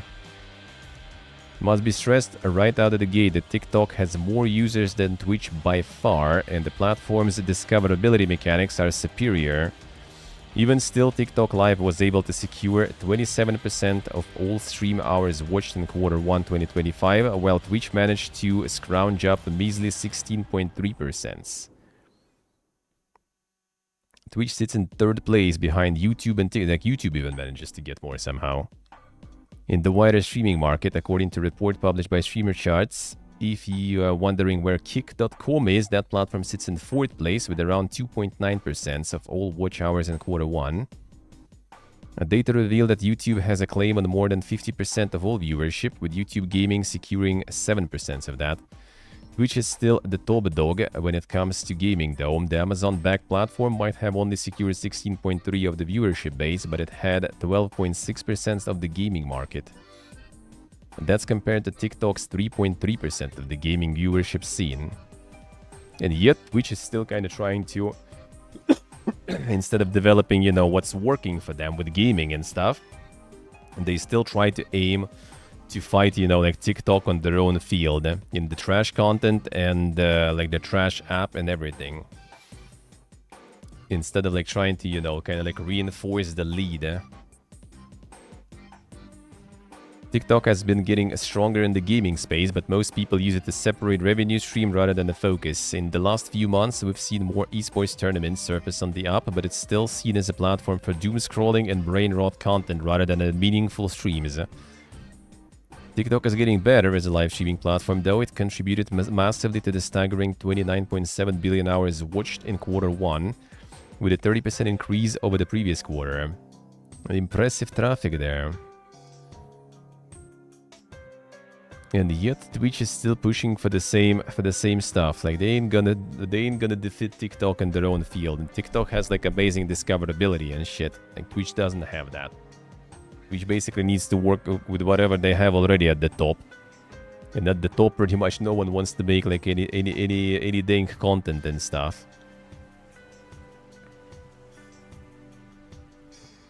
Thank you, CEO Zelnik comments on GTA 6 delay. Well, I mean, partially we've already seen that, right? Yeah. Period of growth in our business and enhanced value for our shareholders. Classic.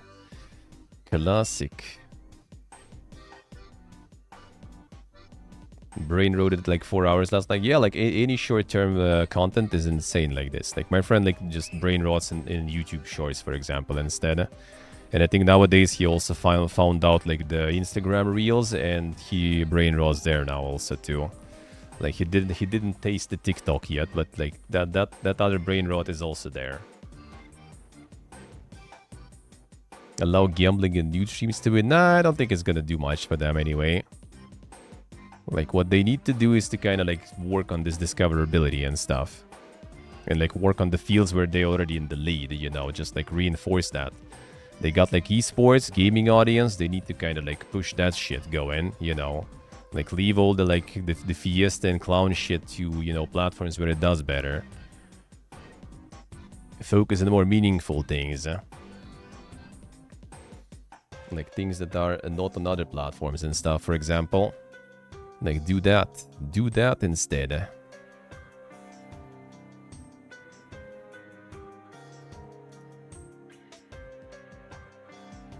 Sorry, but the Chrono Trigger remake isn't happening. So apparently there was some... The interpreter translated something Hori had said, leading everyone to believe Chrono Trigger remake was being pieced together. Now seems that's not the case. Alright, the slip up there. Did not mention Chrono Trigger remake.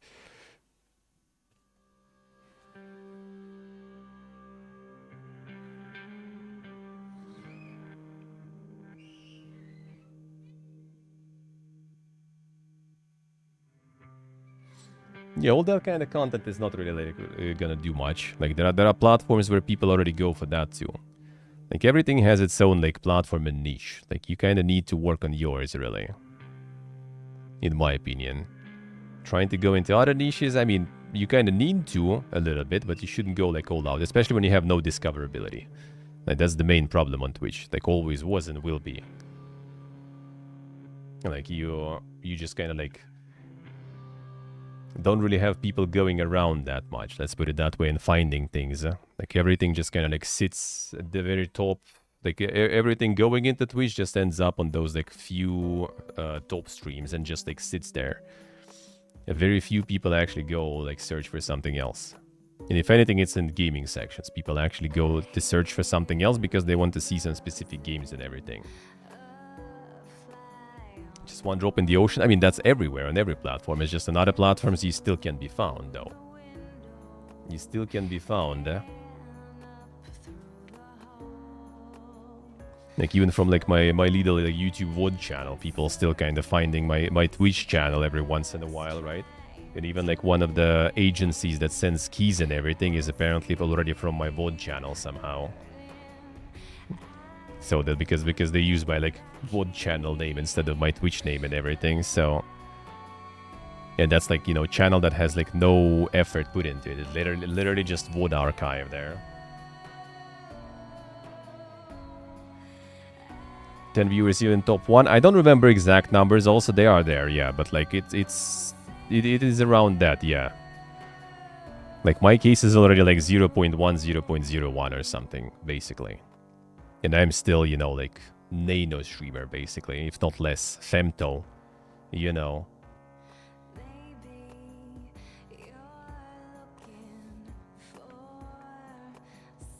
So yeah, that's how it goes. But other platforms just have algorithms, and those algorithms work good. The problem is, like, for example, on the TikTok itself, people said, like, I read also about all those platforms in terms of streaming and stuff, like, if you don't stream, like, brain rot shit, you don't make anything in TikTok. Like, the money on TikTok, either in, like, this, like, creator support fund that they have, right, where they pay people for making content when you're kind of big, I guess, right?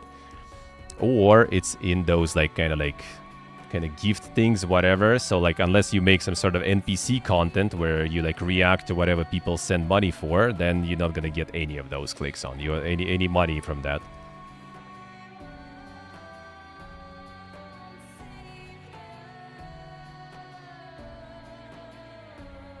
I see on live stream fails and some drama, yeah. And TikTok also kind of like every separate thing you do is basically separate algorithm. So you can like pump things for a while and they don't have no success, and then like suddenly you pump something and like boom, it explodes. On YouTube that kind of happens sometimes, like even with my VOD videos, right? Like sometimes it's just kind of like just a few views when you post them, and sometimes like, you know, like few thousands, for example. Kind of rarely, but happens. But on YouTube, algorithm still kind of takes like some history in account, and on TikTok you can just like, you know, just keep pumping, and one day maybe. But it also like means that if you got like one really good one, that doesn't mean that your account got like boosted or something. It's still kind of case-to-case basis. Alrighty, guys, the money, enjoy. Yeah, I'm about to be finished already too.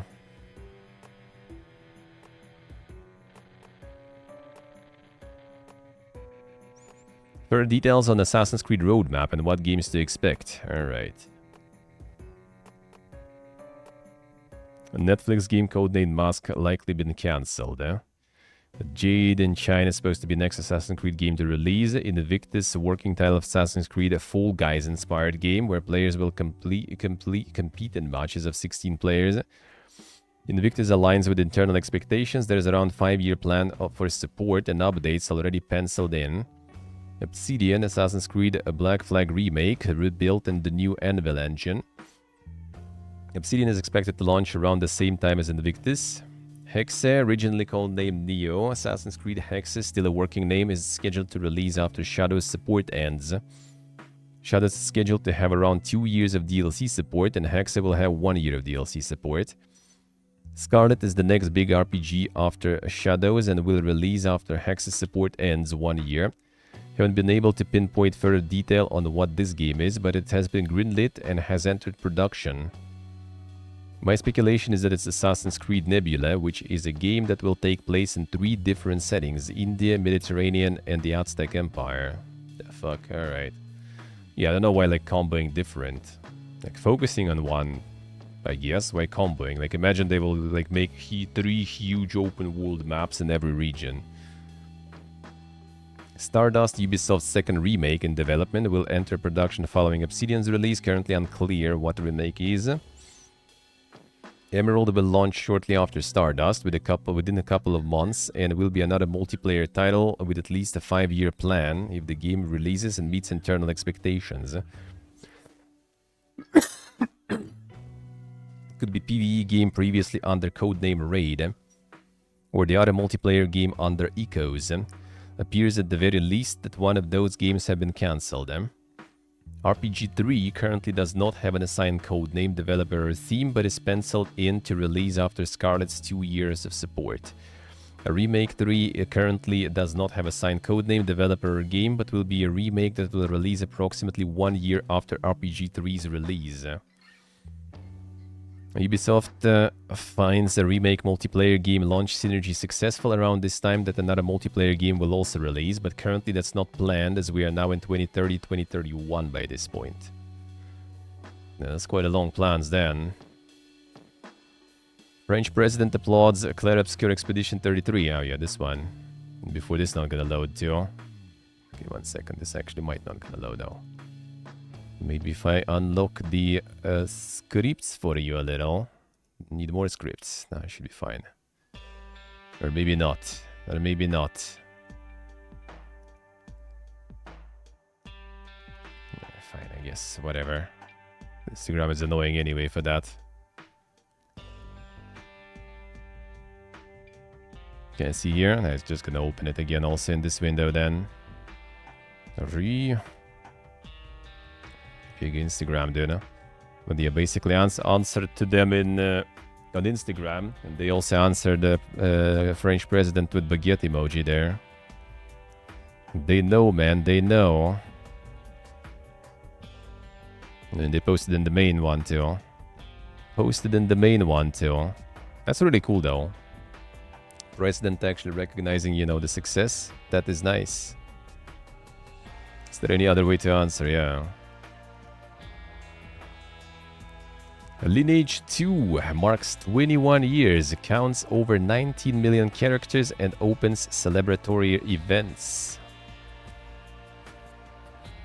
There it is, man, still going. I for some reason thought it's even more than 21. Like, everyone was playing in school.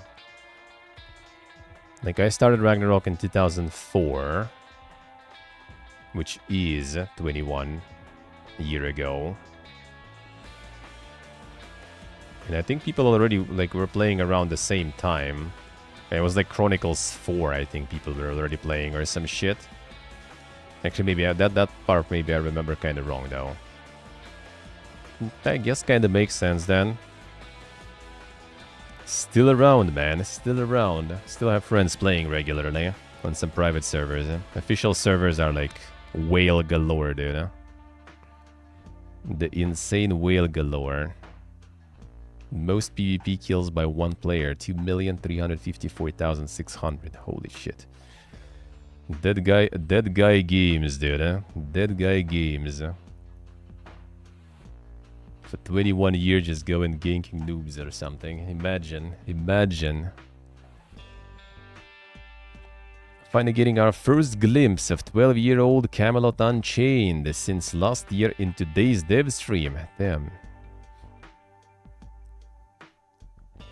They will finally learn what the hell is going on with Camelot Unchained. So did we?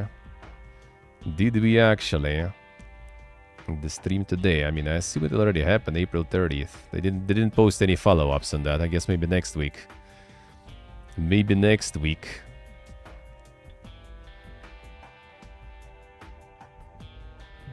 And maybe next week.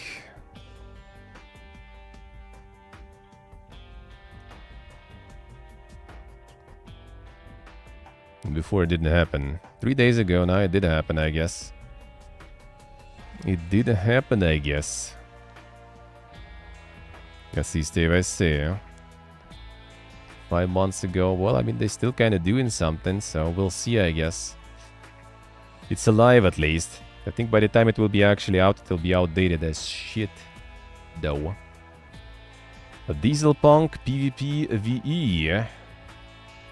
Vehicle Battler Send that delays early access to an unspecified later time frame. Well, I guess that answers if we're playing it or not, you know. We did play Next Fest demo with Steve together. It was kinda special. And I assume it still is actually kinda special, so they just delayed it without actual date anymore. So, we'll see. We'll see. Like, all this, like, the walking shit was kinda cool, but how it was playing was not that cool, I guess. Let's put it that way. Dune Awakening breaks down its Landsrad endgame activity in latest livestream. Plus, there is a new building trailer. So yeah, the next weekend we gaming some Dune. Get your beta keys requested, and let's go. Faction chat is not the thing, guild level chat is. Devs also talk about area-based chat to help guilds in the same faction coordinate moves. There is factions also, alright, that's good. Though that comes with the cost of having someone listening in. There will be systems in place to prevent one faction from dominating the game over and over. One system was not discussed to try to prevent players from gaming it, but the post-launch update will also place a third faction to ensure Landsrad remains balanced. Okay, so Landsrad is triple faction, so RVR, but with third one. 3 realms RVR. RVR. That's really good. I like that, I like that. In-game taxes must be paid every 2 weeks. Failure to pay won't disengage base shields immediately, granting players another 2 weeks to pay up all past and current dues. Blueprints are one-time consumables, so players who sell blueprints will have to make and post them multiple times.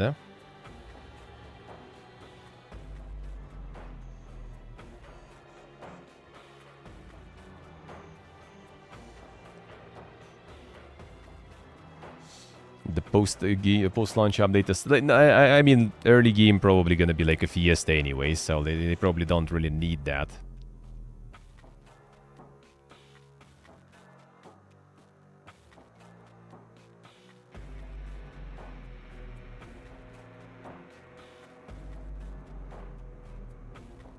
Players can have a maximum of 3 bases. Incidentally, bases cannot be linked to one another, but the permission system can effectively help players put together coordinated builds after a fashion. Sì, Hercules, sì.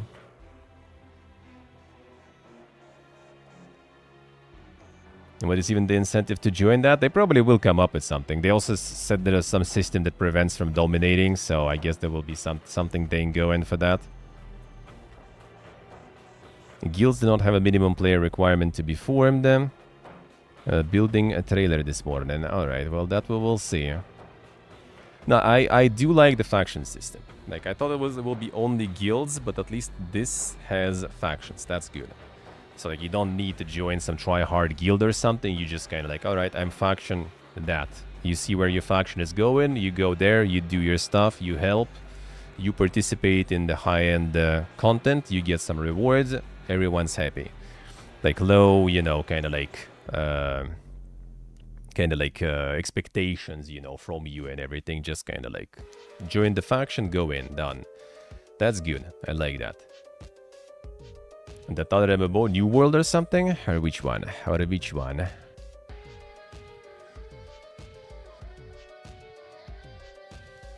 Expansion relatively recently. Then not New World. Which another MMO I was playing with expansion recently? Which another MMO I was playing there?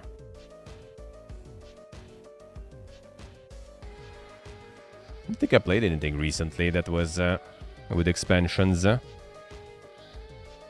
With expansions. It was like New World. Ragnarok Online. Like, we don't count Fallout 76 as one, I guess. Warpunk I played for a bit. That one is like still kind of like trying to figure things out, looks like. Not sure how successfully it will actually figure things out though. Like, I liked it, but like, yeah. I think it's not doing that well overall. Probably wasn't the best idea to pump, you know, your marketing budgets on, like, you know, people who are not even playing games on Twitch. You know, maybe not the best idea. Because everyone just basically peaced out very fast after that. But yeah, factions I do really like, so that's a good thing. We're probably not gonna see it in the beta, but we'll see, we'll see.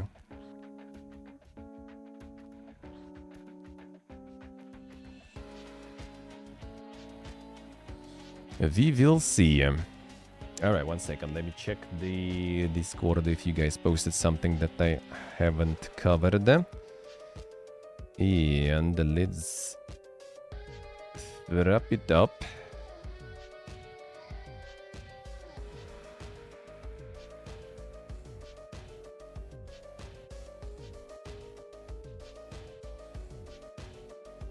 No, looks like we mostly got it. Looks like we mostly got it.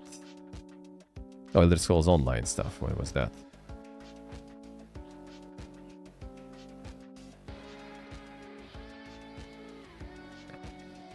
Yeah, what was that?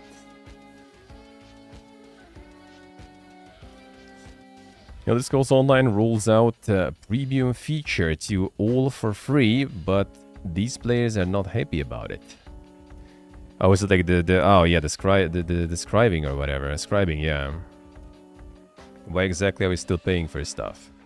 Yeah, so they're giving this stuff for everyone, not just for the owners of the expansion and stuff, which is nice on them. But yeah, I guess I can see people being mad. Yeah, so you need to own the Gold Road chapter. Now everyone will be able to get it. Free for all players is a claim in the Crown Store. Mid-July, with an associated Golden Pursuit, you will see scribing in this Crown Store on the PTS on Monday. Alright. Short window from June to July with the launch of Update 46 and the Gold Road Zone moving to ESO Plus and the Crown Store, where players who do not currently own scribing will not be able to gain access to it. Everyone is happy. Nothing is planned at this time to compensate players who previously paid to access scribing. What about the people who paid for it originally, though? Is anything getting added to the chapter for us? It's been less than a year and the new chapter is already getting deprecated. Depreciated, maybe. I just bought this the other month. Do I get a refund? Nothing is planned this time. However, scribing Golden Pursuit is rewarding and equally available to both those who have already invested time into scribing and first-time scribers. In fact, those who have used scribing over the last year may find some tasks faster and easier to complete. So why exactly are we still paying for stuff? Suddenly everything will be available for free to everyone. First the dungeons are stripped from ESO Plus, now a system goes free that's not even been part of the game for a full year. Free stuff for everyone is great. I 100% support subclasses being free, but stripping all the advantages from paying customers, there is less and less incentive to actually buy anything. I mean, I see their point. I see their point for sure. Like, you got the expansion. It was the mechanic that allows you to adjust the skills, if I remember correct. So you could kind of like change the skill that you have. Like some effects and everything you can adjust, and it was only for those who bought the expansion, which does seem kind of like an important mechanic, right? And just like paywalling it in the long term sounds weird. So I kind of see why they're making it free, but I also see why people are mad about it. So hard to deal with this, really hard to deal with this. But I mean, overall it's nice though. I don't know, like. So sometimes those insane expansions go on like mega sales already at this point anyway. So like, would you be mad that you bought it full price and like in a few months someone got it for like $10 or something? Also maybe a little unfair. I don't know, man. I don't know. Maybe 1 year is too soon though, I guess. But yeah, I can see people being frustrated.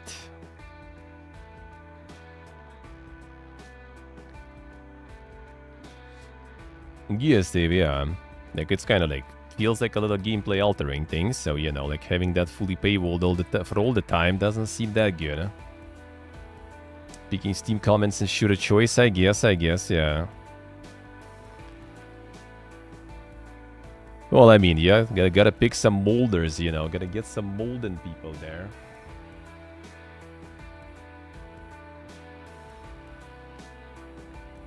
I gotta pick some molders there. Alright, so that is good for us to go. Good time to go then. Let's go, let's read it. Boom. So yeah, that's going to be all for us today then.